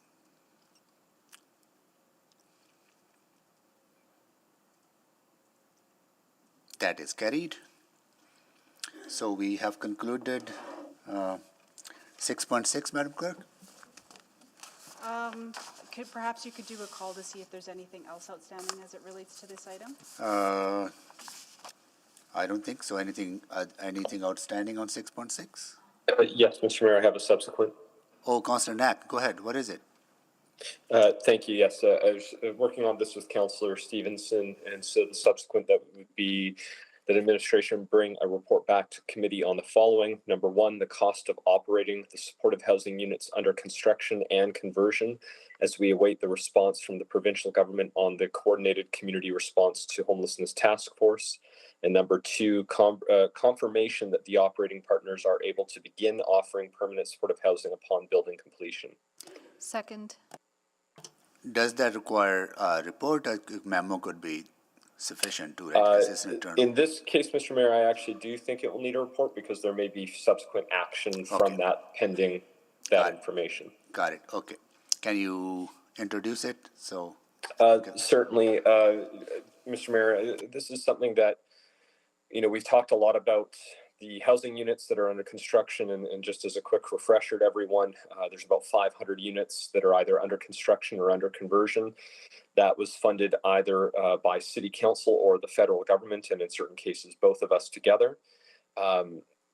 This was done because there is a housing crisis. We have encampments set up across the city, and in particular, we know that there are parts of our city, including Chinatown, downtown, that are facing substantial amounts of encampments.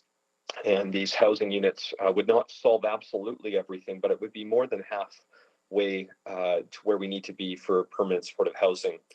The challenges we've always talked about since the funding was first approved about 2 years ago by council for permanent supportive housing is that the operations is technically up to the provincial government.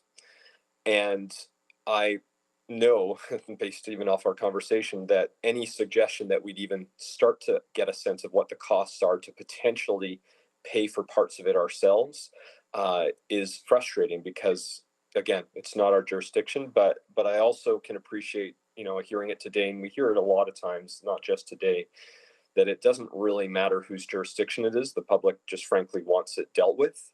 And I think the worst thing we can do is have these units completed in the next few months and then not able to open the doors to serve the hardest to house who need the greatest level of support and who we know that when they get it, we're able to start bringing down disorder. We're able to start actually helping to folks heal and recover. And so I hate doing this because I know that this is not something that we should ultimately fund in the long term, but I just could not sit by and say these units might be done in a few months and they're going to open the doors and not actually do what they're supposed to do. So I'll go one further. When this comes back, I mean, maybe one day, and I've talked about it, that maybe we need the province to finally formally turn over jurisdiction of housing to the two major cities. But that's a conversation for a separate day, and maybe we'll see what happens come the results of this task force. But in the meantime, we need to get a sense of what this would cost to see if we have to fill in some gaps for a couple of months while we wait for the province to fill it in. Thank you, Councillor Knack. Councillor Stevenson, speak or questions? Just a couple quick questions, but certainly echo the sentiments of Councillor Knack. I think I've heard loud and clear that the community wants us to deal with the issue and not worry about exactly which order of government the funding is coming from. But again, the second part of that motion is a really critical one. And wondering if maybe if Ms. Kajener is on the line, if she could speak to just sort of the readiness of the operating partners who are lined up for those sites, just to ensure, recognizing that running permanent supportive housing does have a large staff contingent, and that needs to be sort of staffed up well in advance so that they're ready to operate when the doors open. Wondering if you had a sense about readiness and if groups are sort of working on that basis that it will be permanent supportive housing.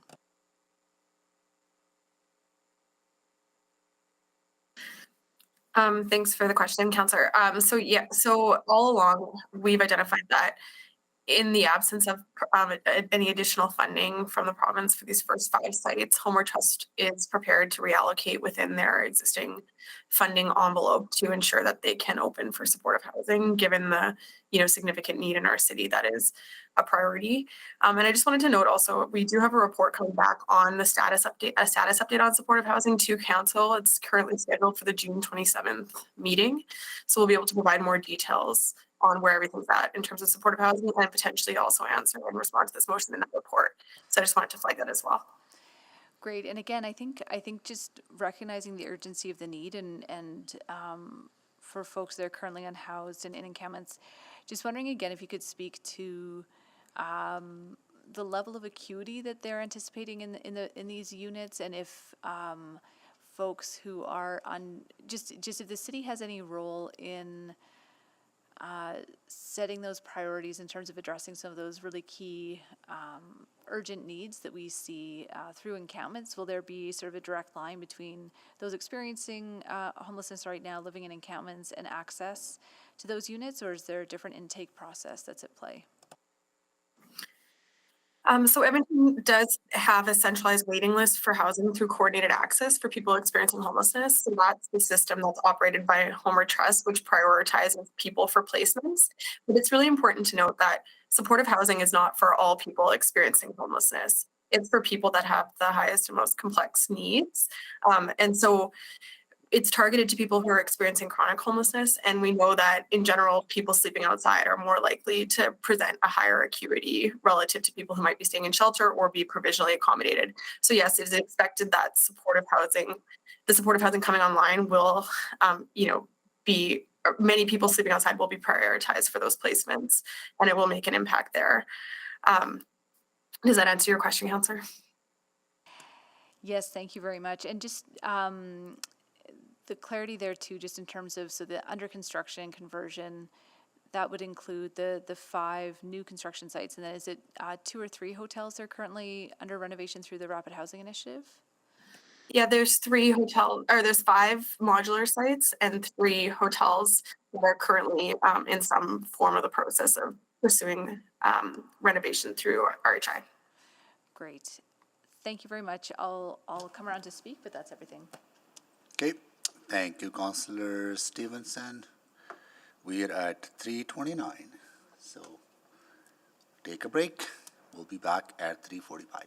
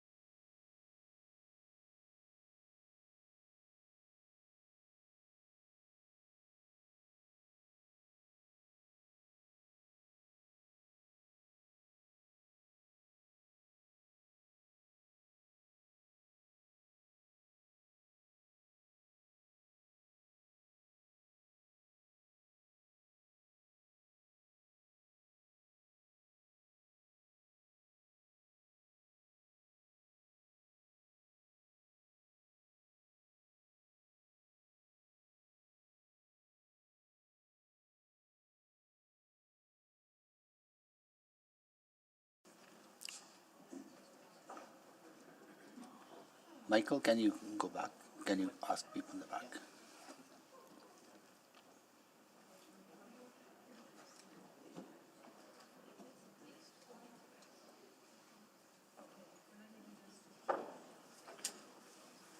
All right, so we'll do a quick roll call. Councillor Wright, I'm here. Councillor Knack, Good afternoon. Councillor Pinspe, Here. Councillor Stevenson, Good afternoon. Councillor Paquette, Good afternoon. Councillor Tang, Here. Councillor Hamilton, Present? Councillor Rutherford, Good afternoon. Councillor Salvador, Good afternoon. Councillor Cartmel will be coming right away, Councillor Stevenson, sorry, no, but I'm looking at the list, Councillor Rice, Good morning. Oh, not good morning, good afternoon. and Councillor Still morning. Jans. And Councillor Jans. Here. All right, we're just waiting for Councillor Cartmel to come. He is next up in the list. Anyone else have any questions? Oh, there you go, Councillor Just while we're Cartmel. waiting for Councillor Cartmel to come back, I just wanted to check the due date on this report. So standard report due dates are 13 weeks, but I do believe the branch actually has a report coming back in June. Would it be okay with council if those reports were combined into a single, or would you like to have two separate items? Combined into the report under Councillor Knack, I hear that, and That would be ideal, yes, thank you. scoreboard, that can be done, right? Absolutely, Your Got Worship. it, okay, all right. Councillor Cartmel, go ahead. Thank you, Mayor. Sorry for being late. Just very, very briefly, Mr. Corbel, I guess to you or to a member of your team. Homeward Trust is the operating entity for these facilities. Can you just very briefly describe when Homeward Trust needs funding from the province, they just go ask for it, do they not? I mean, they may not always get it, but they just go ask for it. Is that not true? There is that opportunity for them to request funds directly from province, correct? Yeah. And do we know if they've made that request through their channels? Don't know specifically on this one. I'll see if Ms. Kajener knows that, but we have been, I think it's safe to say we've been working on this together and making sure we're on the same page as we go to the province and do these considerations, so. Ms. Kajener, do we know if that's specifically been asked for the new builds? Yeah, yes, Mr. Corbold, absolutely. I mean, we've known about these projects for some time now, and I know Homer Trust has raised them in their conversations with Community and Social Services. And the mechanism for which they do that is they do submit an annual service plan for how they plan to spend the funding that they get from the province. And so they've identified the need to bring on more funding to be able to support these. But to date, my understanding is that no commitments have been made to secure the additional funding. Okay, so we don't know if they have received approval for that yet. Okay.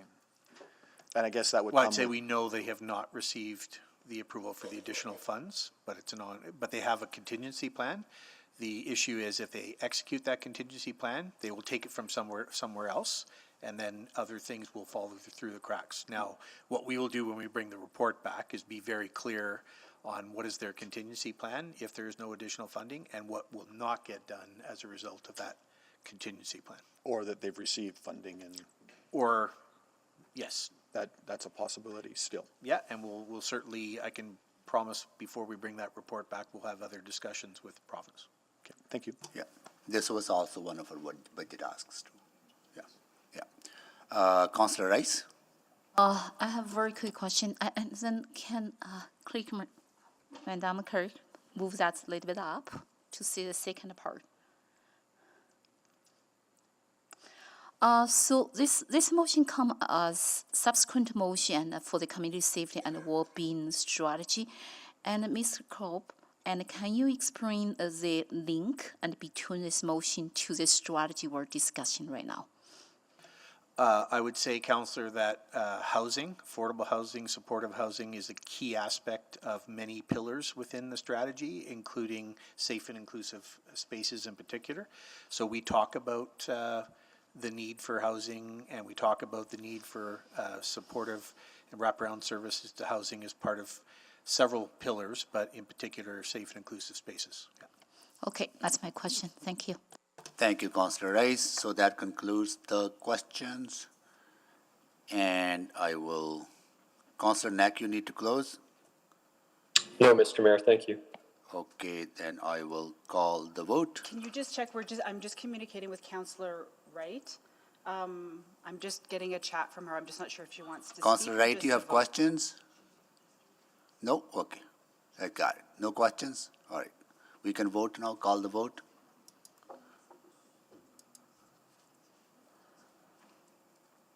I'm a yes. In favor. So we're just sending the vote out now.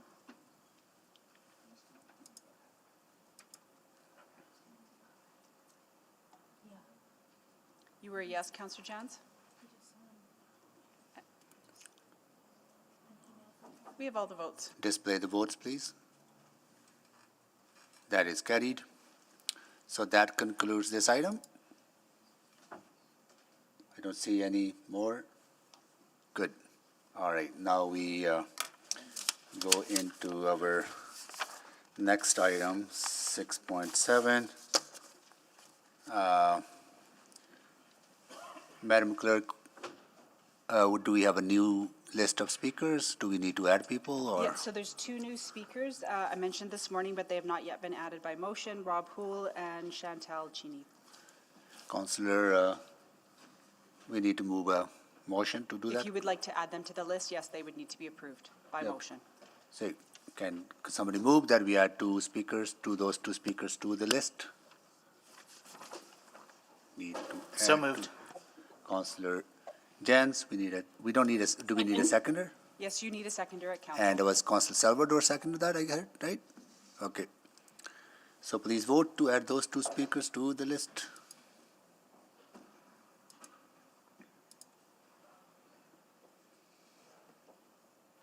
We're just waiting for one more vote. In favor. We have all the votes. Display the votes, please.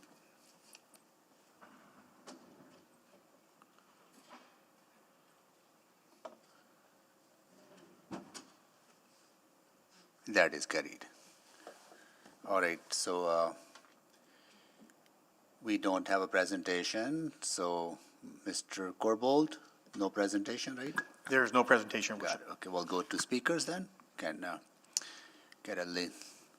So as of right now, council has approved up to 20 speakers. I'm not sure how many speakers are still with us. So I would suggest that perhaps you start calling out the names. We'll put the numbers up and we'll get people. Can you give me the new list if you don't mind? A point of order. Yeah. When Yes. there's a, may I? Yeah, Councillor Rutherford, yes. When there's a recommendation from committee, isn't it customary for the chair to introduce that item and put the recommendation forward? Good I'm question. just, That's a good question. I would say at this point in time, the purpose of hearing from the speakers is to hear what they have to say, so it is entirely possible that things can change, as it is not customary for us to hear from people at council, but again, I defer to the will of the committee. So we can so I hear get from it, because public we're then. already uncustomary, let's keep being Yeah, uncustomary. then- Okay, yep, got Then it. we'll move the motion at that, when we conclude the speakers.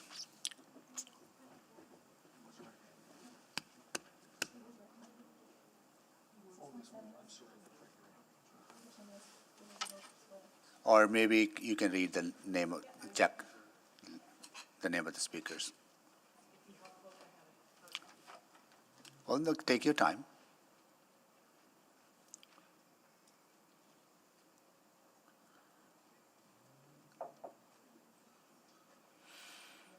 So, Mr. Mayor, just while Rama's printing out the updated list for you here, we've had two requests for speaker number 18 to go first, and then speaker number 6 to go towards the end. Just schedules have changed throughout the day. If that's okay, we'll just do a swap.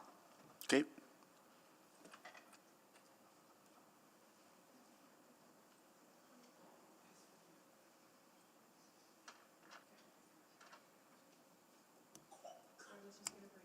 No problem. I know we are making changes as we go, so understand. Yeah.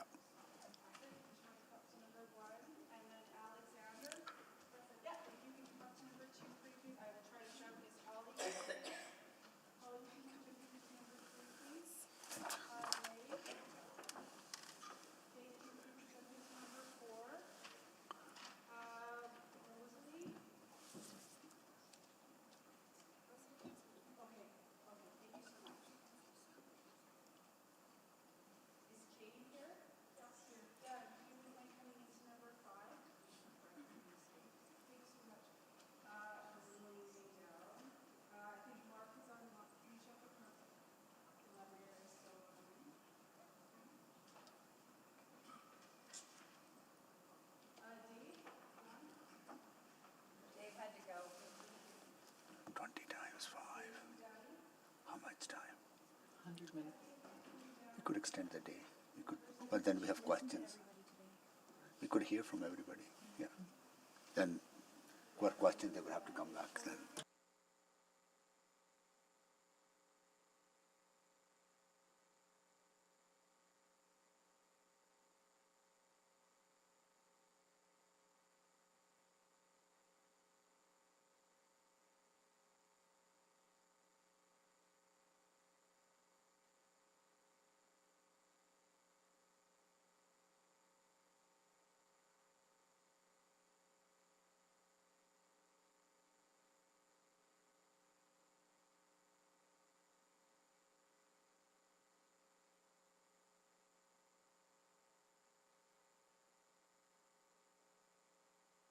Six more people. 6 more speakers, yeah. Do you want to try to do them all in Can we put them all in one panel so we hear from all of them? friends here in Hollywood Squares, one in Rebecca Road, and we could do them all. Yeah, if that's Yeah. okay. Yeah, Mr. please. Mayor? Yeah. Thanks so much. Elkie, thank you so much. If you would just give the city manager a couple seconds to move. Eric, I think Eric's online. He's online. Thanks so much. Amanda Nielsen, thank you. You want to come and have a seat down? And then Haroon will join us when he comes back. And then Chantel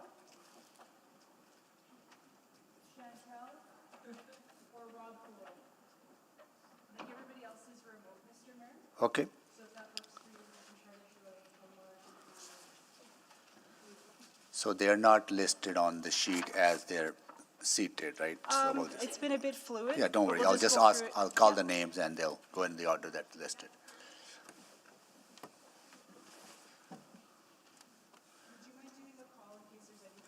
All right, I'll sec. Alexander Dossi. Just to see if there's anybody that we're missing that Yeah. I'll read through the names. You want me to do that or? Yeah, so, because I don't know who is missing. Yeah. Alexander Dossi, here. And Holly Ma, Holly's there. Jane Sampson, okay. Mehang, I see that. Rosalie Devans. Rosalie Devans. Haroon Ali, He'll be coming back. okay. Mark Delebrier, Here. okay. Dave Young. Stacy Zady, thank you, Stacy. Christine Moore, Corey Wozniak, Stephen Mandel, Alex Hirsu, Alex, Yao Zong. Oh, there you are. Thank you. Elke Sibels. Okay. Eric Estrada. It's remote. Remote. Okay. Amanda Nielsen. Nielsen, sorry. Ashmawi, see that. Rob Hool. I believe he'll be remote. And Chantel Shinny. I believe also remote. Remote. Okay, we'll start with Alexander Dossi. I think we just moved actually number 18 into number 1, Mr. Mayor. Okay, Ashif. to try and accommodate Okay, schedule. 18. Okay, we'll do that. Ashmawi. Ashif, you're first. Thank you. And thank you, councilors and mayor, for giving me the time. I'll share my why and share my story. I'll start with the phrase safety first, and I'll explain my why. I'm an immigrant from Kenya, moved to Canada in '87 with my family. To give you a quick background, my dad started as a janitor at Honda Motor Corporation. Fast forward, he was the managing director for Honda for the continent of Africa. We had a really good life in Kenya, a very good life. Honda used to pay for our vacations every year, give us money to spend, et cetera, et cetera. We had an amazing life. But we left Kenya. Why did we leave Kenya? We had a great life. Why? One fine day, my dad's best friend was sitting in a car. Over there in Kenya, we have outdoor markets. We don't have indoor shopping. It's outdoor markets. He was sitting in his car. It was a hot day. Windows were rolled down. Someone came and just shot him. Shot him, killed him, threw his body out. All that person wanted was the car. That person did not ask for the keys to the car. This friend was more than a friend. He was our family member. And that was awakening for our family. I used to get mugged every week. Every week, I'd walk from school to home, I'd get mugged. Every week. Safety. I would say you can have the best healthcare, the best education, the best in arts, the best sports team. But if you don't have safety and you don't feel safe walking out, you will leave. We left Kenya, we gave away our house, gave away our cars, gave away everything. Why? We weren't allowed to bring back any money into Canada. Kenya did not allow exporting of currency. Started from scratch in Canada. Came from everything to nothing. Started in a new country, new culture, new everything. Why did we move? Safety.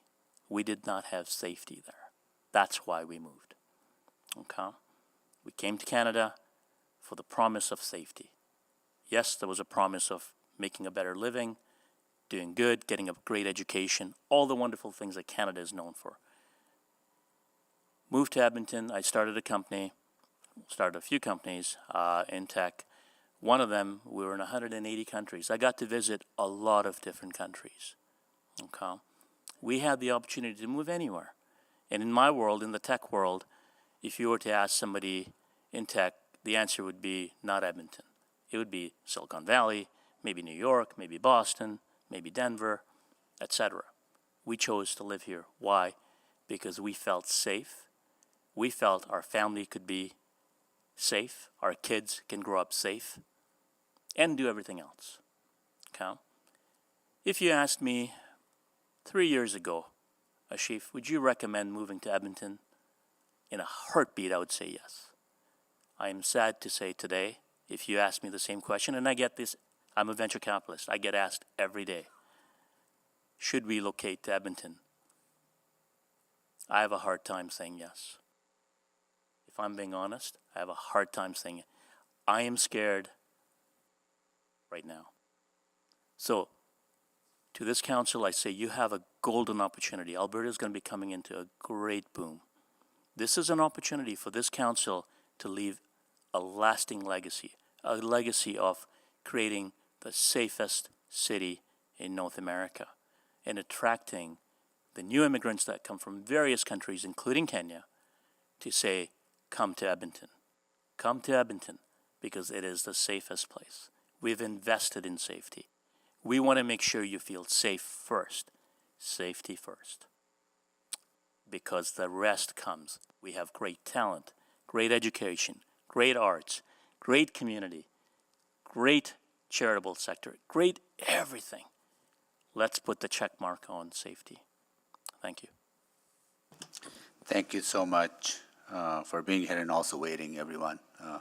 It's been a long day waiting. Next, I will go to Alexander Dawsey.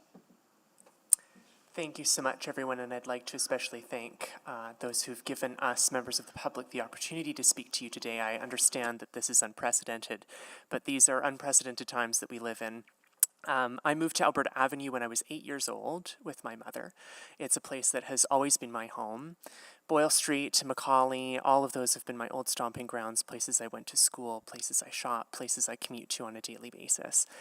I want to echo many of the concerns that members of the Chinatown community brought forward at our earlier discussion about what's going on in our communities. Up in Alberta Avenue right now, we are seeing an unprecedented number of fires, one of which actually consumed my next-door neighbor's garage.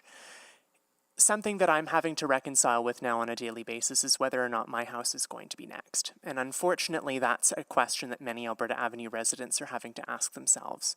Whether it's going to be safe to leave their families at home when they're going out shopping, when they're heading out to work, whether or not someone's going to break into their property to start a fire, whether or not there's going to be any recourse for that. I've been very troubled by the proposals put forward by the city for the changes to the police budget for the exact reason that we are seeing an incredible spike in these kinds of severe activities, severe consequences, as we've seen in Chinatown, stuff that has taken people's lives. I don't think now is the right time to be shuffling around a police budget, setting an arbitrary baseline, when the need is so great now for safety in our community, when so many community members have spent decades building relationships with EPS, with other jurisdictions, with other agencies within this city to try to ensure that our community is safe. I don't think this is setting our community up for success. If we are facing a new baseline, that might produce stability for your budget, but it definitely does not give us stability in the community. It raises questions for us whether or not the city actually has our back, right? So I really want to urge you to consider that so many residents right now are having to ask unquestionable questions to themselves. We've lost many residents who have left our communities because they no longer feel safe. Long-time contributing members who have dedicated their lives to building up our area.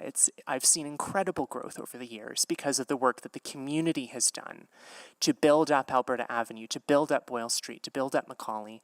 And I don't think that this decision right now is sending the right message to our communities. I think I'm going to be very brief because I actually have to run off to work after this. But, I hope you reconsider. This is an issue that's front of mind for many of us. Unfortunately, the buck often falls on residents in the inner city communities when decisions like these are put forward in order to be our own law enforcement, to be our own first responders. We've had to do that for the opioid crisis. I don't think that it's a fair ask that would be something we would have to do with law enforcement. I'm not suggesting that that's what you're proposing, but it is an unintended consequence when so many of the issues are so concentrated in just 3 neighborhoods, 4 or 5 neighborhoods in this city, that is actually the ask when we are changing baselines. It means that we are having to change the supports that we rely on so heavy every single day, right? Over my 14 years of living in Alberta Avenue, dozens of police calls every month, and that has escalated rapidly over the last few years. And I just don't think this situation is sustainable as it is. So thank you again for giving me this opportunity to speak. Thank you so much. Next, we'll go to Holly Ma. Mayor Sohi and councillors, I wanted to thank you so much for passing the motion to give Chinatown some money because, we honestly really need support and immediately. So to the councillors that did support that motion, I thank you so much.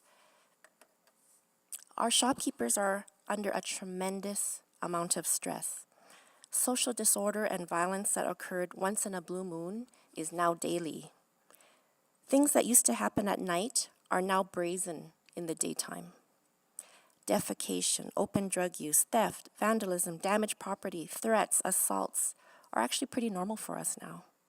We also have an arson problem. Entire businesses, such as Italian Bakery, have been destroyed, with the grandma and grandpa sleeping inside. Our security or Edmonton Fire has been putting out fires regularly. A survey of our businesses found that 93% have experienced property damage recently. 74% want to leave Chinatown because it's just not safe. Historically, many decisions made by the City of Edmonton have concentrated services and displaced Chinatown. If you look at the history, this is quite clear. We understand that Chinatown is home to shelters. We understand harm reduction services are needed. And we admire the social agencies for the work that they do. But it's the concentration that's killing us. Why 3 injection sites in Chinatown? 2 of them are only 50 meters away from each other. Is this meant to ghetto-size Chinatown? We endure constant high acuity encampments. Pressure upon pressure. Chinatown has had to absorb everything, and it has become so dangerous. What is absolutely unacceptable is the lack of support from the city. It is irresponsible and reckless that the city has concentrated services, several hundreds of people, some with violent criminal pasts, gangs, some with untreated mental illness, with no support to the community, no supervision, no backup. We are a ticking time bomb, not only for the shopkeepers, but for the vulnerable people on the street. Now, last Wednesday afternoon, we have 2 horrific murders of our business people, beloved members of the community. 2 separate incidents, same day. And while these murders were occurring, someone was trashing Emperor's Palace. The next day, an Afghani shopkeeper was assaulted. He's walking around with a black eye. We are out of control down here. And our board would like to commend our fellow shopkeepers for having the strength to keep going and to do so with compassion still. You shouldn't have to die just to come to work to try to feed your family. Your business should not die because the city is not providing a safe environment and not enforcing their own bylaws. It's disgusting to have to advocate for basic safety. We very much appreciate our beat cops. They are very invested in our neighborhood. Downtown Division, under the leadership of Inspector Gill and Superintendent Lazinski, recognized that Chinatown was already in trouble last year and needed greater resources. They dedicated their overtime budget to us twice. City Council's police budget decision in December of last year hurt Chinatown immeasurably. Hope Mission and Chinatown had been experiencing alarming, rising violence, and we together went to EPS. We came up with a plan for an interdisciplinary station led by EPS, consisting of Edmonton Fire, EMS, and outreach from our neighboring social agencies. The plan was to have the station up and running by April, as we were anticipating the surge of homeless with the closing of the temporary shelters and the closing of bridge housing. The next morning, Deputy Chief O'Care called me to confirm the project was a go. The community's contribution was to find a landlord willing to offer free rent. And one of our members, Mr. Ben Louis, agreed. The next step was with Superintendent Grimes and Inspector Kemp to work out the details. This new project was sorely needed, and it was in the new projects that were not moved forward in the funding. By February, there was no more talk of this station, even though we begged, but the LRT needed to be taken care of first. The police, they did not abandon us, but we needed more help than what we have. The timing was crucial. If that station was up and running in April, could that have prevented the deaths? Members of council attacking and fighting police is not helpful. Our community is hurting. You saw that today. We need you to get along so that solutions can be implemented without animosity or distraction. We are all in this together. The safety of our community, our Chinatown, our downtown, our city requires immediate help. We have many needs, but most urgently, we want increased police funding so projects like our desperately needed interdisciplinary station can come to fruition without taking away from police services and can be sustained predictably.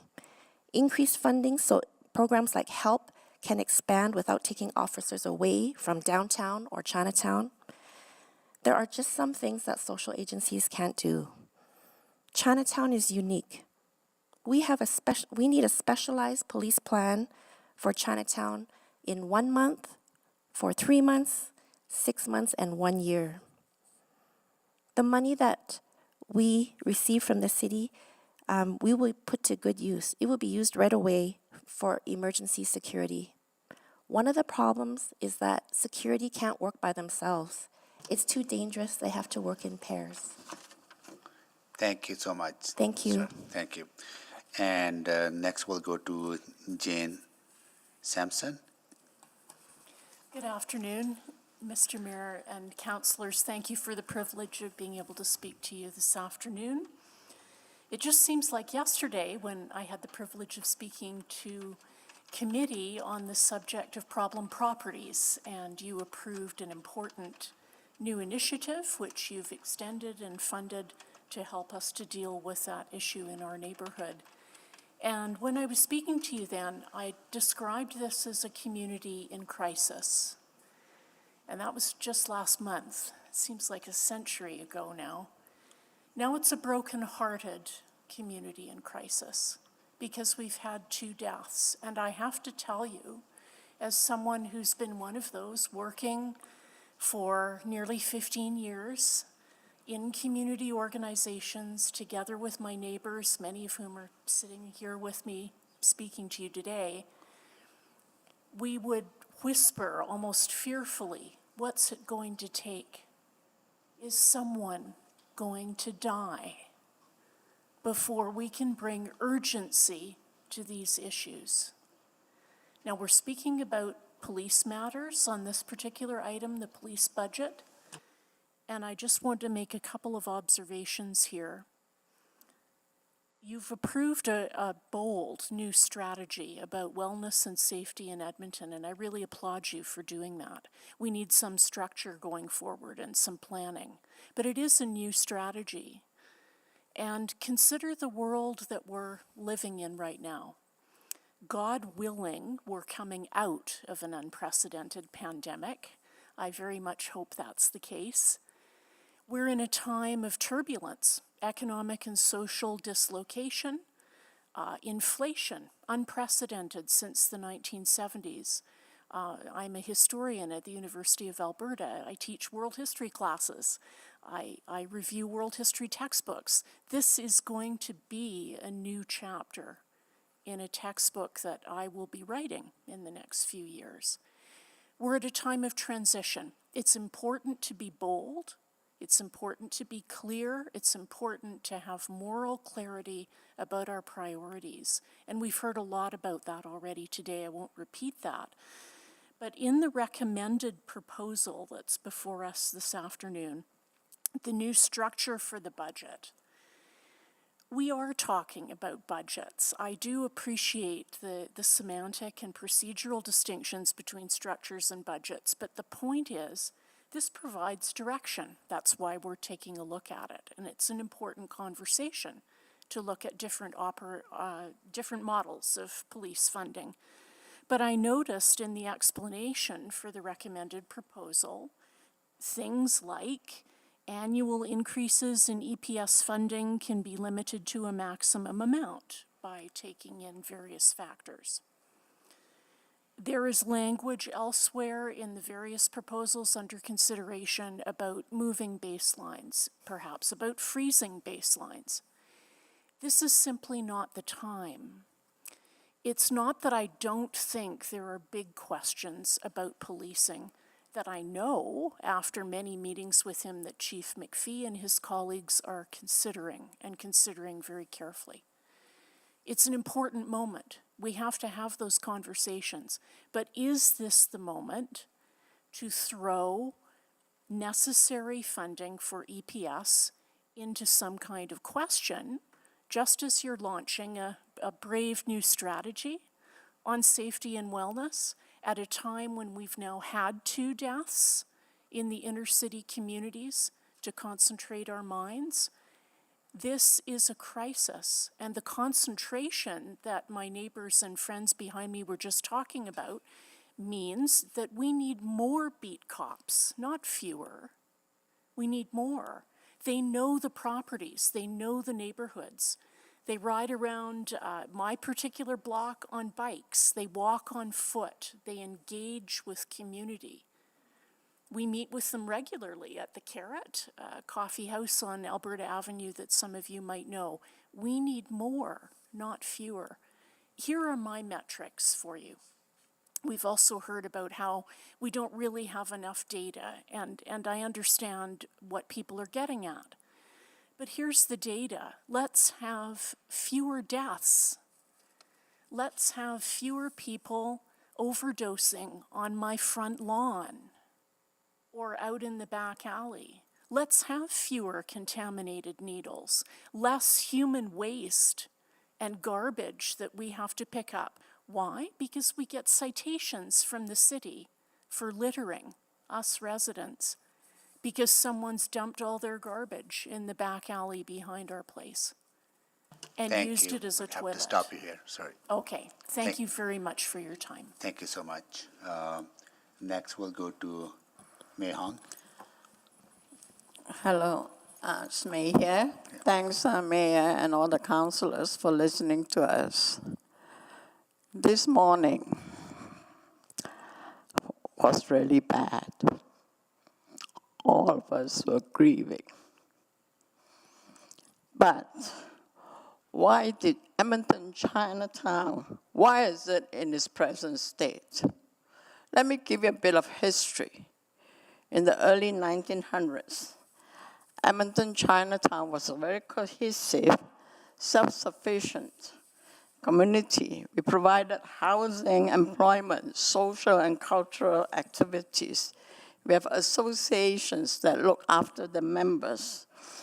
We function as welfare and protective agencies for our members. Our leaders would interfere if there's any problem. They would be the party that would be the mediator to talk to the outside community. Social and cultural activities centered in Chinatown. We had the Chinese pageant in 1945. It was attracted over hundreds of people to Chinatown to watch the lion dance. In the late 50s, Chinatown served as a transitional area for immigrants until they're economically and socially ready to move into other areas. As the Chinese dispersed throughout the city, dependency on Chinatown lessened. However, businesses consisting of grocery stores, importers, restaurants, barber shops, bookstores, etc., all thrive within Chinatown. And it's very, it was from Rice Howard Way, 97 to 95th Street, from Jasper Avenue to 102nd Avenue. It was very prosperous. The Chinese associations and clan worked together, provide social activities. The majority of these facilities located to the east of 97th Street, between 101 and 102 Avenue. Nowadays, majority of the Chinese do live outside Chinatown area, but we still frequent Chinatown. It's a place of gathering, social, gathering activities. Chinatown continues to be an area where pride in ethnic heritage and cultural diversity are visible.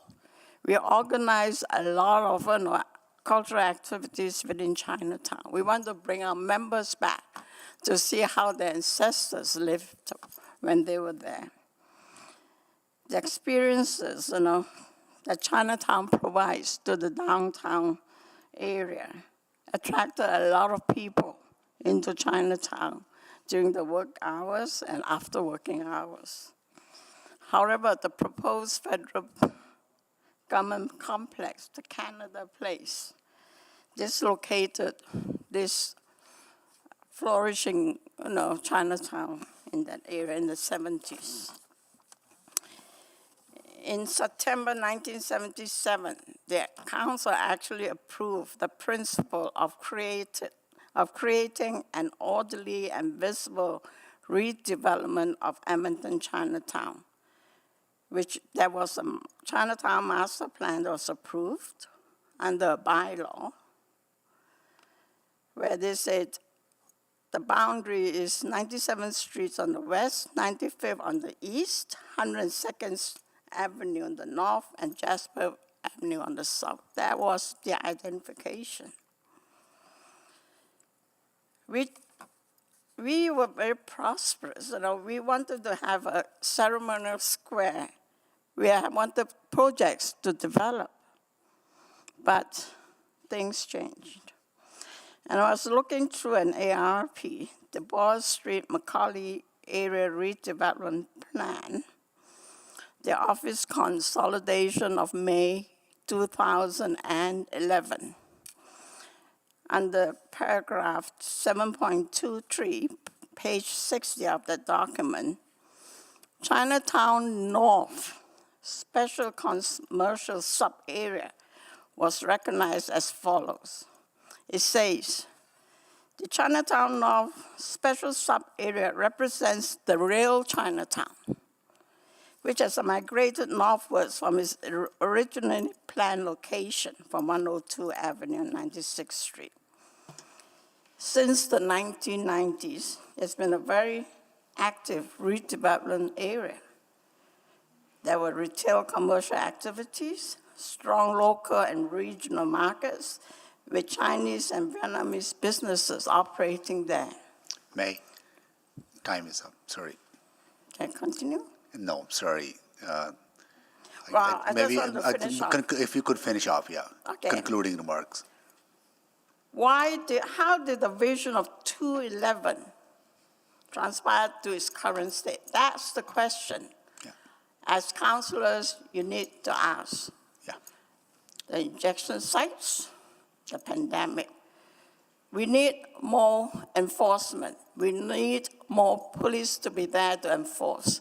We can't always just sort of keep on asking and not receiving. Okay. The death on last week is a real disaster for our community. We are all grieving, but we hope City Council will do something about it. Thank you so much. Thank you. I'll check if Rosali Devans is online. She's not. So our next speaker is Haroon Ali. Unfortunately, I have to leave the meeting now. I have another meeting with the minister. I have to go attend that meeting, but I'll try to be back as quickly as possible if I can, but I'm going to pass the chair on to Councillor Principe. Okay, I'll take the chair. Mr. Thank Ali you, is next. Mr. Mayor. Yeah. Okay, so Mr. Ali is not here He'll yet? be coming back, he's asked to be later in the list, if Oh, that's okay, great. So we'll go on, oh, thank you. If we could go to Mark. We'll go on, yes, Marc de la Bruyere? Are you online? I'm just having a little problem with my Wi-Fi. Could you give me 1 second to fix that? Okay, Thank maybe you. we can go on to our next speaker then. We'll go on to Dave Young. So, Mark, that will give you some time to work on your internet. Dave? Thank you, I appreciate that. I understand Dave has left. If you could go on to Stacy. Okay, so Stacy, please, you have 5 minutes. Thank you. I'd like to thank the council for letting me speak again. And most importantly, I want to offer my condolences to the families of the 2 men that died in Chinatown last week. They're not a statistic. They are husbands, they are fathers, they are brothers, uncles, and friends. They have names: Ben Hyung, Hung Trang. Remember them. Their families' lives have changed forever. For people who don't know me, my name is Stacy Zaidi, and I have come here today to represent the businesses of the downtown core and Chinatown, if I can. My husband Z and I have been running the Remedy Cafes in town for 21 years. Our Jasper Avenue location has been open for 9 years. When Jasper was running, like 9 years ago, my son, who at that time was 13, would take the train downtown to work. Because we're a family business. You know, we start working, the kids started working young, and they enjoyed it. He had such great pride in going downtown on that LRT by himself. My son now is 22, 6'3", and, well, he's just big. I won't let him take the train anymore. Sorry. My 19-year-old, if he takes the train, won't wear a fancy jacket because it gets stolen. We have to make a difference here. The seriousness of the interactions between my staff and the downtown population is critical. I do believe that a portion of this population is made up of criminals who prey on the weak, scarred by mental illness, drug abuse, and homelessness. Businesses are robbed, employees are harmed. This morning, I got a call from one of my managers when I was here. a lady had gone into the cafe with a buggy, like a baby buggy. There was no baby inside. We had to call the non-emergency line, which we do, to have her removed because it was a problem in the cafe. The police officer that came back in to talk to my manager and said, next time call 911. She had a knife in that buggy. Like, this happens all the time. So, you know, looking at this, are we really surprised that this happened? That we've got 2 deaths on our conscience? I don't think so. Who's next? Maybe it's my employee. We have to have some action. You know, the problem is not the problem. The problem is the incredible amount of overthinking about the problem, talking and talking. I am not a politician. I sort of work from a business standpoint. If you have a problem, you have to look at it, and you know you've got all your different layers of it, and then you start with something, and then you eventually want to get it so you're being proactive about the problem. We are not at that stage.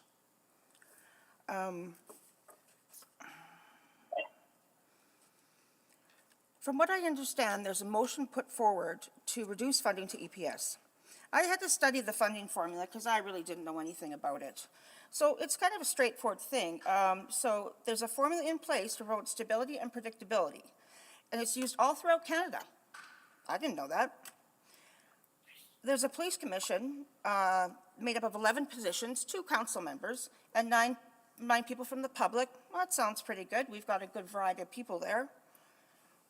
The commission is supported by a very qualified professional staff.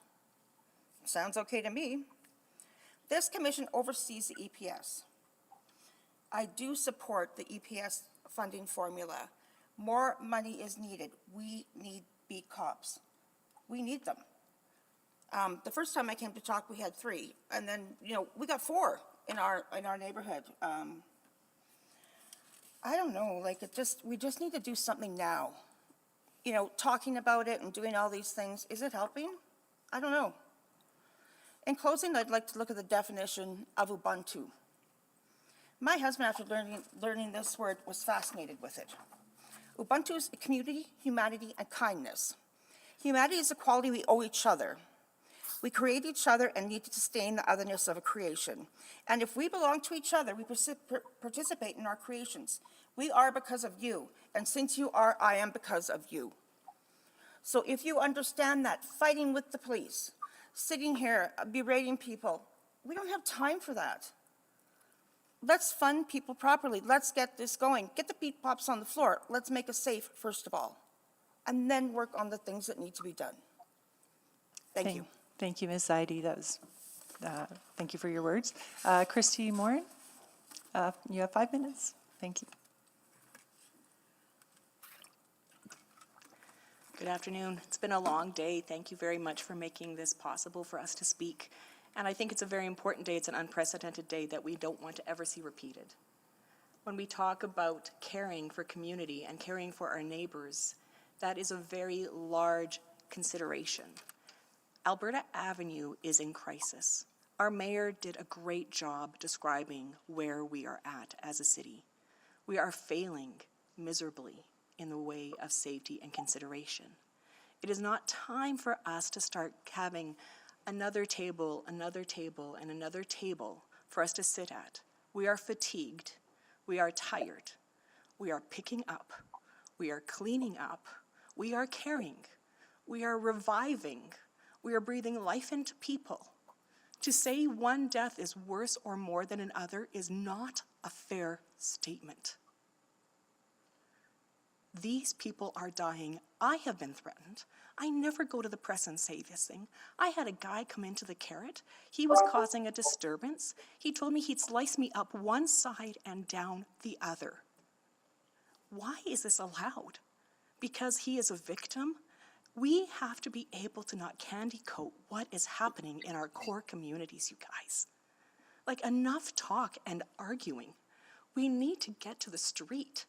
We need you to be at the street level, have an office on the street on Alberta Avenue, have an office on the street at Chinatown that you revolve through as a city council, that you actually sit at the desk and see what happens day in and day out. You are our guardians. We need you to help us keep the peace.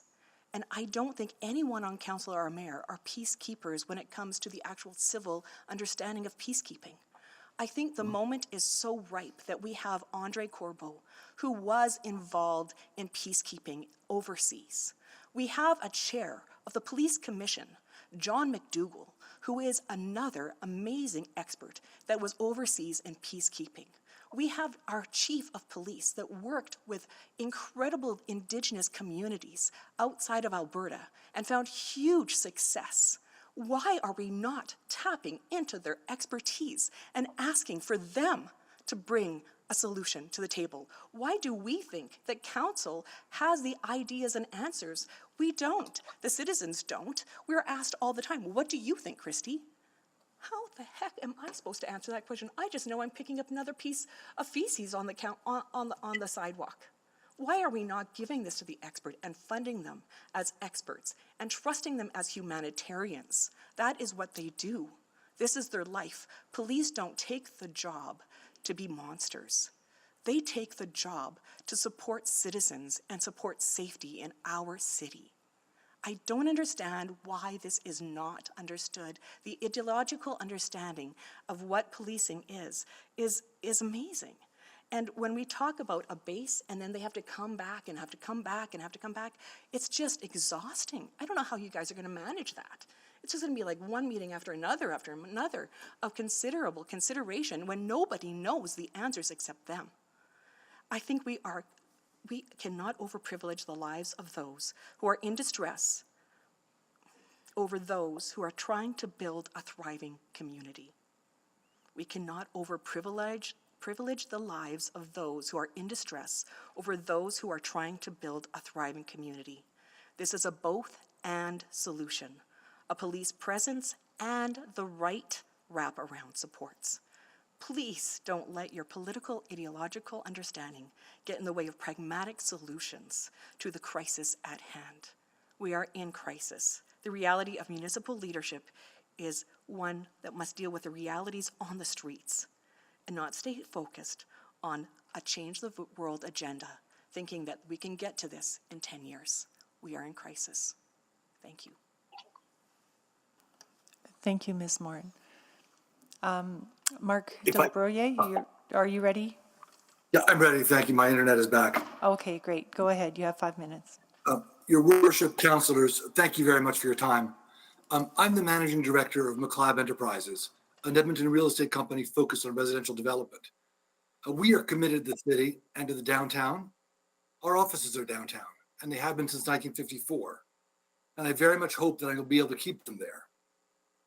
First of all, I want to thank the council for applying strategic thinking to the social challenges that are confronting the city. The long-term well-being and safety strategy, pairing social services with the police service and creating safe spaces for marginalized peoples, is appropriate. The problem that we have to address today, however, is the immediate problem. We are confronting the reality and the perception that there's a safety deficit downtown and in adjacent neighborhoods, in the LRT, in the pedways, and throughout the city. Lack of safety brought on by criminal elements, emboldened by COVID disruption, preying on the marginalized and the vulnerable. And as we've heard today, we are victims of harassment, theft, muggings, and much worse. This is more than serious, and it's an issue that goes to the viability of our viability as a city. Mlas manages residential and commercial properties in all quadrants of the city, and I can assure you that there is no neighborhood that has been spared from increased crime. And the lack of safety in Edmonton is something that I'm hearing about not only from Edmontonians, but from people across the country, Toronto, Montreal, Vancouver, Calgary, not to mention Sherwood Park, St. Albert, Leduc, and Spruce Grove, and is having an impact both on tourism and investment. Not to mention the even more pressing and important function of providing assurance to everyone who works and lives downtown and elsewhere that it's safe to do so. The city is wisely committed to densification and the decarbonization of our transportation network. To reduce our dependence on cars, we've invested billions of dollars in our LRT, buses and bike lanes. But residents will be reluctant to further adopt the LRT buses or bike to work if they perceive the LRT stations, trains, buses, and bike lanes to be dangerous. And here I speak self-servingly. With our partner, partners, McLab is currently developing over 2,000 units of rental housing downtown and in Garneau. Rental units that are specifically designed to densify the city and plan to take advantage of the LRT bus and bike network. And we've plans for many thousand more. It'll be a blow to us and to the residents if the city does not ensure the safety and good reputation of those networks and neighborhoods. In the immediate, the only way to achieve both safety and the perception of safety is a visible police presence in our downtown neighborhoods, in our LRT, and throughout the city. Anything that indicates that we as a city are not committed to the safety of our residents and visitors will hurt us, both in people's confidence to live here, but also to visit and invest. In short, this would be the worst time to consider cutting back the police budget or changing the police funding formula. My request is simple. Do not change the funding formula. Restore the full EPS budget and work with all stakeholders over the next year on a plan to solve the social problems of the city without threatening our immediate need for security. Thank you. Thank you. Corey Wozniak? Well, sorry, Wozvak? Thank you. Sorry. It's all good. I am so appreciative that you have given us an opportunity to speak to you today. I know these are unusual circumstances. Thank you. In my line of work, I help businesses with their properties downtown. Every single day, I meet with multiple businesses who are dealing with their challenges of finding customers, finding staff, and striving to get the best experience of their neighborhood. You've heard plenty about the challenges people are having with the safety and security downtown.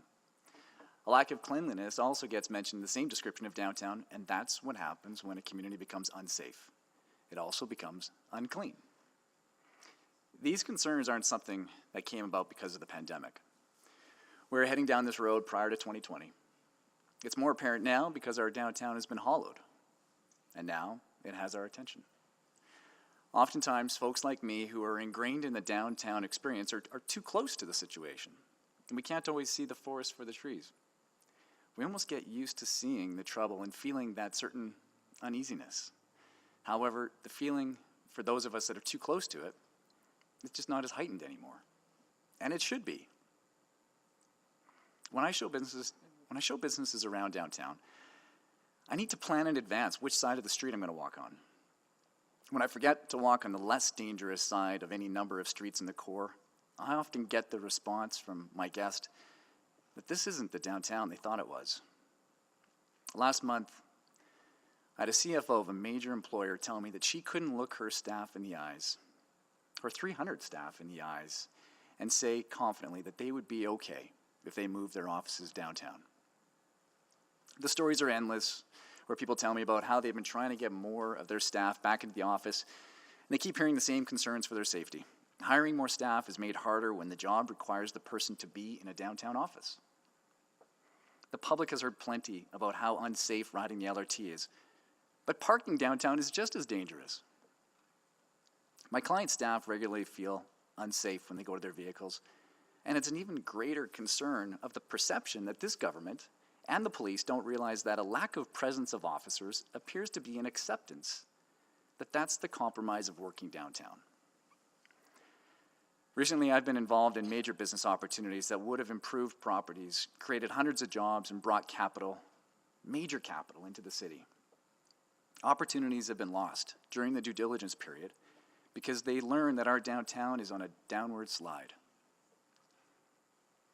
I've studied plenty about the current experiences in other major cities, and it's easy to feel apathy because other cities are going through similar challenges.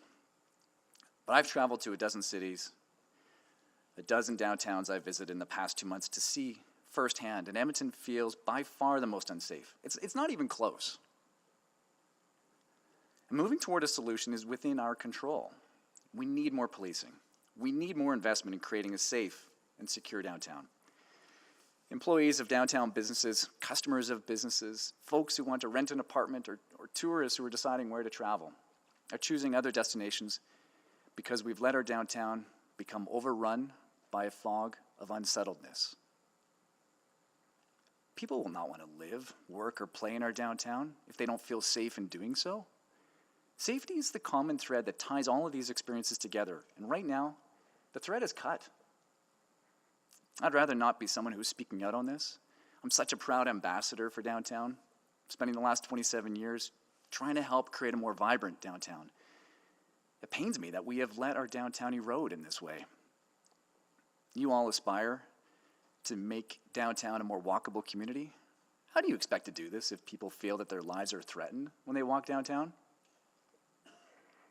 We need immediate attention on this. The public sector needs to do what is within its power in order to help the private sector do its part. And they are ready to do their part. They need a commitment from this government. And the private sector, I can tell you, are ready to contribute to a solution. All stakeholders need to step up and get our downtown heading back toward a place that Edmonton and its citizens are proud of. Our downtown is our home base, and we need our home to be safe. Thank you. Thank you. Alex Haritsu? Thank you. City Councilors, I'm here today as the chair of the Downtown Recovery Coalition, a collective of business owners, city builders, and community leaders, both for-profit and not-for-profit, advocating for the necessary supports for our downtown to survive and thrive. We are in support of the community and safety well-being strategy, and specifically restoring safety for our citizens in downtown and the surrounding areas is of the utmost urgency for the coalition and those we represent. Specifically, we put out a call for an immediate increase in downtown police foot patrols. While the chief announced this past weekend, the funding is still not stabilized. We also do not believe scrapping the funding formula for the EPS budget is the right move. Stable funding, which the current formula provides, creates predictability and allows for EPS to pivot and adjust as required while simultaneously creating certainty for the city and its citizens. For the past 2 years, DRC members have been consistently saying the issues of crime and disorder are bigger than before. It's unfortunate that we're at the point where we're having these conversations in such a public forum and media is picking up on them. There are less customers and less eyes on the street, and the business owners we represent and their employees cannot continue to fight for themselves alone. Safety is a critical component about COVID economic recovery, and we're asking you to urgently address this issue. Thank you. Thank you. Yuhua Zhang? Hello. I want to first say thank you to Council for allowing us to come and share our thoughts today. I know many of our community members are still in grief and mourning the loss of 2 community members on May 18th. And I'm really appreciative of the space to have this conversation. I think it's really important for elected officials to center the needs of the communities they serve. And I really do not believe that seems to be happening or the community feels that way. I think that, to be honest, I believe many of us in the Chinese and Chinatown community do actually understand and believe in the importance of harm reduction principles. I think that, getting to know our community, it's full of businesses who are business owners who are compassionate, who are caring, who have built relationships with the unhoused and transient folks who occupy the streets. And that work is done, because they care about the people there, and that's not done. And it's done despite the lack of adequate funding for these social services and agencies in the area. However, I do think it's really important for Council and other agencies that when they're looking at providing funding for these sites, that adequate funding is provided so that safety is ensured. And I do not believe at all that has been done. It is unacceptable for us to have safe injection sites with needles all around, and for the responsibility of maintaining safety to fall in the hands of youth and other community leaders who are doing the Chinatown cleanups. It's completely unacceptable. And I think Council needs to look at how to ensure that while we recognize the importance of ensuring that transient and unhoused folks are safe in our cities, that we maintain the safety for other community members as well. And to be honest, I feel like for a lot of us who spend time in Chinatown, we don't feel safe. I think that's really obvious today, as we can hear. We were really happy and proud to organize an anti-racism rally on May 8th. Many of my friends and family did not feel like they could attend because they felt like they would be an unsafe experience for them. To be honest, it feels like we've been neglected people have said that it's been a long time. It hasn't just happened recently. It's been decades of, I believe, neglect of our communities. And it really shouldn't take a tragedy like this for us to have these conversations, because by the time we do, it's already too late. It's too late for the families and victims, Han Tran and Ben Huang, who have lost their lives. And to be honest, like, I hear a lot of agencies and council and EPS talk about that they're doing everything they can, and it's just not visible. I see Bear Clan, I see other community collectives that are doing patrolling much more in these spaces than I see any representative of social agencies or Edmonton Police. And that's really unfortunate. Again, the needs of our community fall on caring and compassionate community members, and not the public funds that we pay into, which should be taking care of us. And I know today we're talking about the formula versus the funding. I know the funding comes in later in fall, so I'll stick to that. I think that it's interesting to hear the different perspectives, because while we recognize that, the neglect of our community has been a long time issue, the conversation of defunding the police has been very recent. So to me, it actually speaks to the need for us to look at how we fund the police, if this is an issue that existed way before the conversation of the push of defunding the police. I do think that whenever we look at the budget items, it is important for the police to be accountable. I was really disappointed to hear last week when it was mentioned that there was budget allocation specifically made for more police presence in downtown, and that was somehow moved by the commission and dispersing other areas, but that there are no accountability mechanisms for council or for members of the public to ensure that the funding is allocated in downtown where it's needed. It's hard to understand or get information about whether police are doing policing in a way that's trauma-informed, that lives through our harm reduction principles. It's really disappointing. I observed a while ago that there was a social media account that was like talking about the history of police. They took pictures of like old police cars. There was this kind of weird Instagram account I just posted. I said, "Is this where our money is going?" And I was blocked by the Edmonton police service for that comment. And even just police who are out there doing PR work, and I want to tell the police commission that the best PR work for you to do is to be accountable, for you to do proper policing, and for you to be accountable not only to council but to citizens and for the public. And if there's a need from the community to say, look, we need more police presence. We need to feel safe along with other services and looking at harm reduction principles. I believe that there should be mechanisms to ensure that happens, and not for that funding to be taken away without any kind of mechanism for follow-up. Thank you. Thank you. Elke Siebels? Sorry. Pardon me, Madam Chair, just a point of process, I suppose, here. Orders of the day. So I would move that we extend orders of the day to hear from all speakers and to have them have their questions asked of them before we break for the evening. Second. Sorry, can you just clarify how long you're extending orders to? Is it to hear from speakers and answer questions, or just to finish this item? The question I guess I would have of the clerks is, do we have to have a set end time, or can we leave it open-ended until the questions are complete? You can. I just need to know at a point in time or when an event has occurred. It's completely at the will of council. Okay, my motion then would be for the event to occur that all the questions have been asked. So of the speakers. So all the questions of the public speakers. And then we'll resume this item on Friday with questions of administration and the delegation? Yes. Thank you so much. Thank you very much. Okay, so and for all your patience and hard work. Are we going ahead now? Just 1 second, sorry. sorry. We have to just do a motion here first, and then we can go ahead, okay, Elke? So Councillor Paquette moved the motion, and Councillor Salvador second. And could we vote, please? Call the vote.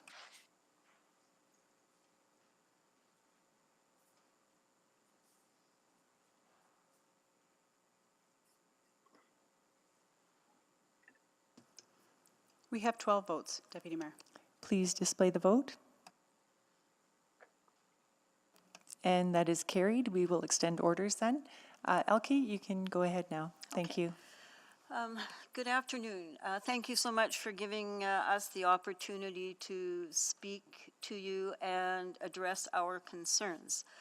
I've lived in Spruce Avenue for 37 years, and I have seen considerably more crime and safety issues. In the last probably about 4 weeks, we have had 3 fires within the proximity of about 6 blocks, I guess.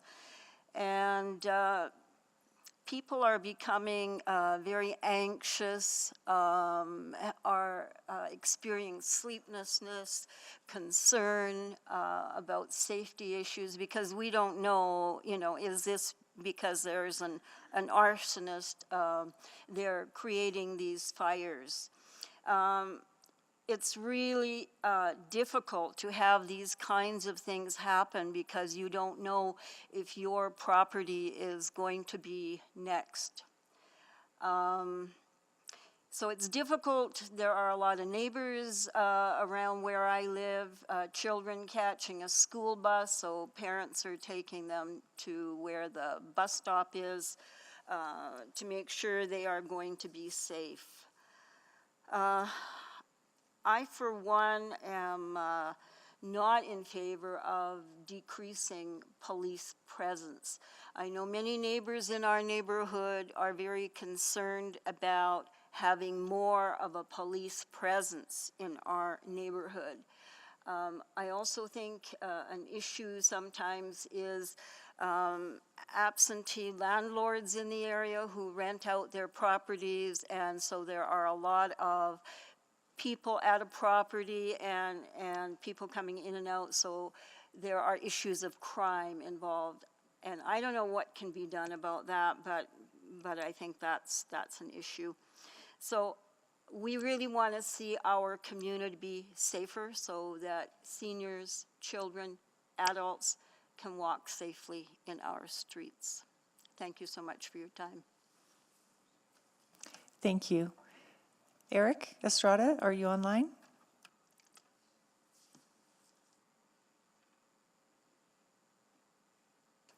It does show that he's there. I'm just not sure if he's able to unmute. Oh, there we go. I can see him. Eric, can you hear us? We can't hear you. Can you hear us? What about there? Can you hear me now? Perfect. Yes, we can. You can go ahead. You have 5 minutes. Thank you. Thank you, members of the council, for giving us, the community, the opportunity to speak today. I know it's unprecedented, and I'm very happy for the councilors that voted in favor of hearing us today.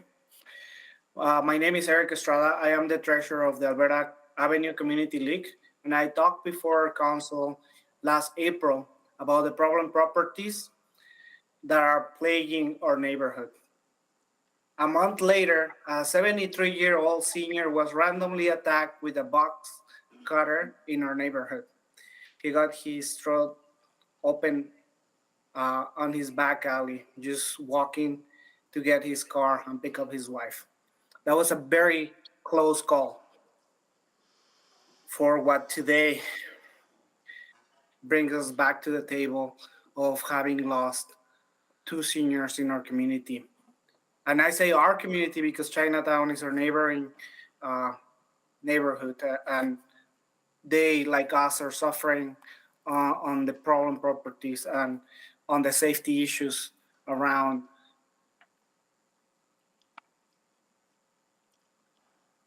Last Saturday morning, we had a garage light up on fire, and we had a massive explosion that woke up neighbors from up to 10 blocks away. Last week, between Wednesday night and Thursday morning, there were 2 deaths in Chinatown, a bursting shooting outside of a pub near Jasper Avenue, and a stabbing at Bay Enterprise LRT station. I'm not too sure what is going to take the city to act and really support the police.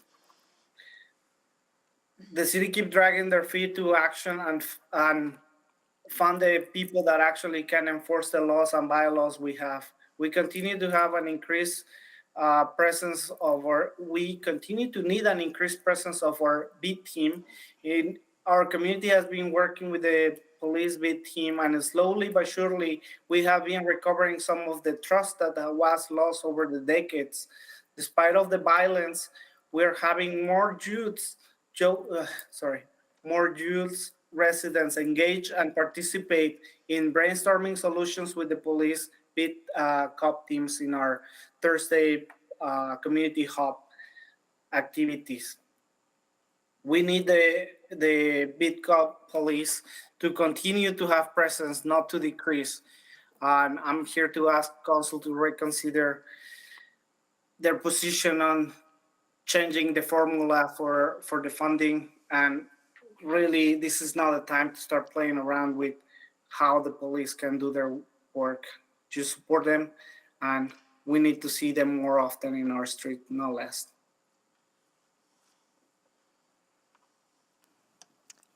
Thank you. Are you done, Mr. Estrada? Yeah. Okay, great, thank you. Amanda Nielsen? Hi, everyone. Thank you so much for allowing us the opportunity to speak today, and I know it's been a very long day for everyone. I'm here today as chair of the Alberta Avenue Business Association, which represents about 200 businesses along the 118th corridor and 95th Street. I'm also a small business owner myself. My husband and I have owned a dental practice in the area since March 2018, so recently celebrated our own anniversary of being on the Avenue. I wanted to be here today because we had an emergency meeting of our board last week. This year we have a really engaged board, and it's awesome to see. We have 13 directors from coffee shops and funeral homes and restaurants and pharmacies, and unanimously our board wanted us to come to council and send a very strong message that now is the time for more police funding, not less. And to be super clear that that's really what our business community sees as a very urgent need. In chatting with our board and hearing some of the stories from our board members as well as from our business community generally, now is a time where folks feel scared to be in the community and frightened for their own safety. Safety and security is one of our core pillars this year. And in some ways it feels a little sad because I'd love for it to be something more visionary than safety and security, but that's really where people's hearts and minds are at, and that's even prior to the very sad case in Chinatown recently. Looking at businesses like Freshco and Value Village in our neighborhood, Dollarama, they tend to have between 4 to 5 petty thefts per day. And the amount of loss prevention that these businesses have to put in order to be around is incredible. We're talking private security firms, private security guards, and that gets extremely expensive.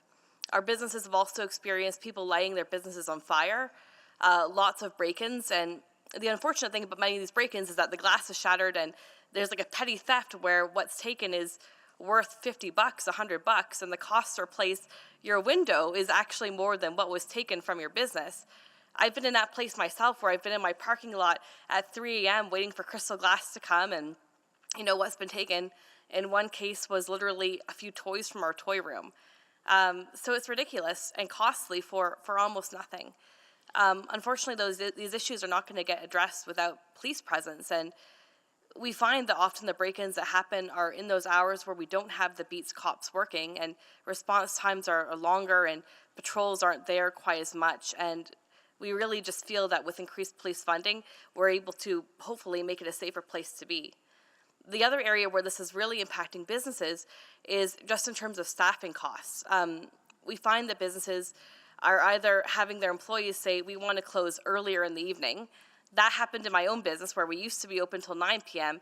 and we're now open till 8 p.m. because people were feeling unsafe being there that late. Dental is primarily an industry that has a lot of women working it, and my female workers just did not want to stay at the clinic till 9 p.m. So that's been a very direct loss to revenue for me and a loss to our patients who would have appreciated receiving their health care at that time.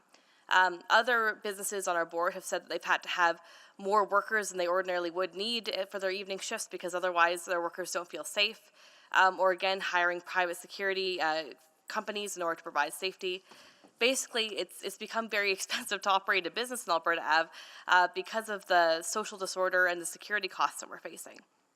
I think that folks are very compassionate and people want to see our neighbors who are struggling and vulnerable be cared for. And I think it's a yes and solution, not a choosing where to fund a solution. We need to have that police funding in order to make sure that when we call the police, they respond quickly. At the end of the day, it doesn't really matter so much like what's causing it. At the end of the day, people need to feel safe, and that's not happening currently. So I would encourage you to not reconsider changing the EPS funding formula at this time, recognizing that right now, from our perspective, more police funding is needed, not less, and just to help support us in creating a vibrant business community where our customers feel safe, our business feel safe, we can attract businesses and grow business in our area. And right now it's very challenging in that Alberta Avenue area because of real safety and security concerns that we have. Thank you again. Thank you. And now are we hearing from Rob Houle or Haroon Ali? I'm not sure Haroon's back, but I believe Rob Hoole's online. Okay. Mr. Houle, Rob Houle, you can go ahead. Hello, thank you for letting me speak. Again, I must disclose that I am a strategic advisor in Councillor Stevenson's office, but I am here speaking on my own volition because I was on the Safety for All task force and have an area of knowledge in the issue of policing and how police conduct the work that they do. So I'm happy to speak here on my own volition. I'm, like many other speakers and people from Edmonton and with connections to Edmonton, very distraught with the activities that have happened in the last couple of weeks, the loss of 2 innocent lives, and where we are as a community and as a society. But I want to take a moment to try to center the conversation to the right place. And a lot of the speakers before me talked about increasing police funding. And calling for an increase to police funding. But I don't see that as the solution to these problems. I don't think it'll provide the solution that they're seeking because as we have seen in the last number of years, police are adequately and efficiently funded in Edmonton. They have more than enough money to make a go round. We saw them pivot recently to have to scramble more work to the downtown core. So we know that they can do things differently. And what the Safer for All report sought to do was to help lighten that load, to help them to focus on working a little more efficiently, focusing on high-profile, dangerous crime areas, shifting to where the need is required most. And I think with the testimony and the things you're hearing today, we haven't seen that response from the Edmonton Police Service. I heard other speakers talk about how Chinatown has been a problematic place for a long time, yet we haven't seen the response in a long time from the people that are mandated to keep us safe to pivot to patrol more, to put more boots on the ground there, to transfer resources to help solve the issues. All we're getting is that we need more money, and that doesn't necessarily solve the problem. And with the formula being suspended and the formula in action before, I would point to there's a lack of evidence of that happening prior to the formula being suspended. I will also draw attention to some of the speakers earlier talking about a dispatch center or something being formulated in Chinatown and them pointing the finger at council about that for that not taking place. That is not a council decision. That is a commission and a police chief decision not to carry that initiative forward. To point the finger at council for commission decisions, which they are not responsible for. We had this conversation last week and now this week. There's been a very clear line drawn in the sand that the commission wants control of the funding and they will determine where it goes. So the decision to not open that Chinatown dispatch center is a commission and police force decision. It has little to do with council. And that also moving forward, there's no determination or guarantee that any formula will be directed in that manner. The only way to make sure that that happens is for EPS, like all other institutions within the government and within the municipal offer, bring a service package to council for support. That way, we can determine that Chinatown needs more support. Here's a service package for X amount of dollars. Council directs EPS and the commission to do that work moving forward. That is the only way to guarantee that problem area hotspots will be addressed. And I think we need to focus the conversation around how police are doing their work, recenter it around how to better help them do the work that they need to do. There's a real issue in Edmonton around statistics and data and how it's used and how it's skewed and things like that. I'm sure that many Edmontonians would be shocked to learn that an average Edmonton police officer's patrol time when he's on his 11-hour shift is about 10%, 10 to 11%. They spend 10 to 11% of their time proactively patrolling to deter crime. That means they're tied up with the other 89% doing other things. Other things that could be lessened, could be lightened, so then they can focus on proactive patrols, in interrupting crime, making a presence known, because you also heard about how being just present is one of the major deterrents of crime as well. So again, I'm trying to take the emotion out of the conversation, although it is very emotional, and trying to center it around what we know, the facts of the matter, the data that's available, and how the recent results have shown that a fixed formula did not increase police performance. It was only due to COVID and other things that we're seeing efficiencies being managed, and we're actually seeing crime rates drop. Response times probably might be up, but we have a lack of data on that as well. But there needs to be a different focus of this conversation. Thank you. Chantel Chinney? We've not received confirmation that she'll be able to join us this afternoon, but we have tried to communicate with her. Okay, thank you. Haroon Ali?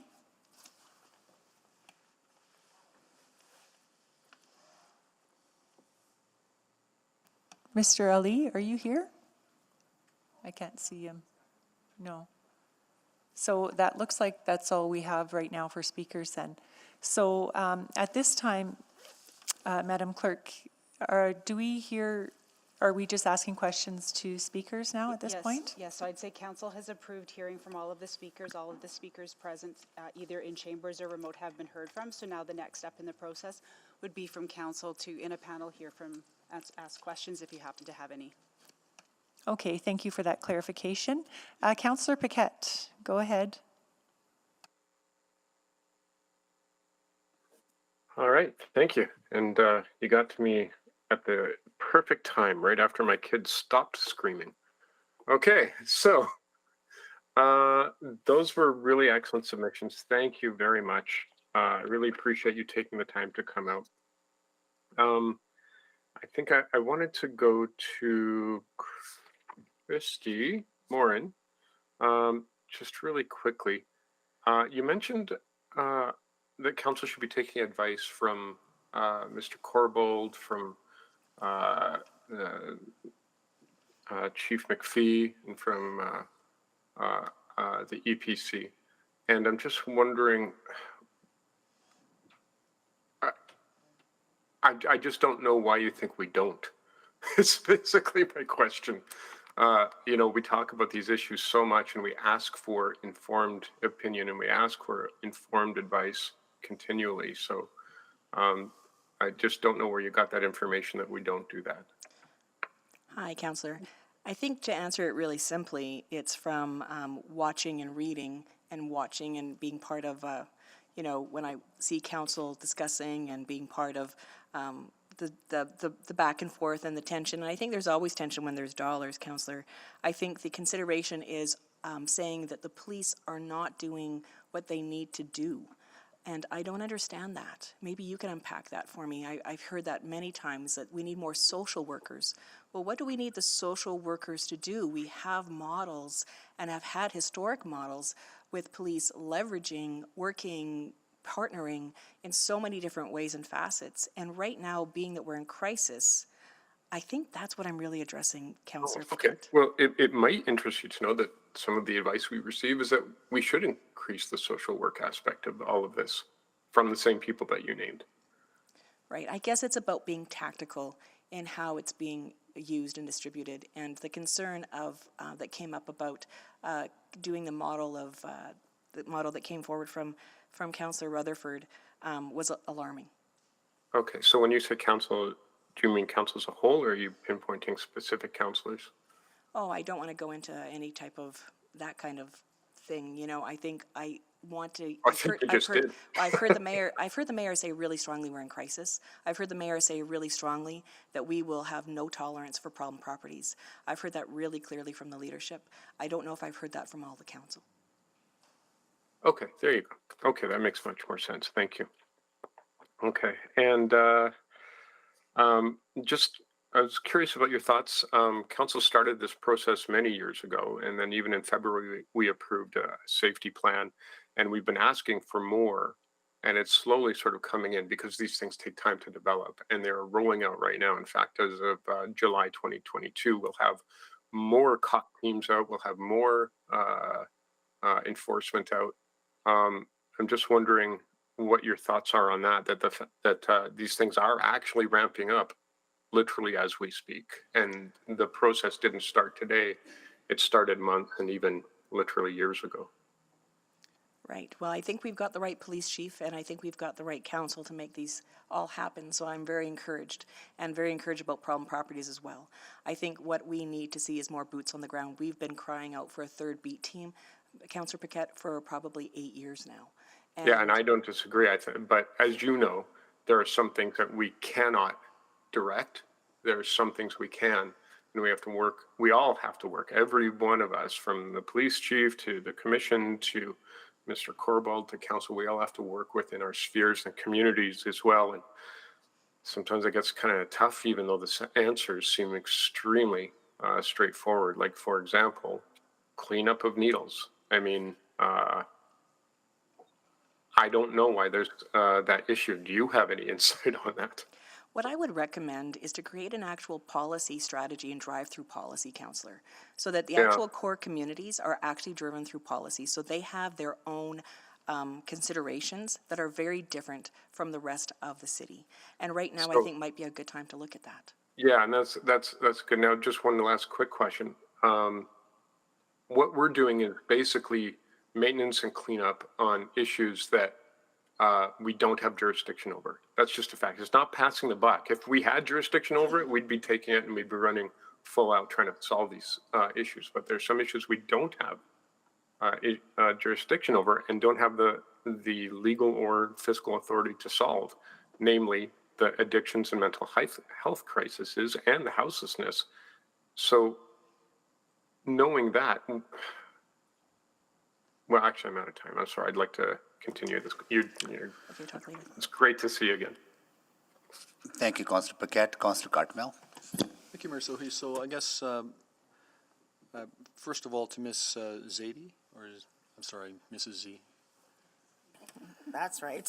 I know you as Mrs. Z, and that fellow you mentioned, is that the same kid I coached a few years ago? Yes, it would be. Yes, it would be. Yeah, and he would skate through a wall for any one of his teammates. Exactly. So to think that he's that big and that intimidated says something to me, anyway. You made the comment that this council needs to stop fighting. I think you made that comment. Did I hear you right? And what did you mean by that?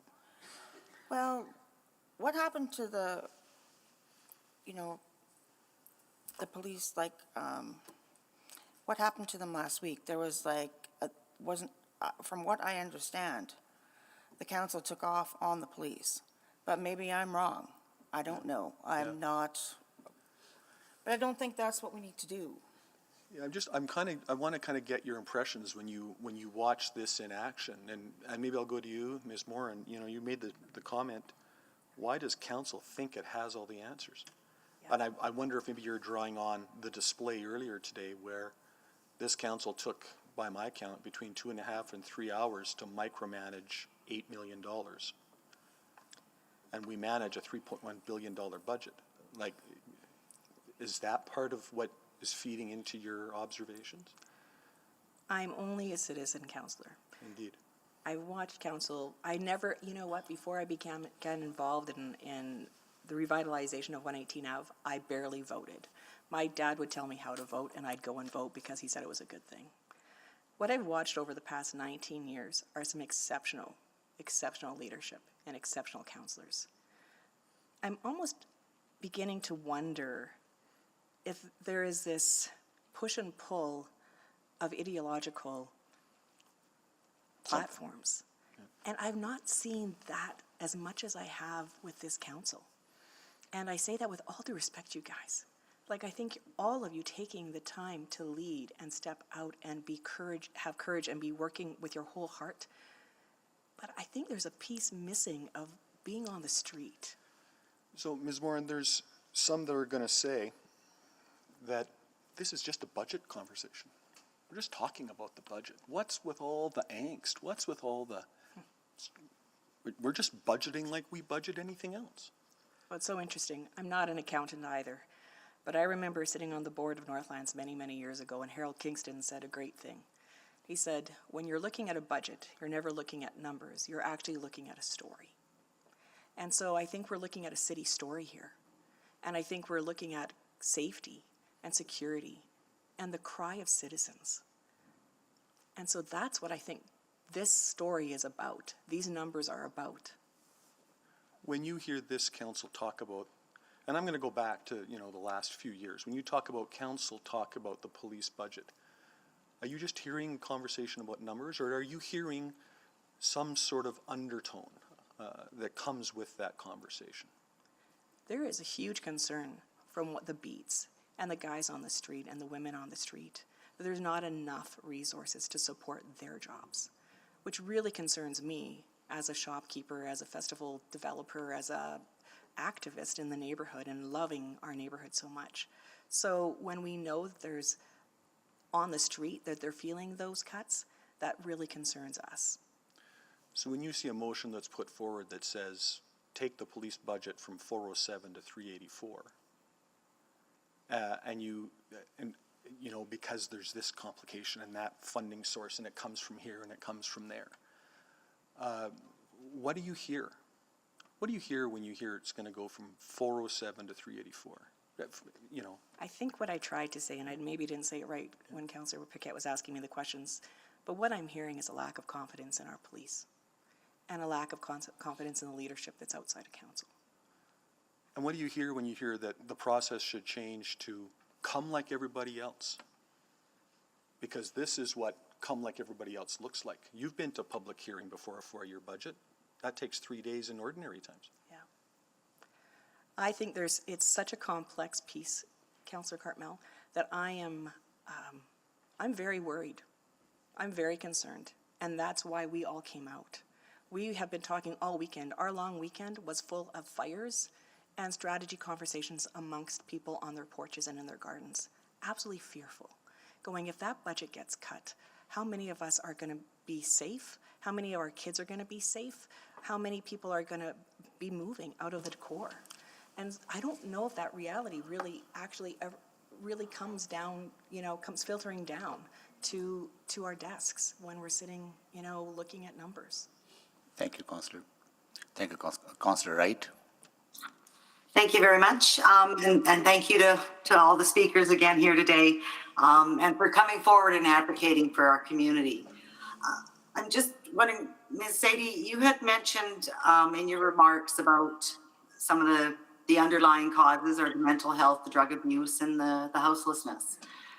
Have you had the same opportunity, and those are provincial responsibilities, and I'm just wondering, have you had the same time and opportunity to advocate for the community at the provincial level? No, I have not. I'm just wondering, have anybody else on the panel of speakers? Yes, I have. Yes? And what's been their response? It's a very difficult problem to solve. And when we're talking about addictions, mental health, what is the answer? And because there is no easy answer, we need, as a community, to deal with what happens in the short term. Permanent supportive housing is a wonderful idea, 100%. But what about tonight? Tonight we're getting beaten up. Tonight we're getting killed. So what exactly are we supposed to do provincially, municipally, federally? We need short-term solutions here. And I can see where that concern, the safety for all is a grave concern. I'm just wondering if we just keep focusing on what was referenced as a peacekeeping mission, and not able to address those root causes, we'll just keep. But what about in the meantime? In the meantime, we're all just supposed to die or get beat up? No, and like I said, the safety is a concern of mine for all Edmontonians. I was just wondering what sort of a response you did get back from at the provincial level, and I'm wondering, is there anybody else that is? I have advocated for at the federal level for racism and inclusiveness for Mexican community, and the response is complex. We're working on it, but honestly, I don't have the time. I'm still sitting in my office to being able to connect here and really try to be safe in my house tonight so I can advocate for the long-term solution of the more complex problems that we have. If my wife can't walk to the store in our neighborhood, we can't worry about the bigger picture of mental health and the bigger picture of racism and classism too, right? So we are here with you guys because our first problem is safety, not looking into the bigger picture right now. Yeah, There's so we not are going in to the be catch-22, right? Sorry, there's not going to be city to manage because we're losing neighbors. The top one question is the neighborhood safe enough to move my family there? There is nowhere else I can afford, and I'm afraid to take my kids there.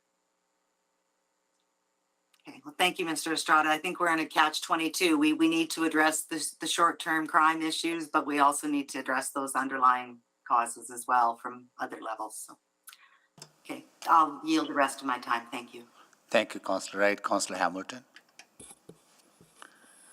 Thank you. I think what we've heard when we talk about the fiscal piece, and I think my next piece is going to be about how we've conflated this conversation about fiscal accountability and other forms of accountability here. But on the fiscal piece, and I think this question, I'm going to direct it to Mr. Wozniak. Did I say that correctly? Thank you. People will talk about how the police budget has climbed to a place that maybe isn't sustainable for the city, and that the motion on the floor seeks to kind of course correct, bend the curve, if you will. And coming back for service packages helps council keep tabs on the funding. And and I don't know if you're the best person to speak to this, but I guess, do you see that happening? Do you see that this will bend the cost curve on the financial accountability piece? I don't have enough information to be able to answer that with any accuracy. I'm sorry. All right, that's okay.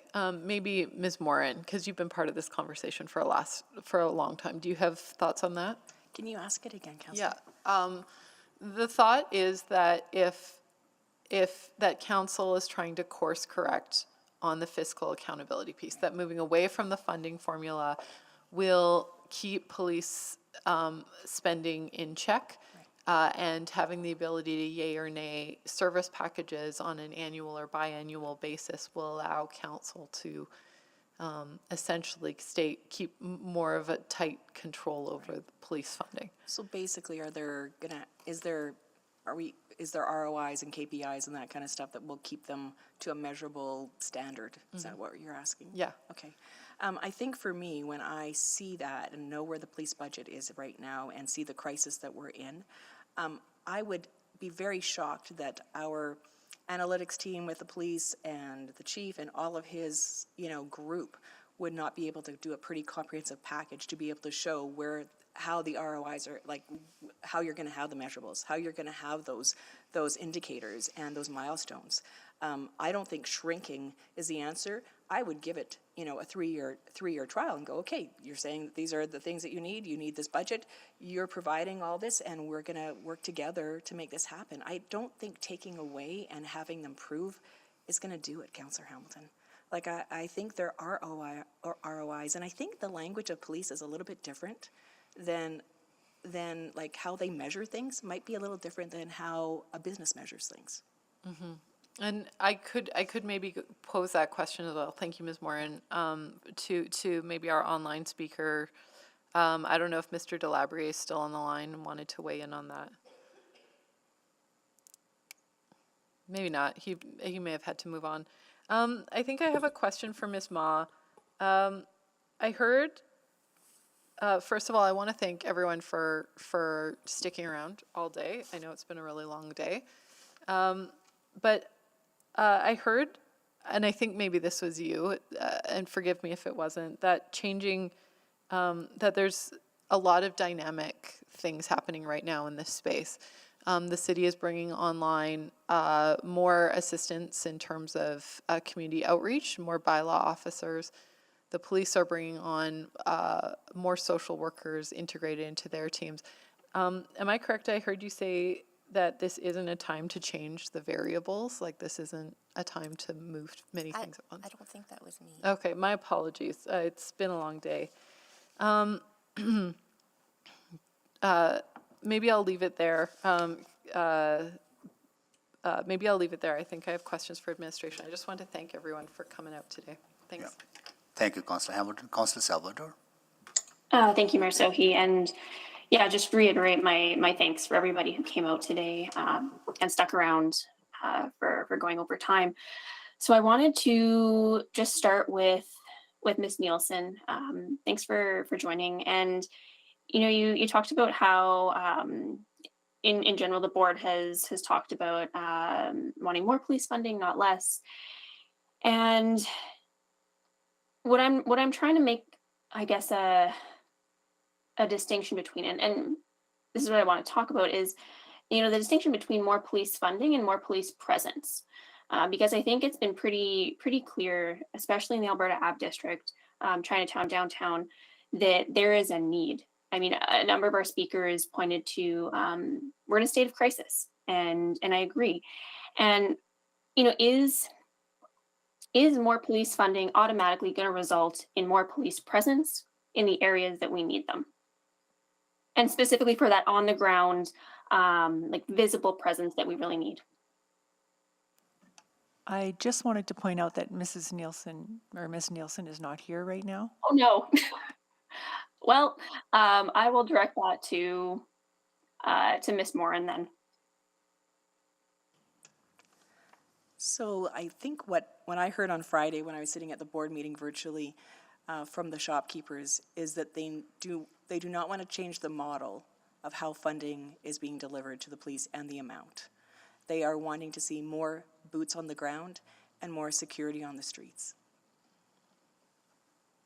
Okay, and so more security on the ground, boots on the streets, absolutely. I guess what I'm struggling with and what I have heard from other speakers is that this has been a long-standing issue, kind of years in the making.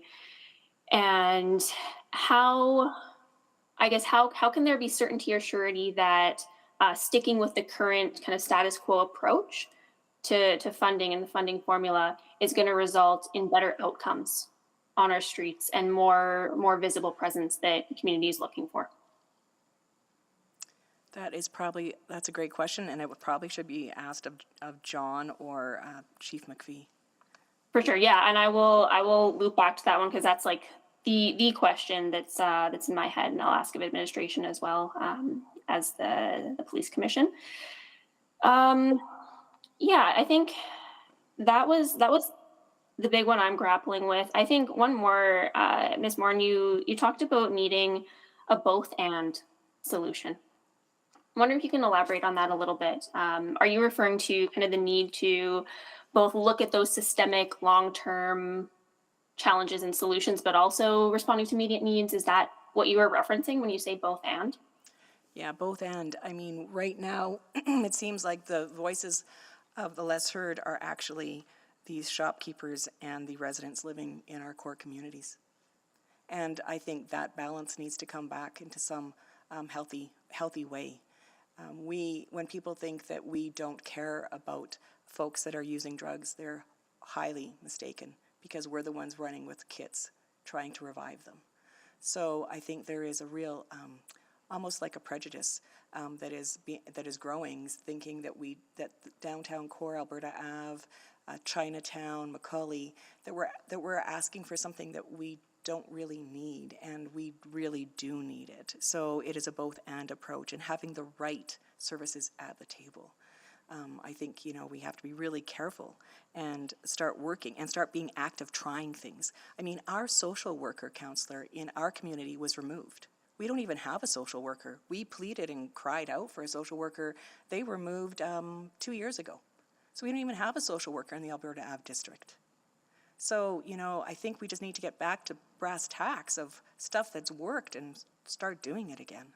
And things that didn't work, well, you try again and you see what can happen. I mean, it's messy, right? It's messy, but we have to start doing something. Thank you for that. Just with my last 30 seconds here, I did want to ask Mr. Estrada, if he's still with us. I think I see him. Thank you for being with us. I'll ask actually a similar question around, you mentioned the need for increased presence of beat officers in particular, and need to see them more often, not less, on the streets. And I agree that hotspots and priority areas need to have resources allocated appropriately. Do you feel that there does need to be that increase in funding, or is it a reallocation and focusing on priority areas that are seeing that high demand? Well, we have gang members patrolling our neighborhood. You walk with us here and you saw the burned down houses and the consequences of having them doing the patrolling. I'm not too sure if this is the reallocation of money, but if that's the case, I'm pretty sure that we can take all the police that from the city councilors that are voting against defunding or in favor of defunding the police, and take them away from their areas and moving them to our neighborhood. I'm pretty sure we'll appreciate that if that's the reallocation that you're proposing there.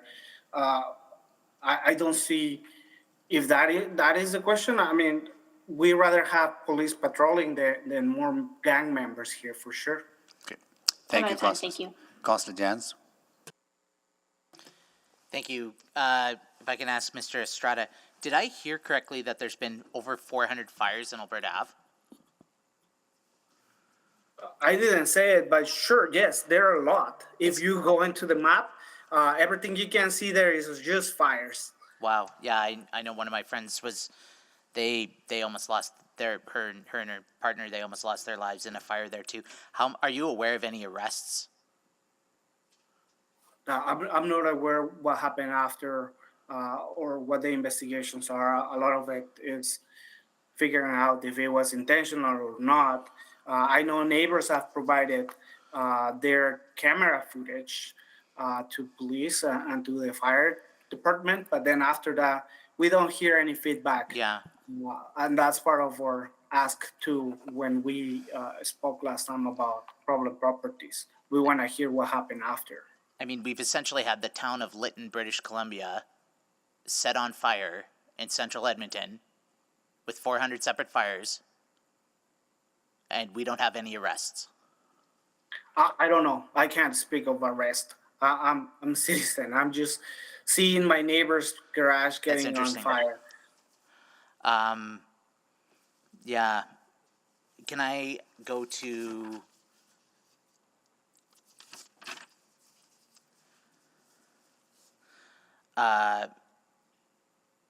Ms. Hirku, I'm sorry, could you pronounce it properly? Hritsu, my apologies, Hritsu. Are you here on behalf of the chamber or? Nope, on behalf of the Downtown Recovery Coalition. Okay, I know, I did have a question. The Chamber of Commerce sent us a letter. I guess you probably wouldn't feel comfortable speaking to that right now. You can ask the question and I'll let you know. That's fair. So in the letter, it talked about, while it is critical that police be adequately funded, it is also essential for transparency and accountability to accompany this funding. Council discussions about setting the right funding amount should be supported by clear and consistent long-term data so there is confidence that resources are being used efficiently. I think that sort of speaks to itself. I was curious hearing from the chamber what sort of data would they have in mind to support that? Yeah, I don't have that answer in my back pocket. Fair. I think one of the, and we're going to get into this later with, and maybe I'll ask Mr. Estrada if we have this disorder problem. Some of it is presence of unhoused neighbors sleeping on the streets. Some of it is defecation. Some of it is needles. Some of it is machetes. Some of it is traffic. We heard from the chief last week that the number one call for service is traffic.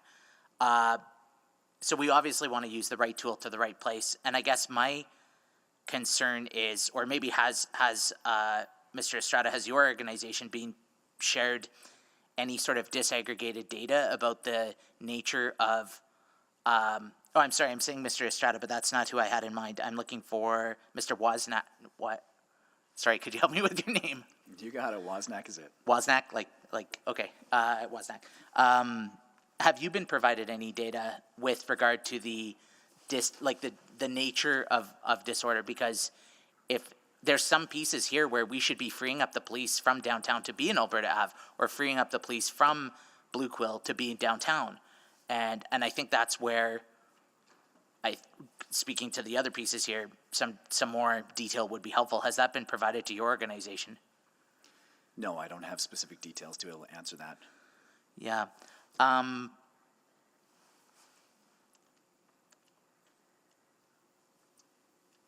think, and it's, sorry, Mr. Hong, is it? Yeah, I was interested in asking. You can call me Ihua. I go by they, them pronouns, so call me Ihua. Oh, thank you, Iwa.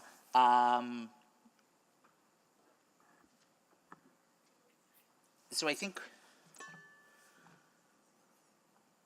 I was interested in hearing a little bit more about the harm reduction approach, because even if right now we could snap our fingers, there's roughly, I think if we walked out, there's 300 people sleeping rough. What would you like to see right now? So I think I want to preface this by saying that the conversation around harm reduction is really hard to have in the community right now. And that's due to the fact that harm reduction to me is a long-term strategy. And there is a urgency and a very valid need for immediate response right now. And it's hard to have the conversations with community members and say, look, we want to bring in affordable housing, we want to do all these things, because it doesn't address the immediate need. I would say that it's really, I guess for me, I'm not a harm reduction expert, but it's odd to me that services would be put in this space without wraparound services that would ensure that people are safe. We have folks who are accessing community safe injection sites who then have nowhere to go when they're using those facilities. We have folks who are not able to access accessible housing. We have folks who go into drop-in centers then closed, and people are dispersed onto the streets, where then the needles are discarded into these spaces. So to me, I feel like it almost seems like there was a need for agencies or for government to respond. They put in these services without thinking about how these services will have a larger impact on the community. So to be honest, I think it would be really good to see additional funding for some of the social agencies so that they can keep their doors open longer. It would be really, for example, Boyle Street with their drop-in center. But again, I think harm reduction is really important, but I think that conversation is really hard to have with the community right now because there's been such a neglect that there almost isn't an investment in thinking about long-term solutions because there's so many immediate concerns that need to be addressed right now. Thank you. Thank you. Councillor Rutherford? Yes, Ms. Morin, did you watch Executive Committee last week? No, I did not. So how did you hear about the intent of my motion? I read it. Okay, so you're just going by what you read. Okay, perfect. So, because what I hear from what you've said today is actually what is in the intent of my motion. So you talked about, wanting the experts to bring the solution to the table. So I said in the motion, come back at budget and tell us what you need, and we can decide from there. Is that not what you're looking for? No, what I'm looking for is trust in the Edmonton Police Service, ma'am. And you do not believe that I have trust in the Edmonton Police Service? I think there is considerable concern. Yeah. Yeah, I don't disagree with you. I think that I absolutely have said to Chief McPhee, to Chair McDougall, to many of the police members that I've done walkarounds with about how much I appreciate their work. Yeah. And we have to hold both spaces for both voices in the community. Mm-hmm. And to me, this motion that I put on the floor was a balance. It was saying, here's the tax base, that's the baseline. I guess the next question I'd have for you is, what budget increase would be acceptable to you to fund the police? I haven't given the matter consideration. Would you be okay with the tax increase on your let's say 2 to 3% to fund the police? I could think about it and get back to you on it. In addition to 8.5% that we're already looking at? I can take a look and get back to you on it. Do you not think that it's important to be clear and honest in building good relationships and in partnership about where the starting point is? I'm not sure where you're going with So this. I'm saying if I'm being honest about the baseline is the tax base, and saying let's start there and then come back with what you need, Chief McPhee, Chair McDougall, is that not, as somebody that's worked in community building for years, I've learned that honesty and even being upfront with hard truths is better than, stringing people along. So I definitely don't believe in being dishonest, and I Yeah. definitely value honesty and integrity. So that was the intent of my motion, right? To be honest and upfront about, we're talking about the tax base. It's going to be a tough fiscal year. Right. All around, in all departments. And I absolutely do want to make it clear that I trust the police, and that's why I'm asking them to come back. I actually think they'll get more with my motion, and Councillor Hamilton has spoken to that, actually. But this rhetoric that because I put the baseline at 385 is defunding the police, I've actually never talked once in my campaign, nor since being elected, about defunding. Thanks for the clarity. Thank you. To Mr. Houle. Are you still on the line? Yep, present. What do you make of the motion that was recommended by committee?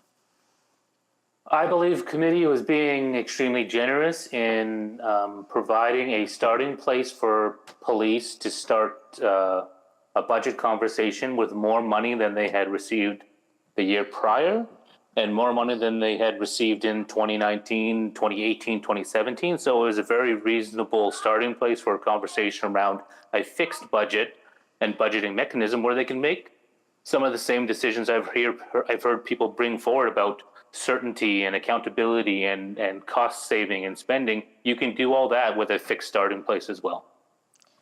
And what do you make of the reaction and pushback that I've received on this motion? Not necessarily from the speakers that are here today and dealing with the tragedies within the community, but even just the rhetoric about, ideology ruling my decision-making or any of the council's decision-making. Well, I think it's very problematic and troublesome to think that wanting everyone to be safe, including BIPOC individuals who are the most marginalized within every society, to feel safe around the people who are supposed to be saving them and protecting them.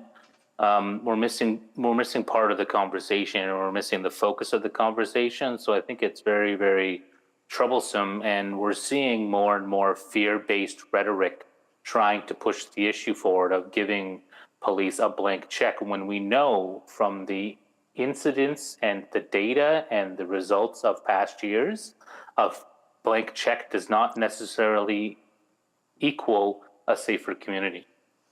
And what about hearing from speakers today that they've seen the erosion over a decade, but yet funding has increased?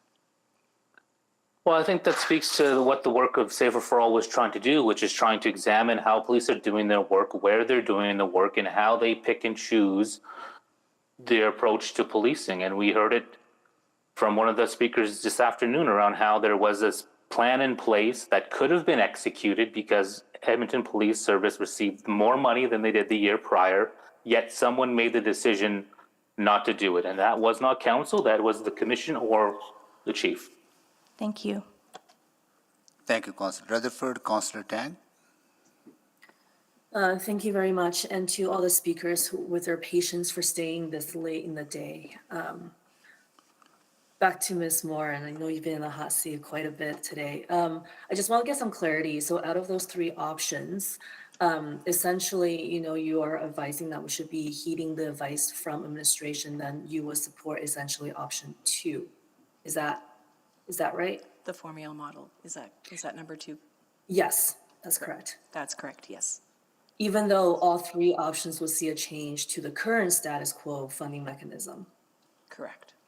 Okay, because I've also heard some other speakers to support the status quo funding formula, which would essentially be option 4, which is actually not even part of the package. So I just want to highlight that.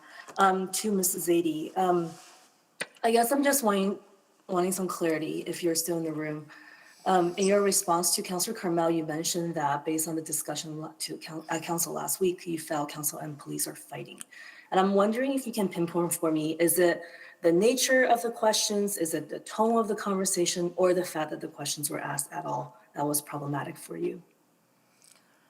I think there was active bullying that went on with the meeting that went on with the police chief and the questions that were asked of him.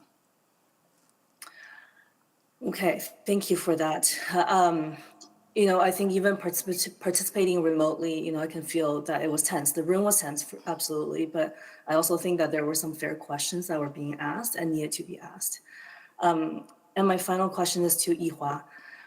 You said you were surprised by the motion passed last week for downtown investment without any mechanism for accountability. I'm just wondering, what would you like to have seen?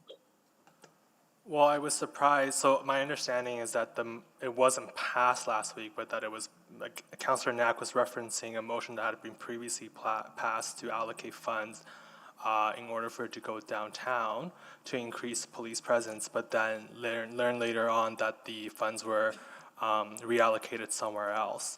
I guess what I would have really liked to see, even in that conversation, is for the police commissioners and for the police chief to engage in conversation with Councillor Knack about how that, why that happened, and maybe why there wasn't a mechanism either to be informed prior to the next budget cycle conversation, or either to be informed of the decision to reallocate, or even for there to be a mechanism to ensure that that funding actually went into that specific pocket.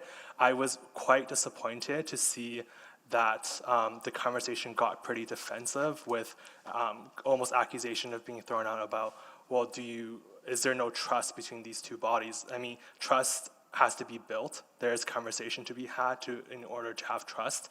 And I think that we hear from many community members that we have been feeling neglected and that community hasn't been taken care of. So I'm having a hard time understanding why there should be this implied trust when I feel like certain agencies such as the police have failed us for so long. So I really would like to see going forward if there are specific mechanisms that allow council to either follow up or ensure that budget items are being allocated as they were voted on through motions. Thank you. So greater dialogue. Thank you. I guess just still a question for you, which is my last question. You also mentioned that in the community you see more presence from community groups like Bear Clan, mutual aid, organizations than uniformed officers. I guess, do you see them as a resource? Do you think others in the community see these mutual aid groups as a resource? Because when I think about boots on the ground, I think there's a variety that includes folks like them. Councillor Tang, may I answer that question? Sure. I just want to let you know that some outreach groups are so fantastic. We love to see them. And there's other outreach groups that cause a lot of friction. I think before you mention which outreach groups are going to work in our communities, that you should ask the communities which ones are welcome, because sometimes there's violence, or sometimes there's some interactions that are not acceptable. Yeah, no, fair enough. And Ms. Ma, I understand you're on the Provincial Homeless Task Force, and I trust that you're bringing lots of these issues to that conversation as well. Just in the last 10 seconds, I am wondering if Yihua can answer that question as well. Yeah, I definitely think so. I 100% hear, I'm not involved with any of those organizations, so it's hard for me to say how they're meeting the community needs. But I definitely, and many members of my community, QT BIPOC community, Edmonton, see them as a resource, absolutely, for sure, and definitely feel safer accessing those resources than maybe some more institutionalized resources. However, I do want to say that these collectives exist not out of want, but out of need. There's a gap that exists within the community that hasn't been filled, which is why they exist. And I would say that there's probably a lot of praxis that isn't well suited for certain communities, but that these are often volunteers who don't have hundreds of $1 million budget to ensure that they're doing exactly what they need for the community. Thanks. I appreciate all the feedback. Thank you. Thank you, Councillor Tang. Councillor Stevenson? Yes, thanks very much, and thanks to everyone who's stuck with us and for sharing your perspectives today. Ms. Moore, I did want to start with some questions. So you mentioned, for the past 8 years, you've been advocating for a third beat team, but recognizing, that the funding formula has been in place for 6 of those years, the past 6 years. Just wondering if there were other factors that were raised in terms of, why that wasn't able to be put in place. Well, that would be a great question for the chief. My understanding is it's reallocation, because there's other major issues that are happening that need addressing at that immediate time. Yeah, and I think that raises an important question for me. Just I think a lot of the tension that we have around this conversation is a lack of clarity in terms of where resources are. So just wondering if you have through those conversations gained an understanding of how other areas are resourced compared to the core neighborhoods? I can't even speak to that. I don't know how the other suburbia neighborhoods are managed with EPS. I do know that we do need a special model to manage the core communities, not just with policing, with garbage collection, with big bin things, a whole bunch of stuff. And I think that's something that I've seen in other cities, and I've done a whole bunch of research on that I'd be happy to share with you at some point. But that is a real consideration, is actually creating policy that drives in the core communities and supports differently. Yeah, no, I think that's an excellent point in terms of those unique needs and what the unique responses are. Absolutely, thank you. Yuwa, I'll move to you as well. So yeah, again, just really appreciating your point about some of that mechanism. So you referenced that discussion last week that Councillor Knack had raised. So again, just hearing from you that there's that sense of needing to be able to see where the resources are and how they have been deployed in the community, just having a bit more clarity of information there. Yeah, I think so. I guess I was kind of caught off guard by that conversation. I was quite surprised that once the mechanisms for accountability, the council is the elected body for the community and for the public, right? So to me, I was kind of surprised that once the budget was allocated, that the police commission basically had the final say, but also without any other kind of responsibility to report or be responsive to the original allocation. I was quite surprised by that. I thought that there would be more, maybe some checkpoints of mechanism that would go back and forth between the council and the commission to ensure that the allocation is proper. It almost seems kind of like without the funding, like changing to like a different type of funding formula, it almost seems like all of this conversation is moot. If in the end there's a budget allocation and there's no ask for another service package, that it just basically goes wherever it goes. Yeah, I find that really odd, to be honest. Yeah, and I think that speaks to some of the tensions with the Police Act, and I think that will definitely need coordination, whether that's council or commission. But I think what I'm really hearing is just needing that clarity and that information sharing, and I think you spoke about accountability as well. Okay, perfect. Ms. Ma, just wanted to follow up the work that you had done in terms of the station in Chinatown. So I think I had understood that it was sort of proceeding to be in place, and then after our budget deliberations in December, that's when it was decided to not proceed. Was that what was communicated in terms of it didn't proceed as a result of that budget decision in December? I can't speak for them, but I could say that it was at least delayed because they had to concentrate on the LRT, which is true. And they didn't expect, I'm sure, that people would be murdered last week. I assume police are like firefighters. They have to go to where's hot, and they have to make choices. And I think that budget cut made them make a choice. Okay, thank you. I think, well, maybe Ms. Zadie, I'll just go back again and maybe follow up on the question again, just of, yeah, I think we're all struggling in terms of recognizing the need for relationship building and constructive discourse. So maybe just want to understand your comments a little bit more about the sense of there being bullying last week. I don't think I'm willing to answer any more questions. I'm not a politician. I don't know the ins and outs of everything, so I would prefer not to answer that. Oh, that's just fine. I think we're just trying to help ourselves understand Councillor community Stevenson. perspectives. Thank you. Thank you. Councillor Principe. Thank you, Mr. Mayor. Thank you, everyone, for being here today. Mr. Houle, you're still on the line there? I am, yes. Okay, thank you. So you had mentioned when you were speaking about EPS should have to bring forward a funding package just like any other city department, correct? I said that if a community wanted targeted enforcement or something like that, the service package approach would be the only way to guarantee that funding was connected to addressing issues in Chinatown and wherever. Okay, and did you say that EPS should have to bring a funding package forward just like any other city department would, or bring their budget forward to be approved? I believe that was the process before the formula was created. Right, so you were in support of that, which is a little bit contradictory of the motion that was recommended by committee. They are giving a baseline, and so it's just a little bit different, the two things that you're supporting. Well, no, I think that the baseline is intended to start the conversation, and if the Edmonton Police Service needed money above and beyond that baseline, then that would require a service package. I think that's what Councillor Rutherford was moving towards. Okay, but I don't think that we necessarily do that with other city departments. I guess that's my point. So thank you for that clarification.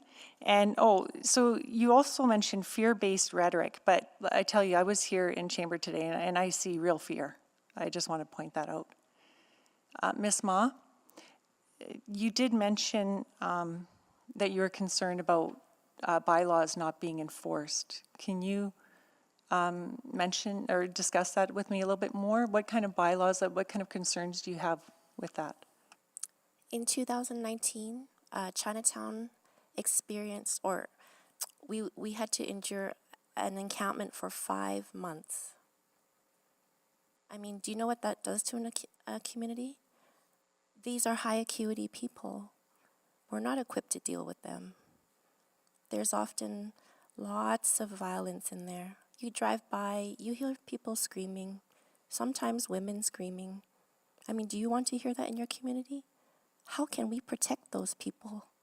It's very scary. And we have overdoses all over the place, even though there's injection sites 1 block away. In the last month, we pulled out 2 bodies. One body came out of a car that was being serviced, like it was broken into, and unfortunately the person passed away inside. There was, on the same day, as the two murders, there was a dead body pulled out of the encampments. George Spady is less than 1 block away. We're traumatized by this. People are suffering here. I don't know what the answers are. It's so hard. But this is what we see. And could you honestly tell me that no one's going to get hurt again like this? This summer is going to be horrific for us. Yes, thank you for sharing that. And then, Mr. Zong, you had were discussing accountability of police, which I agree with you, absolutely. I expect, I demand accountability with everyone, but from what I've seen, they are very much so being held accountable. And do you disagree with that? No, I don't necessarily disagree with that. I think I'm just maybe a little bit confused, and maybe the folks in this room can help me. I don't really understand why the police or council members wouldn't want to take up the opportunity to demonstrate the need for specific service packages. I would hope that the police would want to come to council, come to the public and say, look, we have a demonstrable need in this community and we need additional funding for this, and one that's demonstrated. And to me, that almost seems like an opportunity not only for accountability, but for the public and for council to be aware of where that money is going. I don't think that the police are necessarily not accountable. I think that when we have the conversation of whether needs in the community have been met, it's obvious that folks are expressing that it hasn't been.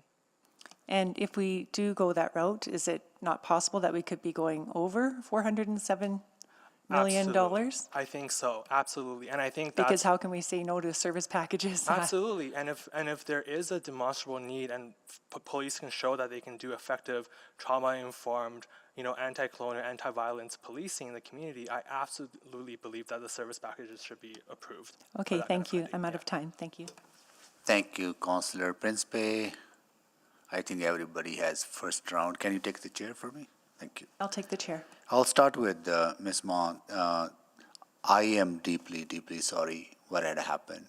And thank you for being here today, and everyone else from the community and supporting the community. It's just a tragic, tragic thing, tragedy what had happened. I understand and hear the need to control the crime and disorder that exists in the community now, right? I get that.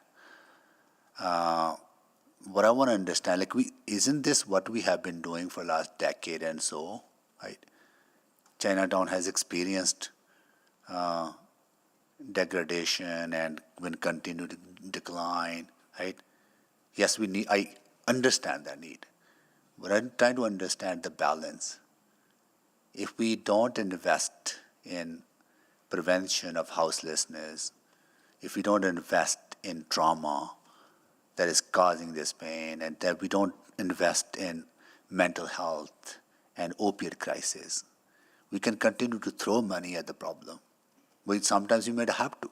I just try to understand the balance, understanding the pain that community is going through. There's so many things I want to tell you. Chinatown has always seen social disorder, and that's remnants of racism of why Chinatowns are in red light districts. So Chinese are very, very accustomed to social disorder. And if it's alcohol, you know what? We managed. When it was opioids, we could manage. But now that it's meth and harder drugs, what community can manage that? So the complexity of social disorder has skyrocketed. And how, as a community, have you, the city, not you, sorry, but the city has equipped us to deal with it? Maintaining, investing in social services is paramount. But I think there has to be short-term, medium-term, and long-term solutions. So what I hear from you that the revival of Chinatown is not just an enforcement issue. It's much, much deeper. Yes, enforcement is immediately required, because of the crime issue and disorder issue, but it goes deeper than It's enforcement. concomitant, but there is way too much emphasis on long-term projects. Okay. Everybody's struggling right now. The vulnerable are suffering. Chinatown is suffering. Where is the short-term help here for everybody? Yeah. I mean, how far away is permanent supportive housing? Yeah. So on that short-term help, if we were to allocate funding, say service EPS commission comes to us, say, we need X amount of dollars for Chinatown, for downtown, for 118th Avenue to control immediate disorder issues, they can do that.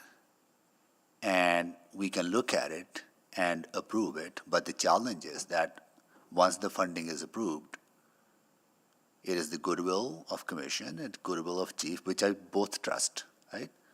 But we lose accountability. There's no accountability for me to you once we allocate the funding, whether that money is going to go there. I see it as a two-step process. Yeah. I see it as the police have to get the money first. After they get the money, then we have to chase them to make sure that we're getting what we need. It's a two-step process. It's not like you can say, well, I'm only going to give you this amount of money and then you do whatever. It's like, well, we have to make sure that they're properly funded. And then we need to tell them as a community what we need. Okay. I like that because I think that's where I think we need to continue. I think the struggle that I'm having is that that accountability piece, right? So if there's a package, service package at council, we approve that service package with the expectations that you can hold community, so you can hold commission and police service to account.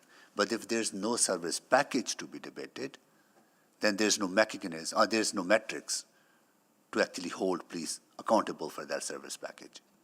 But that argument can be applied to any department that you have. Of course, that is why it's so important that we actually discuss police budget. That we discuss police budget at this table, that you as a community can see the money achieving the results that you want for which money is allocated. I think that would be a question for the community. Absolutely. We could. That's why I think it's important. Like that's why I don't support a formula, because there's no accountability within formula. But there's accountability within budget. At least we can ask questions on that budget. So that's what I'm trying to understand. We want to get to the same place, right? I'm just trying to understand. No, I'm absolutely out of time. But if there isn't enough money, if you're losing $20 million, then for sure we're not going to get what we need. Yeah, we'll seek clarification on that. I don't think we're losing $20 million. I think that's misinformation out there. Maybe confusion, right? We'll seek that clarification. Okay. Yeah. Thank you. Yeah, okay, good. Thank you so much. I'll take the chair back. No, actually, I'll move the second round. Second.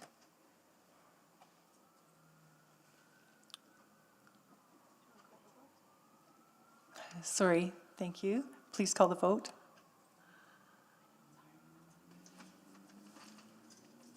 It's resetting in favor. I'm a yes as well. Thank you, Councillor Jans. So- Thank you, Mr. Mayor. I'm also a yes. These scribes kicked me out. Thank you. Thank you, Councillor Knack. We're just waiting for your vote, Councillor Rice. Yes. Thank you. We have all the votes. Please display the vote. And that is carried. Chair, back to you, Mr. Mayor. Thank you so much. And I'll get the list back. We're just going to, it's needing a bit of a reset, so we've got Councillor Salvador followed by Councilor Salvador, you start?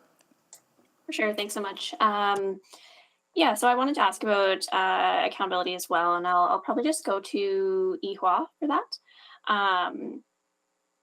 We're limited as a council and as councillors in terms of our line of sight when it comes to accountability, and it's really just appointment of commissioners and the budget. So I think the way we structure that budget process is something that we should be paying sort of utmost attention to. And what I'm hearing through this conversation is that by having packages come forward, that does add inherently sort of an additional layer of accountability as to where those funds should be going. and of course provides that mechanism to actually check in to make sure that that's happening on the ground.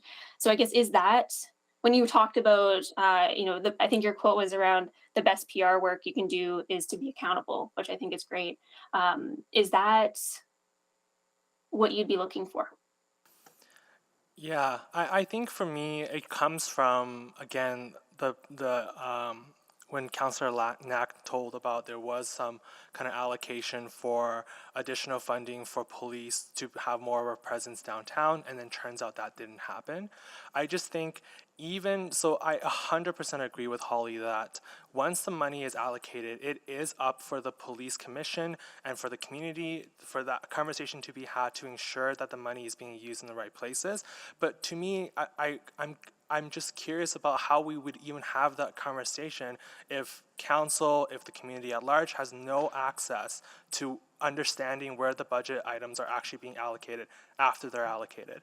And to me, the service package just allows for more distribution of information from the police to demonstrate, look, this is the money that we asked for, we said we were going to do this with it, this is what it's being used for. Great, yeah, so kind of additional layer of transparency as well. Okay, I also wanted to ask, is Ms. Sampson still with us? Yes, she is. Yeah, Yes, she I'm is. here. Yes, okay, great. So just a few questions about the ongoing fires in Alberta Avenue. I would like to know from community's perspective, what are you being told in terms of the progress that's being made? Has a special task force been created? Do you know if additional resources have been allocated in light of the ongoing crisis? Just trying to get a feel for that and your perspective on what progress is being made and what's been communicated to you. Right. So a number of us have had several terrific meetings with both the police chief and the fire chief, not just on the question of the fires, but on a whole bunch of other related issues. They've come right down to sit with us and to talk about what they're seeing, what they're doing, as far as they're able to disclose that, and we feel a very good connection with them. I think the problem is that they would like things to be better coordinated, and as you might remember from the problem properties discussion, this was why I and others were pressing for a footprint for the city in the community so that that kind of coordination can have some sort of hub, some sort of a focus. And I was interested to hear that the Chinatown community representatives had also hoped to have a similar footprint at one point in time. So are we getting good communication, outreach from the most senior levels of police and fire rescue? Absolutely we are. I think they would like to put the pieces together more effectively. And the Problem Properties Initiative, which we're still waiting to see that roll out, my understanding was it was supposed to have rolled out last month, was supposed to be a mechanism for communicating with community and coordinating information from the various first responders and other agencies. Okay, I appreciate that and definitely understand the need for sort of more integrated, coordinated work. And it's good that community is able to meet with police and with the chief of the service. But I guess I'm still wondering, has anything sort of, for lack of a better word, tangible been communicated to you around suspects, arrests? There's been hundreds of fires in this neighborhood. And I guess I would have expected some sort of change by now. And what's community feeling? What are they hearing? Right. Well, you've heard our frustration, and that isn't because the police aren't sharing suspect lists with ordinary members of the public, which would be unbelievably inappropriate. So of course they haven't been discussing that with us. That would be really bad. In terms of why isn't there more progress, I think you also have to look at the scale of the problem. It's outpacing the progress that's being made. And I know my friend and neighbor Christy Moran has more information about this, so may I send this over to her? My time is up. Time is up. Okay. Sorry about that. Councillor Jens? Thank you. Certainly sharing names of suspects would be, if I may, through you, Mr. Chair, to Speaker Sampson, sharing the names of the suspects would be problematic, but I wonder about even like rewards or Crime Stoppers, or I am actually shocked that the private insurance companies who your home insurance with haven't dispatched their own, parachuting investigators to come and figure this out, because I know just the costs of replacing and home insurance and everything, it must be absolutely debilitating to afford insurance in your neighborhood. At some point, I wouldn't be surprised if the superintendent of insurance says, well, 400 plus fires, no arrests, no suspects. We're not going to insure you if you live in this area, kind of like they're doing to BC. So I guess I think Councillor Salvador would, not to guess, but it sounded like she was trying to ask, are you satisfied, and what would more look like for the neighborhood? Okay, well, I wouldn't assume that there are no suspects when we don't have that information. I just don't think that's a fair assumption to make. 12 months, no arrests. Okay, arrests are something that we can quantify, for sure. Please put that question to the chief. I'm in no position to explain that. Yeah. I'm just a private citizen. In terms of my level of satisfaction and what insurers might undertake to do and so on, I think that's a very interesting question. All of these recent questions have pointed to the dire need, whether we're calling it problem properties or fire issues, to a coordinated hub where information can be shared between agencies and with community. Yeah. Yes, sure, I'm frustrated that that hasn't happened yet, and I talked all about that to the Problem Properties Initiative, an initiative that is going to happen, and we're very glad about that. So personally, I'm seeing some movement in a good direction. Excellent. I appreciate that. I've been reading through the, and if I may ask Speaker Iwa, I've been reading through the EPS annual report, and it's interesting because, there's a lot of really good stuff in here. Talking about crime going down, talking about a lot of improvements across the board. And I guess earlier I was asking about harm reduction. I think the hard part right now is that, like we heard earlier today, there's only day shelter space for 170 humans.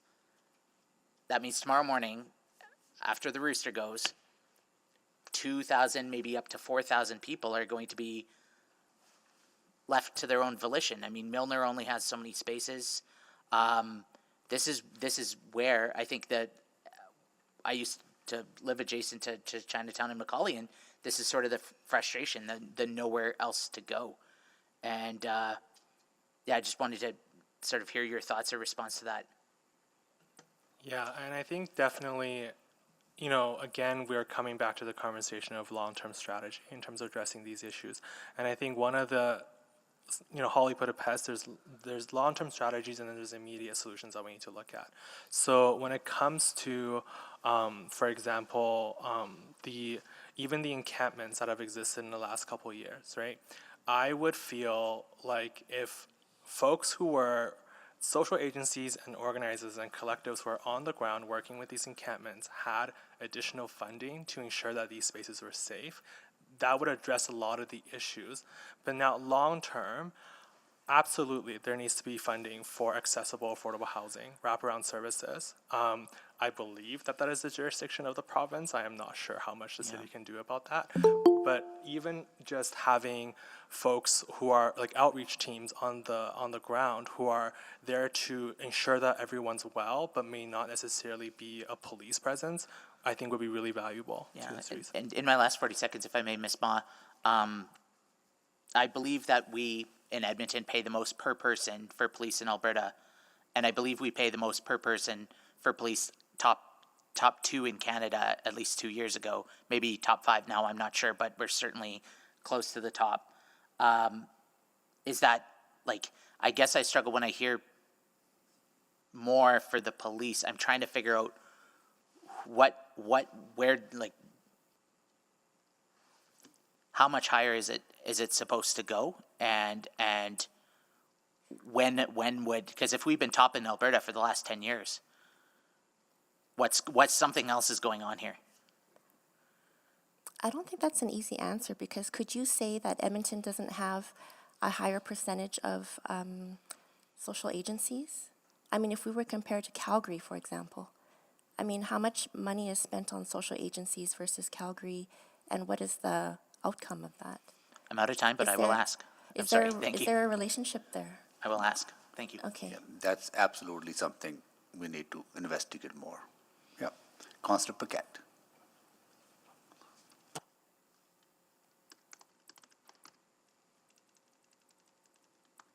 You're on mute. You're muted, Councillor I'm Paquette. on mute. Okay, thanks. Hua, maybe I'll go with you still, since you're on a roll. So it can seem overwhelming, but if we break it up into component parts, I think what you're saying is it's really simple. Let's take some action now, and I think we are, because we've got the rollout of more transit security, we've got the rollout of more peace officers, we've got the rollout of more EPS going into hotspot areas, and we're having this conversation right now, which really shines a light on the need for additional deployment. I think all of that is happening. So we're getting that. We're also getting, I think, 500 units opening very soon of housing. So things are moving, and they were put in motion years and months ago. So that's the short term. We've got the medium term. We've got the long term coming. But what more could we be doing in your mind? I think so. Absolutely, the immediate is really important, and I really want to just quickly say thank you to Councillor Rice and those councillors who supported the motion for the additional funding. I think, when it comes to, I just want to mention, I do think that was important too, but that funding could have come without the motion, and that's what's frustrating to me. If the need was there was no need for a motion. We could have just done that anyway. Anyway, go on. That was just me. Yeah, and I think when it comes to the long-term solutions, there is a need for us to look at and address the systemic issues that have caused us to be in the position that we are in today. I think that when it comes to understanding even the relationships that have deteriorated between City Council, between Edmonton Police, between Chinatown community, it really is symptomatic of problems that have existed for a really long time and have never been addressed. Again, I think that when it comes to harm reduction principles or safe injection sites, we're looking to changing the narrative around criminalizing these kind of behavior and understanding that folks need to be served and folks need to be put in rehabilitation services in order for them to be better members of the community. And I think that it's really great to see services pop up now, but I will say that there is an immediate situation that needs to be addressed in Chinatown. I think that is quite dire as well. So let me ask you a question. Are you aware of the limitations that the city has versus what the province has in addressing these very real human tragedy issues that spill out onto our streets and into our communities? Do you know about those separations? Because I think that a lot of people think that the city should and could be doing all of it, but we actually don't have the tools or the funding, and a lot of it actually really is legitimately provincial responsibility that's simply not happening. And why, I don't know. Is it because the majority of people who are being affected are racialized? I don't know the answer, but it is very, very strange to me. What are your thoughts on that? Yeah, I think so. I am not 100% sure about that alienation, but I'm not sure if it's super relevant. I think that for me, it's relevant to the extent of where the city has But you were just talking about those age-old frictions, and Yeah. I think that's got to be part of it, doesn't it? So I think it's relevant to the extent of where jurisdiction lies. If the city does not have the legal authority to provide these services or to interfere in these situations, then I absolutely think that's relevant. But beyond that, if it's not a jurisdiction issue, rather the responsibility, I would hope that beyond the discussions of where, what the province's role is, what the city's role is, that there is a recognition that there is an issue and that governments try to step up in their role to address it. There is long-term conversation to be had about whether the province needs to do more, but there are immediate issues on the ground, and I don't know if having these I agree. conversations serve the needs of the community. Yeah, it's kind of like if I go and dump all my problems on someone else's lawn, suddenly all the neighbors think that that person has a lot of issues at their house, but it was really me dumping all my problems. That's kind of where we're at, and it's kind of frustrating. But I have a motion that's coming back that's going to separate that so people can see it clearly. We can talk about it clearly. And I would say, just with that example, I think at a certain point, I think community members, like I would say, I would be willing to go into the law and pick it up. Yeah, it is your responsibility, but at the end of the day, there's an issue here, and I think it needs to be But at the end of the day, if you're doing it, if you're spending most of your time and money cleaning it up, your family starts to suffer. Yeah. And you got to say to your neighbor, like, you got to stop dumping the problem here. You got to be part of the solution. Yeah, that's fair. Thank you, Councillor Paquette. Councillor Principe? Thank you, Mr. Mayor. This is a serious question. Does any of the speakers have any police experience? No, neither do I. So my concern is that we talk about transparency. I do believe that everything EPS does, they're held accountable, but I don't think they can be 100% transparent on everything. As you were saying, Ms. Sampson, they couldn't release some names, right? Just, because of safety issues. And I'm sure that there are often times where there's sensitive information that the public and council cannot be aware of to ensure public safety. So if that is going to be tied in with the budgeting, that they have to come forward with a package, that can be detrimental, I feel, to the safety of our citizens, our residents, and the communities. And so, Ms. Sampson, I'll ask you, because you were mentioning that. Do you see that that's a concern or an issue? Well, it's going to depend on how council wants to do the fine tuning on all of this. I don't think we know that yet, right? And in terms of exactly how much they want to drill down into information in order to approve a service package. So I can't anticipate what such a thing would look like, and so it's hard to answer your question. But I think it is important to keep in mind that it's not just about the safety of the community, but there are legal issues involved with the difference between being a person of interest and being someone who's been charged with a crime. And just as there's a difference between being charged with a crime and being convicted of a crime. So these subtleties are kind of getting lost here, I think, somewhat, and I'm glad you've raised that point. Okay, and Ms. Morin, do you feel confident that City Council and EPC are keeping EPS accountable? Sorry, can you reframe the question? Am I confident that we are ensuring that, or keeping EPS accountable? I think there is good communication between the City of Edmonton and EPS on an ongoing basis, and I think the Police Commission is doing a great job as well, so I think the proper mechanisms are in place. Okay. To answer the question, if I may, about, are there considerations to be made? We as a community are very afraid.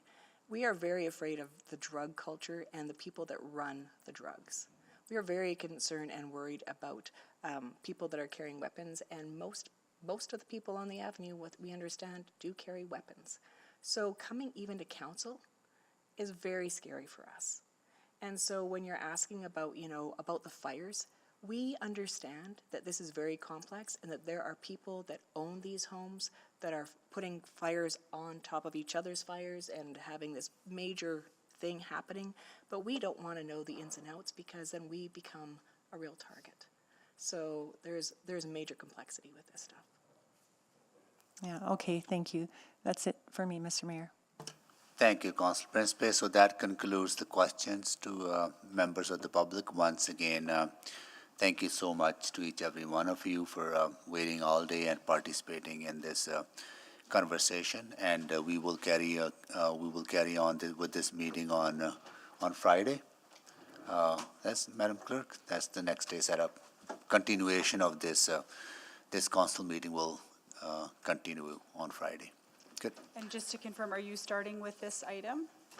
I just know that there's one in-camera item that came up from committee that does need to get dealt with, so just put a little bit of a placeholder down there that we need to deal with 9-5 on Friday. So perhaps we could deal with that first, and then you could return to 6-7 if that's the will of council. So that's 9.5? That's correct. Okay, you need to make that time specific now, If you want to do that now, sure. Councillor Hamilton? Yeah, I was just going to move that we make item 9.5 time specific, first item of business on Friday morning. Okay. Second. Second by Councillor Paquette. Any questions for making that item time specific 9:30? Seeing none, please vote. I'm a yes, Madam Clerk. Thank you. Yes as well. Thank you. Yes, as well. We're just sending the vote out. Thank you.